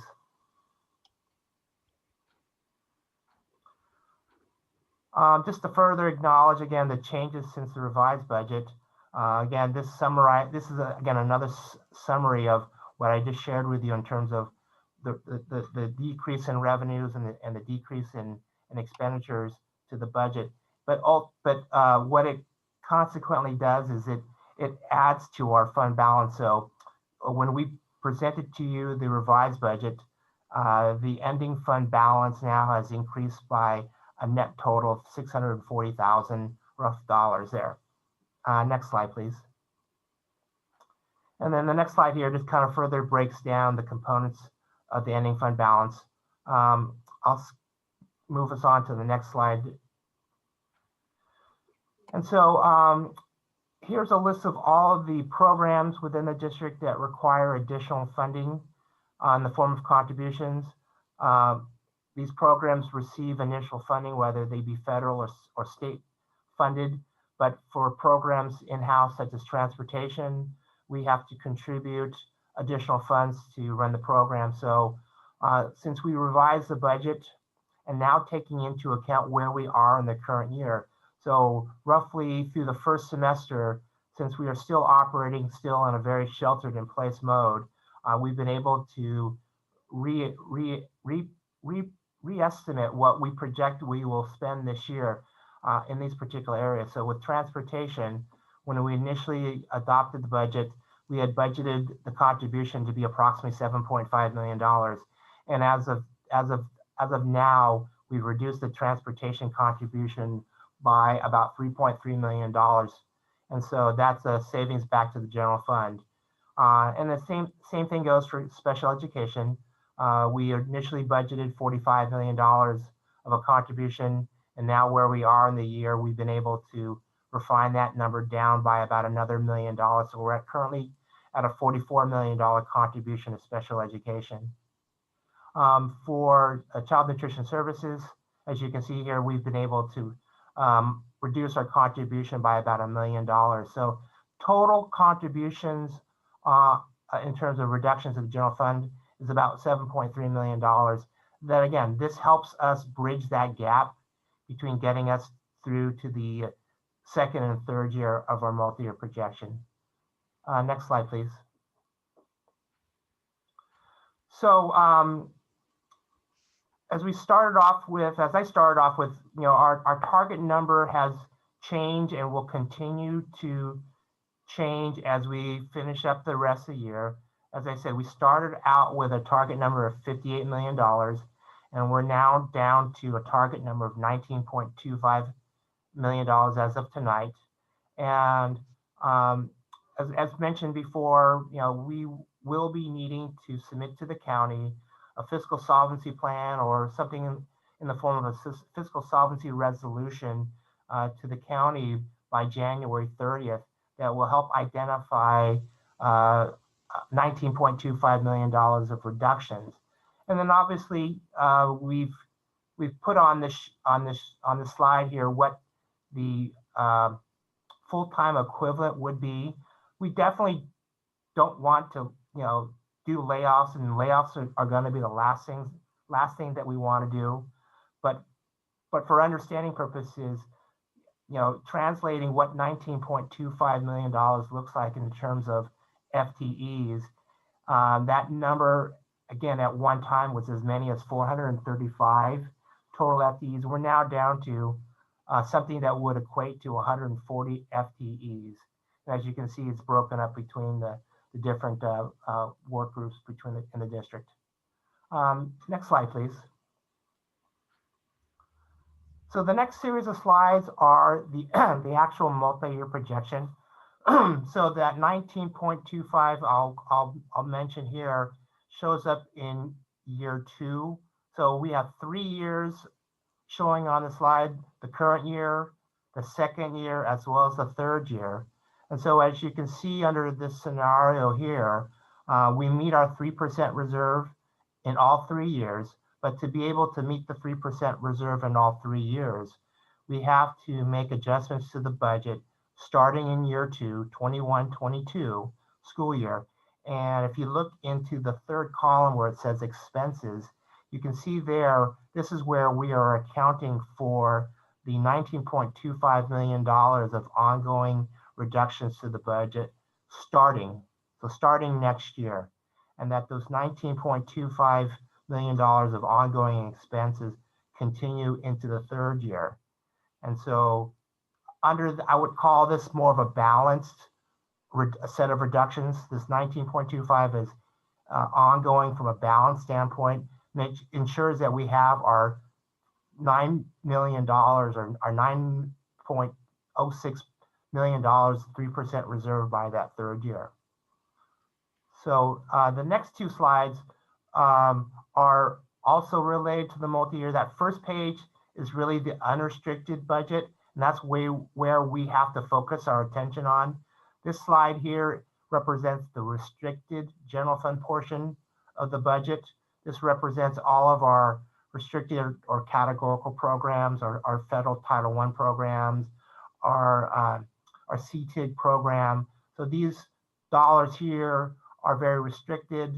The funds come in, the funds have to be spent on specific purposes, and the ending fund balance has to be allocated for those purposes, and we cannot necessarily use these funds to support the unrestricted general fund. Next slide, please.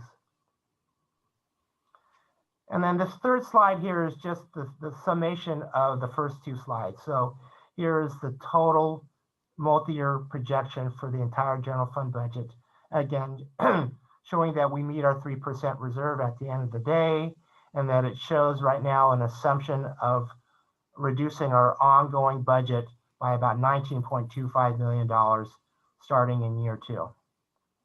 So I'm going to now talk a little bit about some other options. So next slide, please. So as I mentioned, with the rescinding of the 10% cuts, and also now with these one-time LMF funds that we now have 2 other options that are on the table for us to think about in terms of how to address our structural deficit and what is that target number. So first slide, scenario. I would refer to this as scenario 1. This is our current balanced multi-year projection. As you recall, I mentioned that we are identifying $19.25 million of ongoing cuts starting in the 21-22 year, and it's ongoing. So that means that for 22-23, it's 19.25. But since we're talking about the multi-year projection, because we are in the first year, well, since the current year is the first year of this multi-year projection, and 6 months from now, we will be bringing to you an adopted budget for the 21-22 school year. We do need to start looking out into the next year, into the 23-24 school year in terms of how it impacts the multi-year projection. So with that, next slide, please. So carrying forward the $19.25 million ongoing cut in our multi-year, what does the 23-24 school year look like? And so based on our multi-year projection, we still have an ongoing deficit in 23-24 of about $24 million that we need to be aware of. We won't be having to deal with 23-24, not quite yet, but as soon as we bring to you the 21-22 adopted budget in June of this coming year, we will then be having to talk about the 23-24 school year. And based on our current assumptions right now, it's looking like that we still have a $24 million deficit to deal with. So as you can see here, what was a balanced approach to addressing our current fiscal crisis still is a problem from an ongoing deficit perspective. Next slide, please.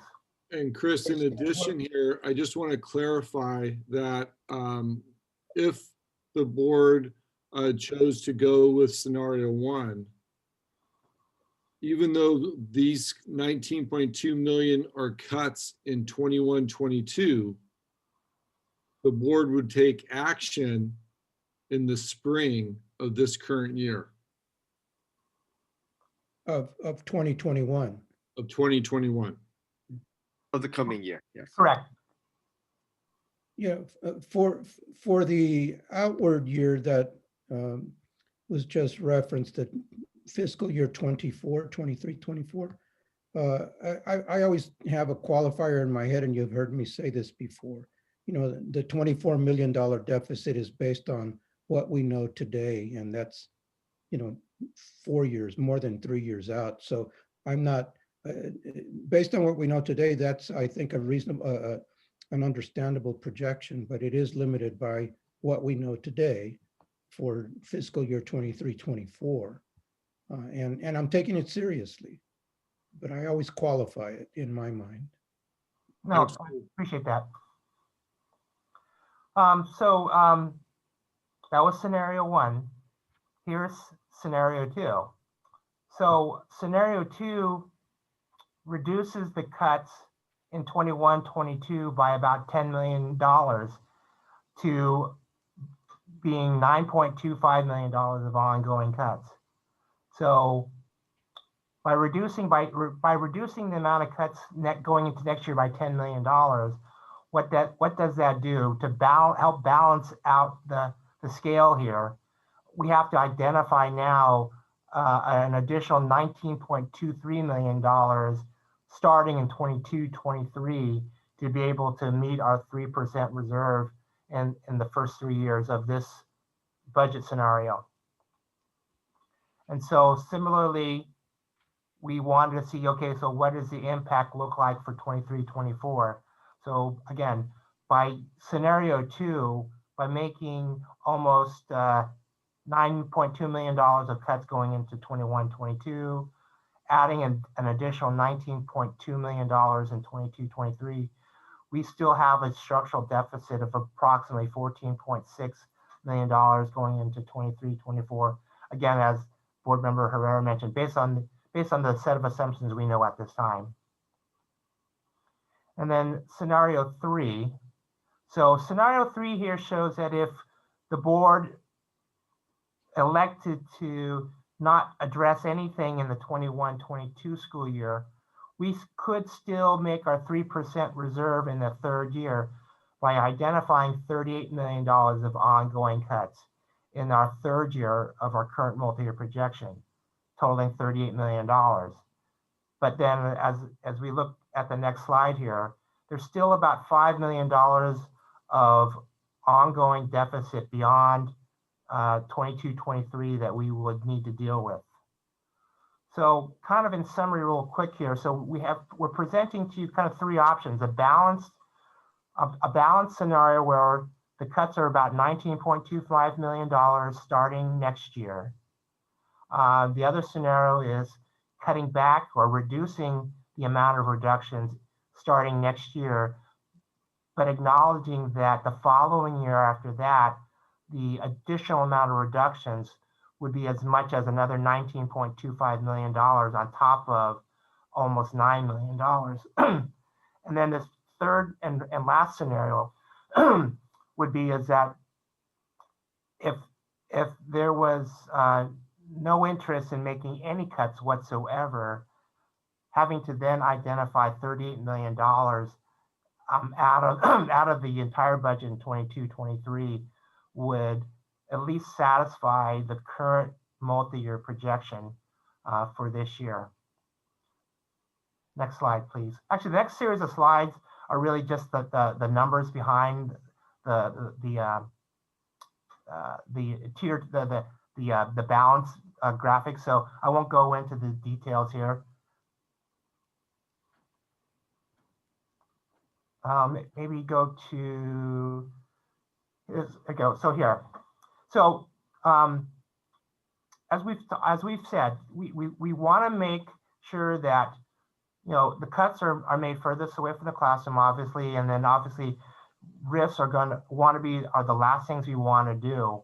But I wanted to at least spend a little bit of time identifying what other areas in the budget do we have to look at. And so because RIFs may be a term that people don't understand, especially our new board member. So that's RIF, reductions in force, which is a technical term for layoffs. Thank you. Thank you. So this next slide here, I just wanted to give just a simple graphic to look at, you know, where else in the budget can we address our fiscal situation. So these circles here represent some areas where we need to look at that are away from personnel costs. So the green circle on top represents revenue. So certainly the amount of cuts that we're identifying right now, and again, based on what information we have at this time, is what we're projecting for revenue. So we know that right now, the current revenue projections for the out years have been adjusted downward quite a bit to deal with the current pandemic situation. We will certainly know more in the next 6 months whether or not the economic projections will continue to improve and how fast they will improve. So this is one area that we are all very hopeful that will help address our structural deficit if we were just to get more money. So this is one of those things that, you know, these are the things that are out of our control other than doing the best we can to improve our attendance. But these are that green circle area represents the part of the budget that we are relying on other outside factors. But the other two circles, the blue and the I guess the yellow circle areas, are where we should be focusing our attention. So as you can see, between books, supplies, contract services, and all those areas there, these areas here are really the only areas that we have left, because everything else is in the form of personnel costs. I did it, you know, as I was listening to the prior presentation, I was just doing some percentages. And so as a first interim right now, in that first column under unrestricted, salary and benefits for our total budget this year on the unrestricted side is approximately now, what is it here? 96%, 89% of our budget right now, 89% of our budget as a first interim is now tied to salaries and benefits.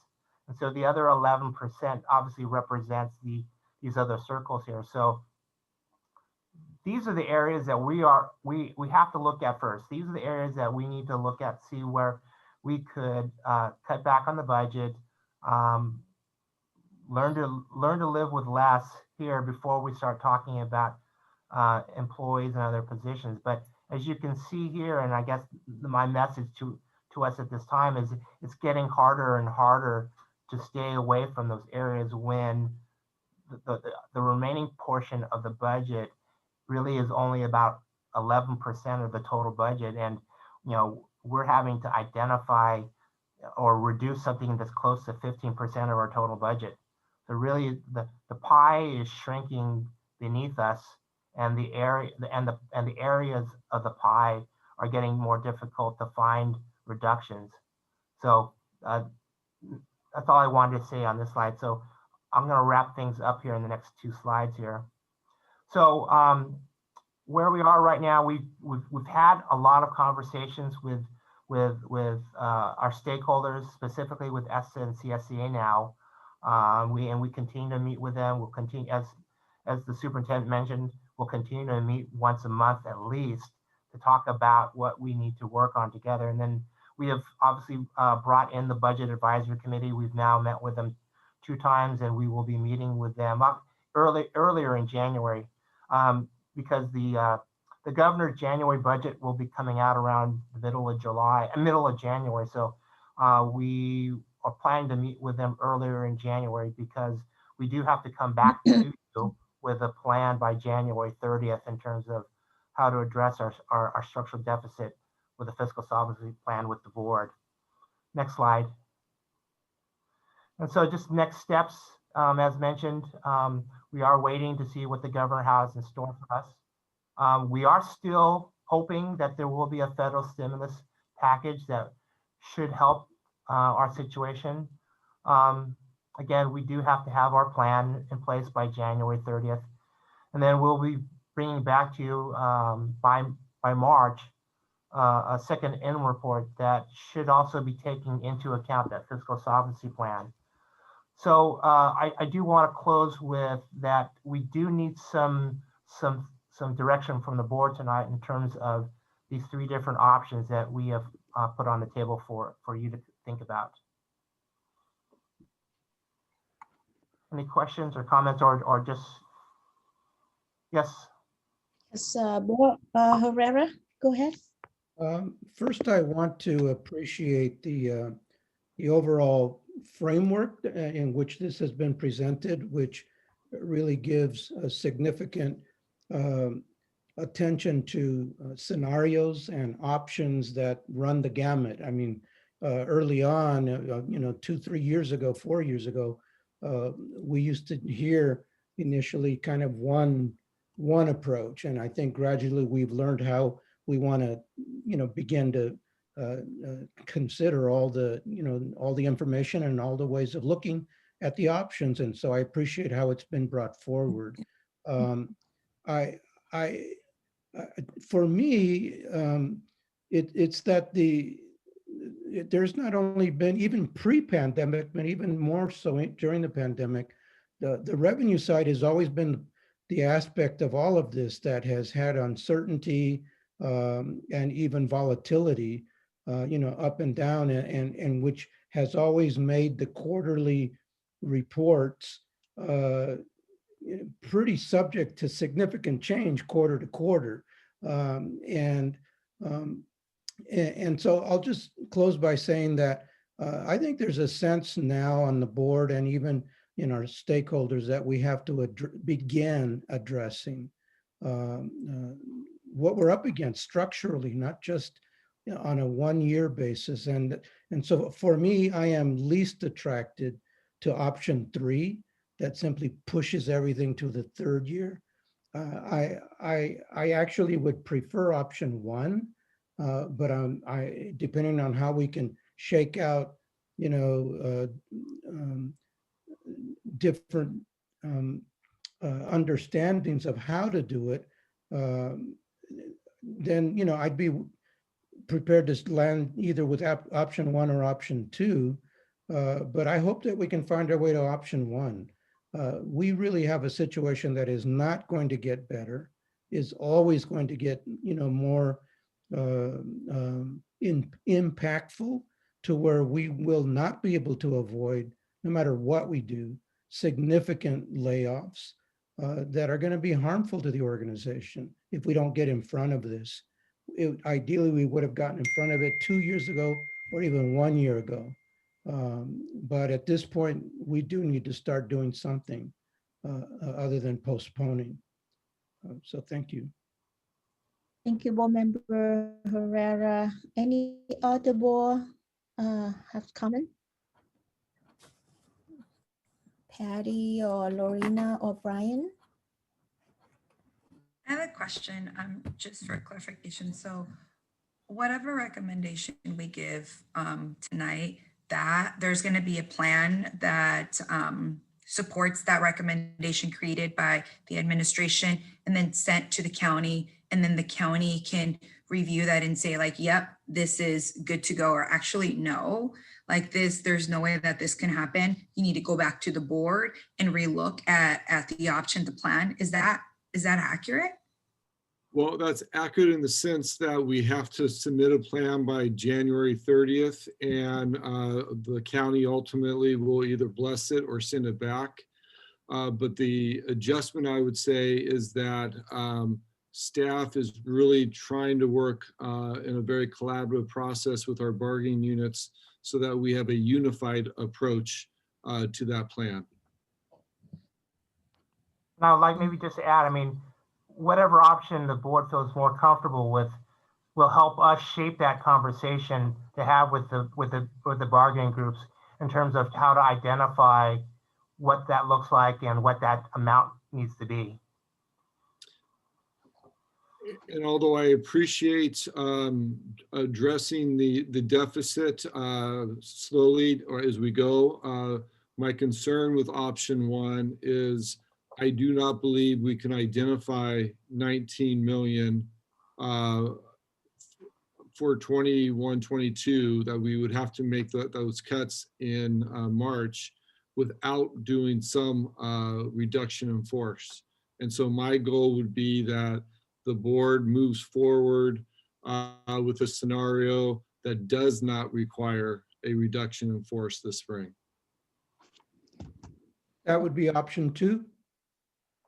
Option 3, right? No, that would be option, well, that would be option 2 and or 3. 3 means we don't do anything except talk about ways to try to solve the deficit in the future. But if we were to start chipping away at the deficit, option 2 would be the 9.2 million.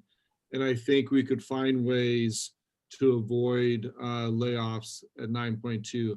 I just don't think we could do that at 19 million.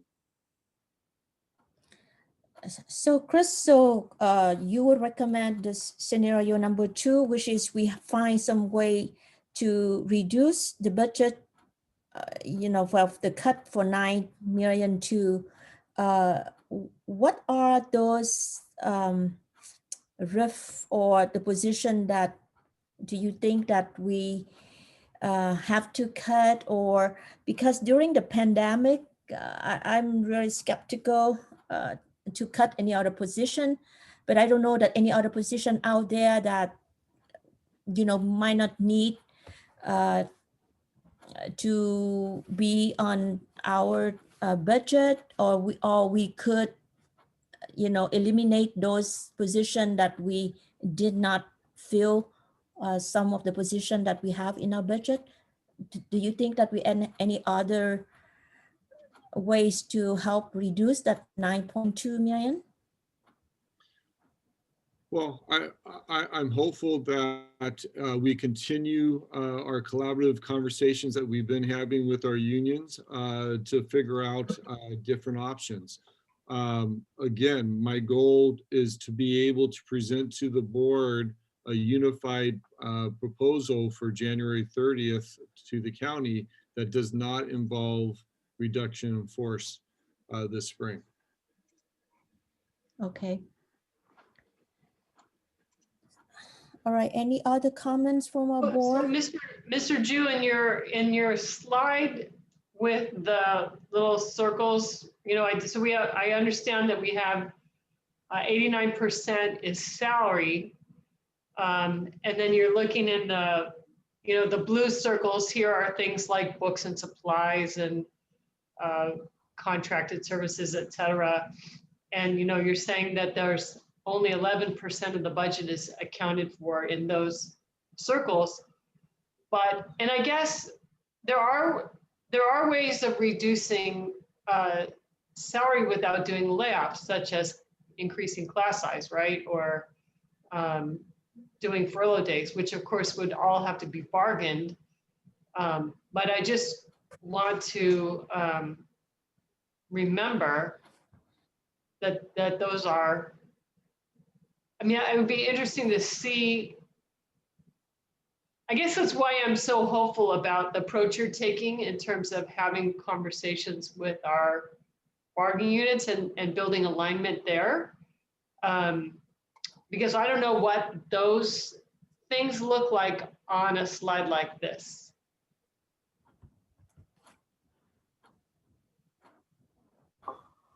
Well, we can always, you know, the Budget Advisory Committee, we can drill down. We started to do that the last BAC. Certainly in January we will. With the bargaining units, we have actually drilled down and had those conversations. So when we come back in January, we could drill down. We have 2 board meetings in January, so we can really spend one of those to drill down and answer some of those questions for you. So we don't have to take any action tonight for 10.05, correct, Chris?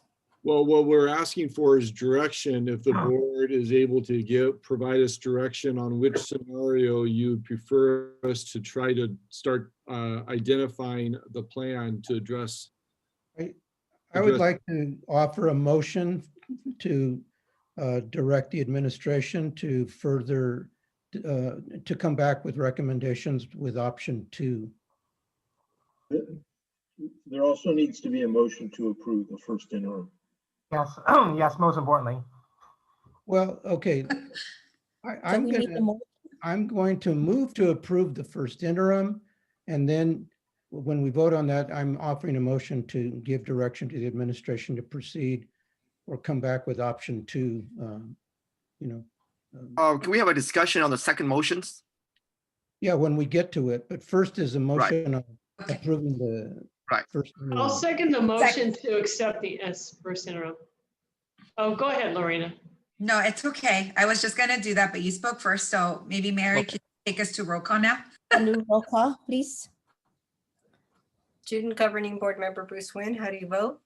Yeah, step away. Oh, okay, sorry. Board roll call vote. President Lay. Aye. Vice President Herrera.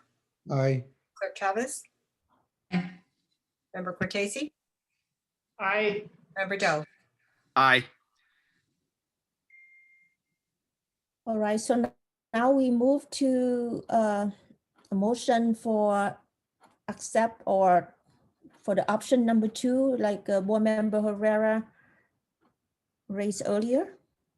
May I request Board Member Herrera to make a friendly amendment? Would you be willing to consider amending the motion to include option 2 and 3 for the superintendent to discuss with the collection to our CBU?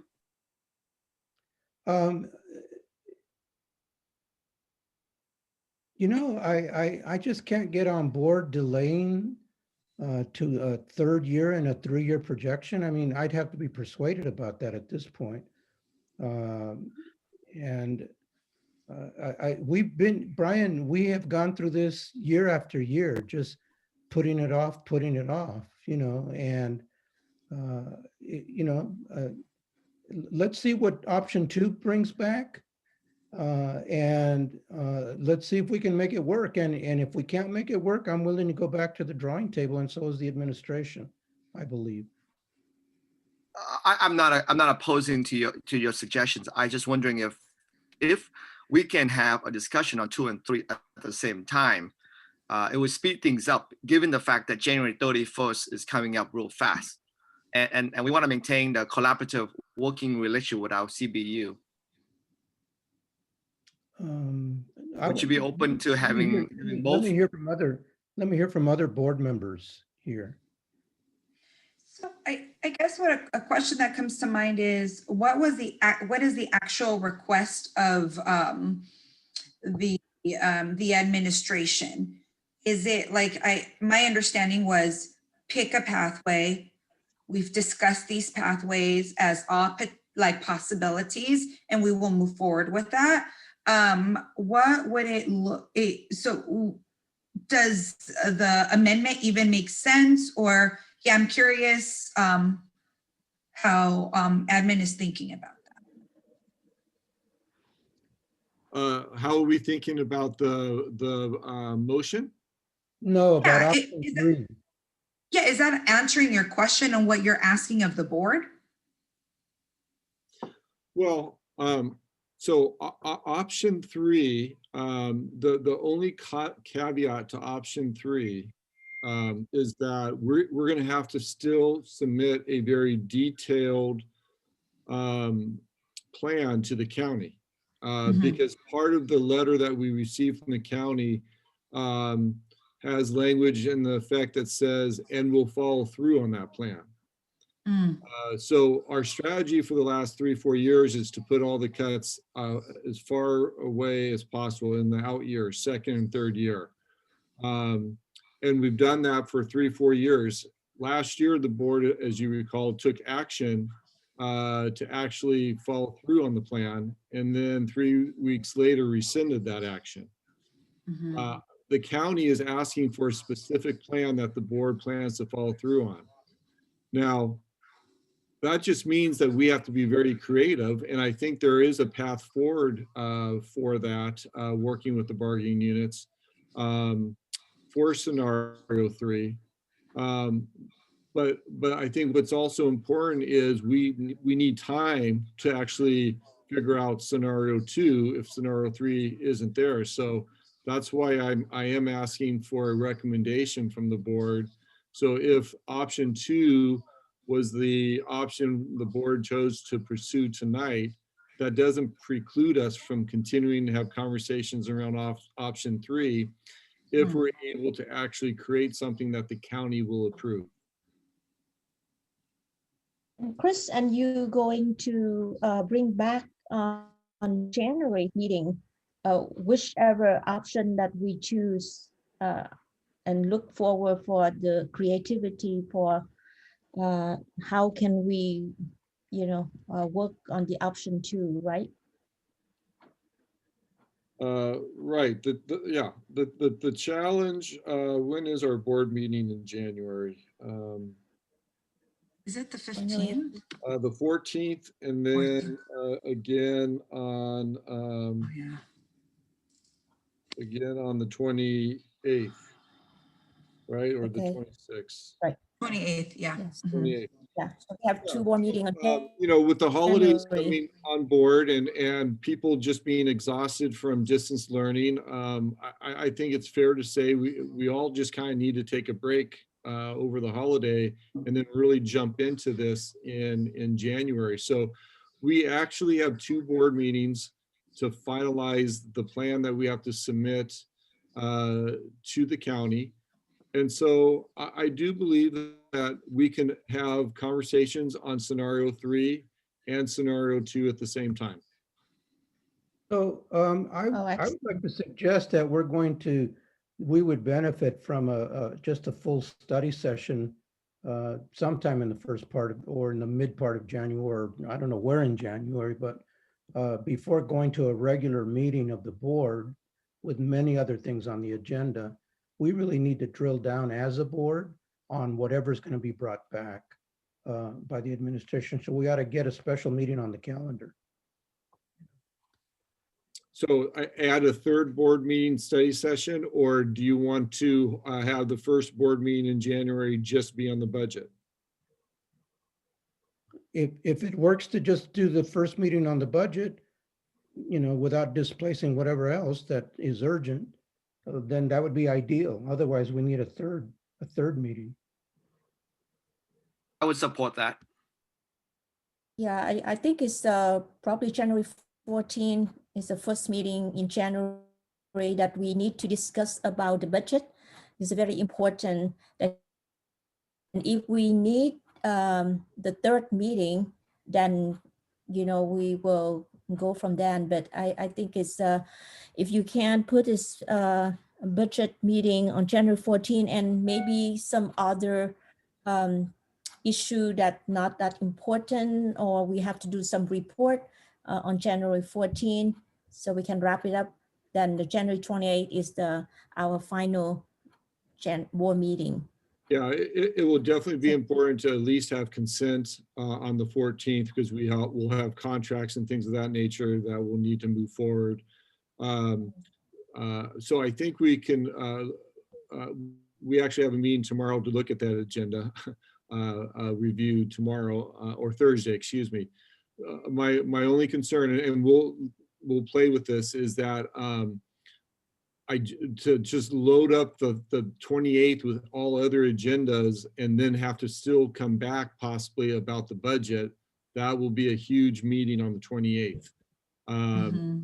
So that would be my only hesitation by having the 14th be the budget meeting and not have a study session. That's just the budget. Yeah, I honestly think if we want to discuss, which I think we should, the budget and debt, we need to add a third one. I don't think it's right to just like cut everything short. There's, so third meeting. I agree. This is crunch time moving to the March, dates we have to meet. Yep.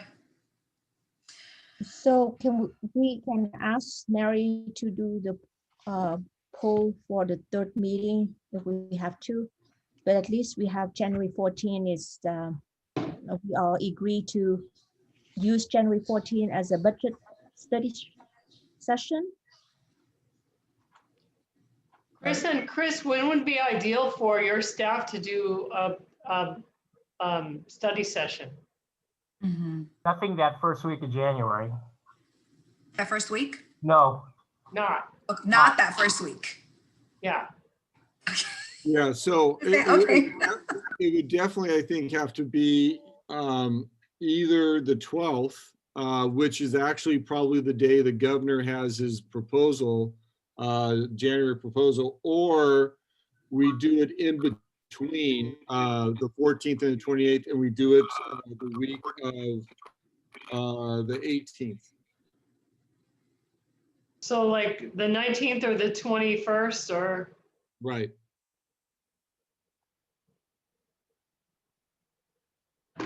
Those work. I have the 21st of January already calendared for a board study session. I don't. You predicted it. On my calendar.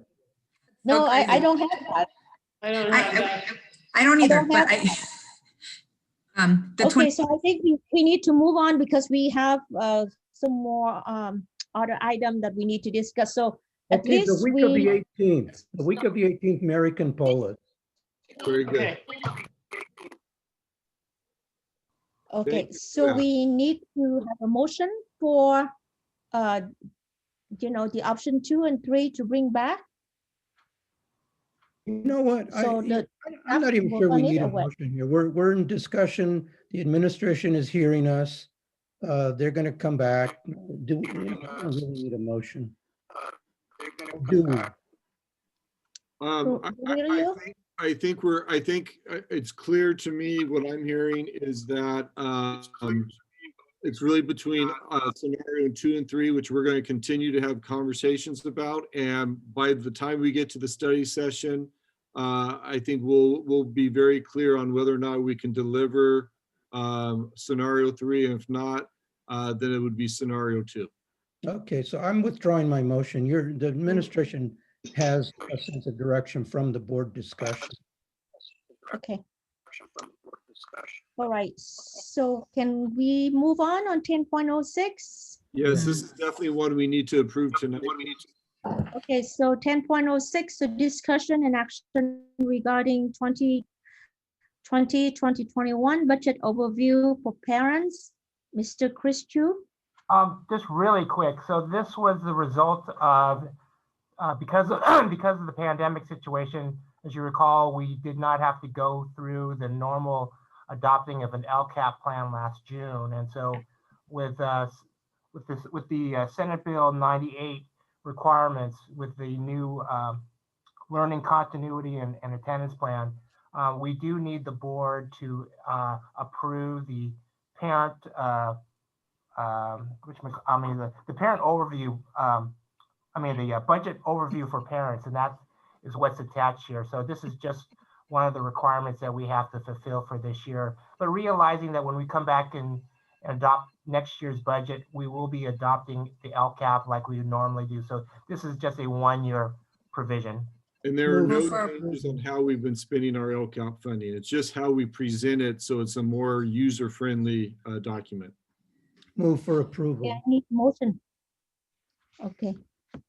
Motion by Mr. Herrera and second by Ms. Cortese. Roll call, please, Ms. Gillen. President Lee, Aye. Vice President Herrera, Aye. Clerk Chavez, Aye. Member Cortese, Aye.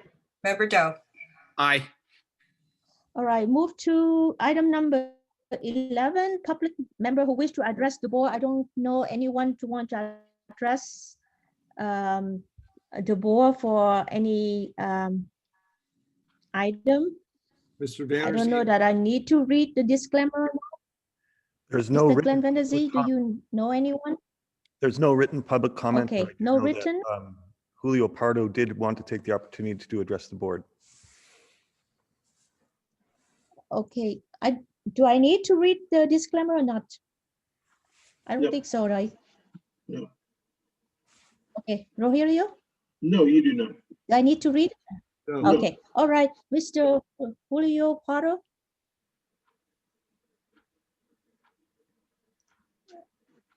Mr. Pardo, could you address your public comment? I didn't know I was going to speak at this time. I just thought that I was going to have Mr. Vanderzee just mention the fact that CSCA has been able to donate to the McKinney-Vento students. We just delivered a check today to the district, and we just want to let the district know that we do support our students. That because of the COVID, because of the fires, there's all kinds of things going on right now that are affecting a lot of our members also. But they were willing to give this money to the McKinney-Vento program because they know how desperately some of these people could use the money. And that's all I want to say. Thank you.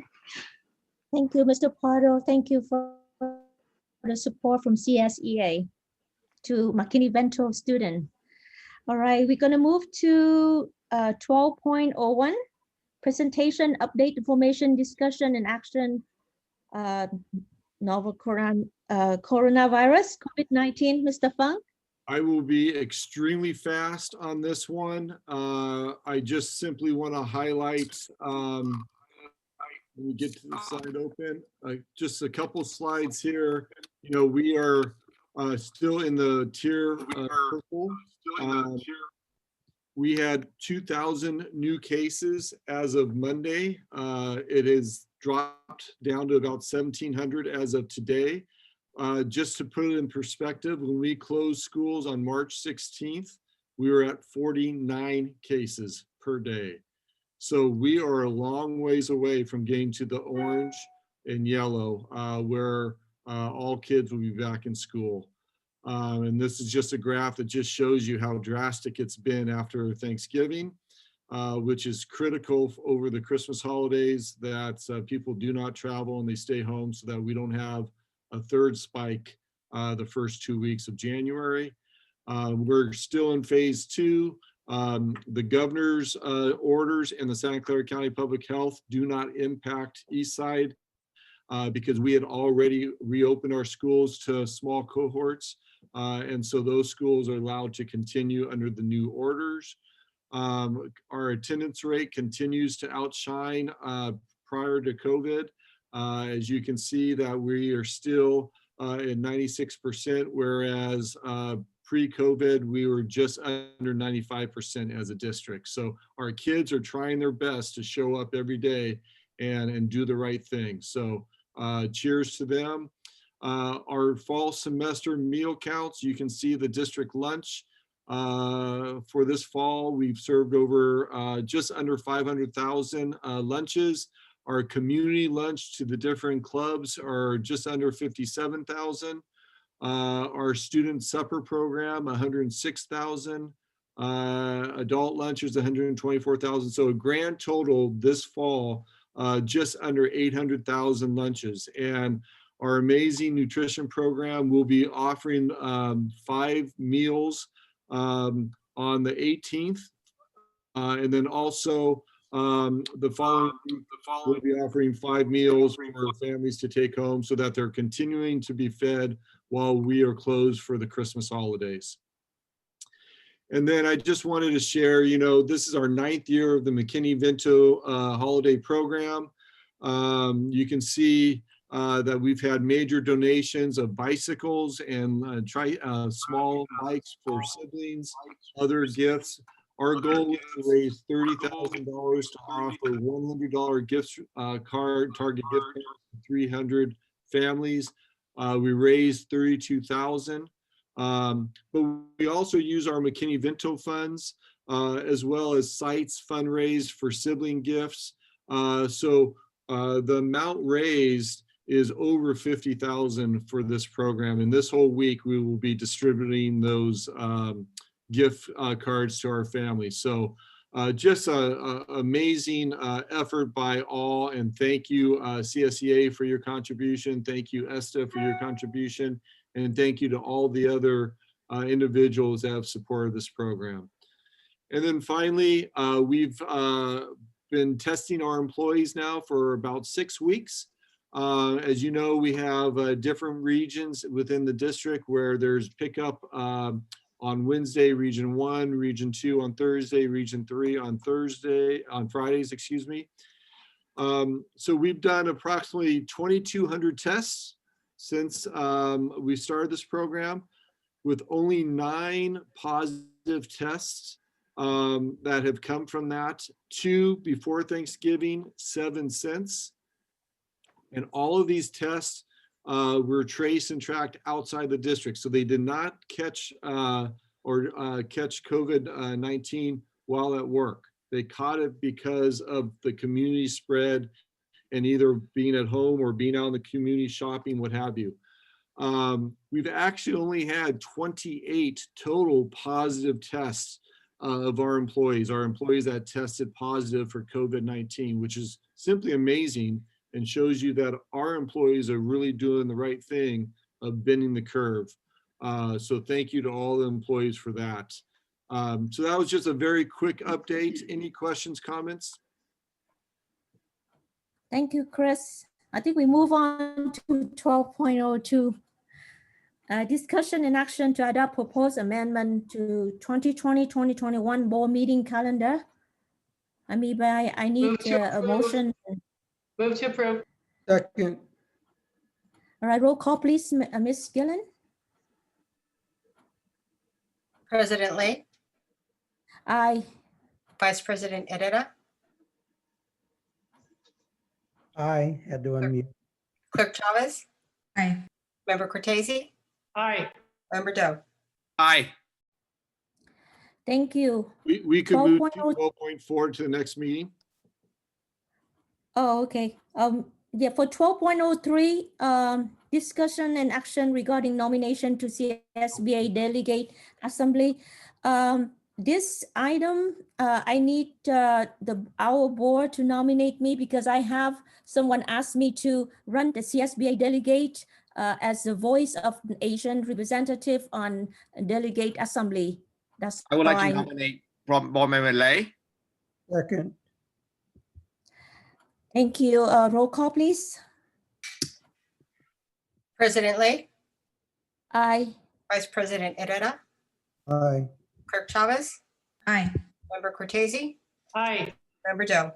Aye. Thank you. 12.04, we move to next board meeting, correct, Chris? That's correct. And we can also move 14.01 to the next meeting. Okay, move 14.01 to next meeting. 14.02, discussion and action to approve the contract professional service over 25,000. Move to approve. Second. All right, roll call, please. President Lay, Aye. Vice President Herrera, Aye. Clerk Chavez, Aye. Member Cortese, Aye. Member Doe. Aye. Ms. Gillen, you also got the motion to approve from Ms. Cortese and the second, right, from Mr. Doe, correct? Correct. Okay. All right, move to 15.01. Discussion and action regarding the approval of instructional calendars for 21-22 and 22-23 school years. I move for approval. A second. Okay, moved by Quick comment, please. Mrs. Okay, Yes. go ahead. Well, let's get to the discussion first, please. Oh, your discussion, okay. Yes. So moved by Ms. Chavez, second by Board Member Cortese. And roll call, please. Oh, no. Now, Ms. President, now let's have a discussion and or comments. Oh, okay. Thank you. Go ahead, Julio Pardo. Yeah, I just want to say that that last year I questioned this. I questioned this when you did it for 2 years. This year, it seemed to be okay this year, but I would like to let the board know that for the consecutive year, 2023-24, I would like to discuss other options other than what is presented at this time. Thank you. Thank you, Mr. Pardo. Can we do the motion and roll call? The motion was Chavez and Cortese made the second. Board roll call. I have a question because approving both. What the staff recommendation is for 2 years. And I think I just heard Mr. Pardo say they're good for 1 year, but not the second year. Is that right, Mr. Pardo? No, I'm okay with 2021, 22, and 22, 23. I would like to discuss the further years after that. That's all. So I'm these saying it now, years are so okay. All right, good. I'm saying it now so it's not forgotten. Understood. Got it. All right. Okay. That's helpful. I did want to say, I also noted, I noticed that there was a survey here, and I know that there was work done on behalf of the administration to be extra thoughtful on communication with different units. So I want to appreciate that and bringing people in early so that we can move forward with a calendar that resonated with people. So thank you. Thank you. Roll call, please. Ms. Gillen? President Lay? Aye. Vice President Herrera? Aye. Clerk Chavez? Aye. Member Cortese? Aye. Member Doe? Aye. All right, we move to 17.01. I need a motion to approve minute of November 5th. Move for approval. 2020. This is to approve the entire consent calendar. Yeah, we're on the consent. Oh, for this is Move for approval of the consent calendar. oh, I'll second. okay. Roll call, please, for President- the consent calendar. President Lay? Aye. Vice President Herrera? Aye. Clerk Chavez?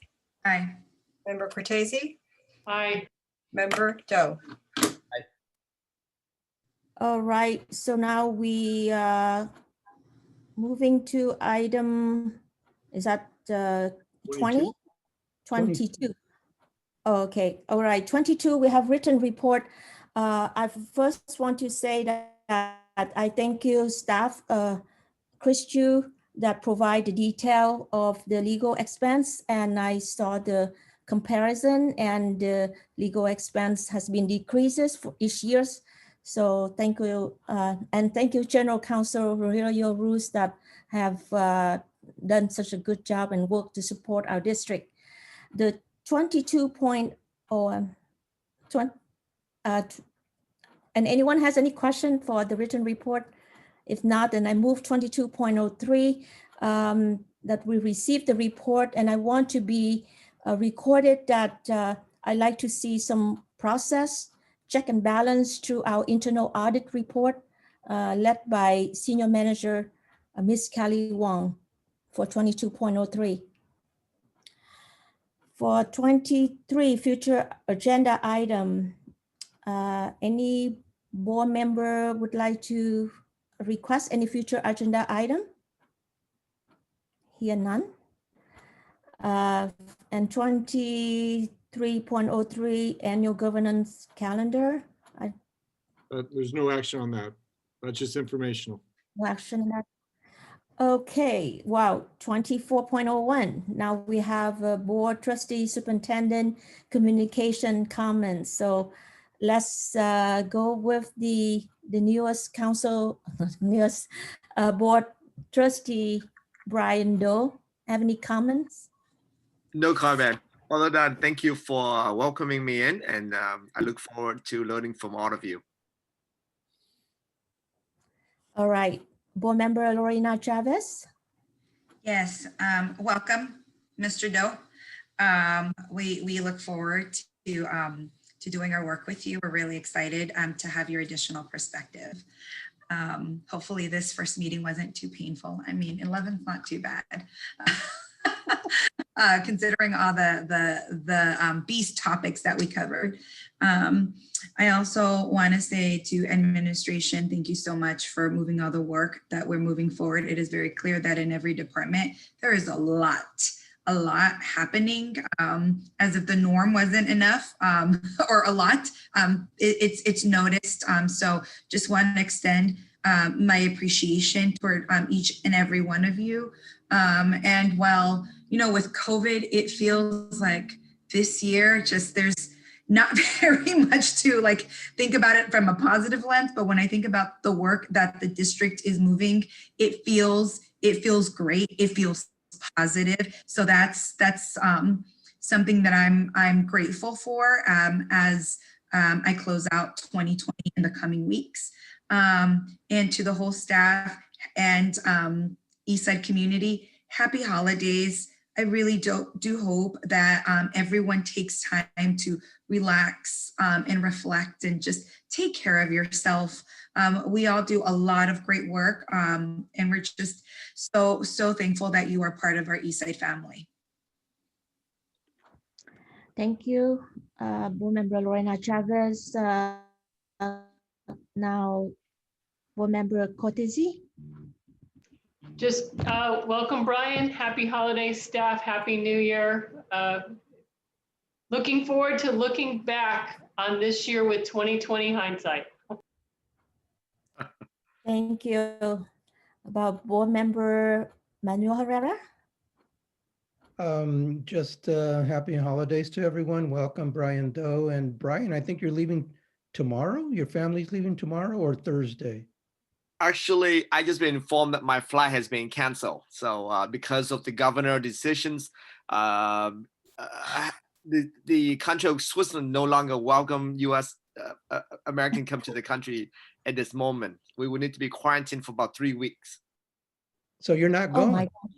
So unfortunately, we knew a day or two that it might be, but it's have been officially canceled as of this morning. And that was a trip to Switzerland. Him and his family were going to be leaving. Yes. And okay, so buenas noches to everyone and to all a good night. Thank you and have a great night. Well, my last comment is thank you for put up with me. I'm still stumble with those raising hand on the panels. I'm gonna have to work with Omar and Mary Gillen, so I will be more effective next time.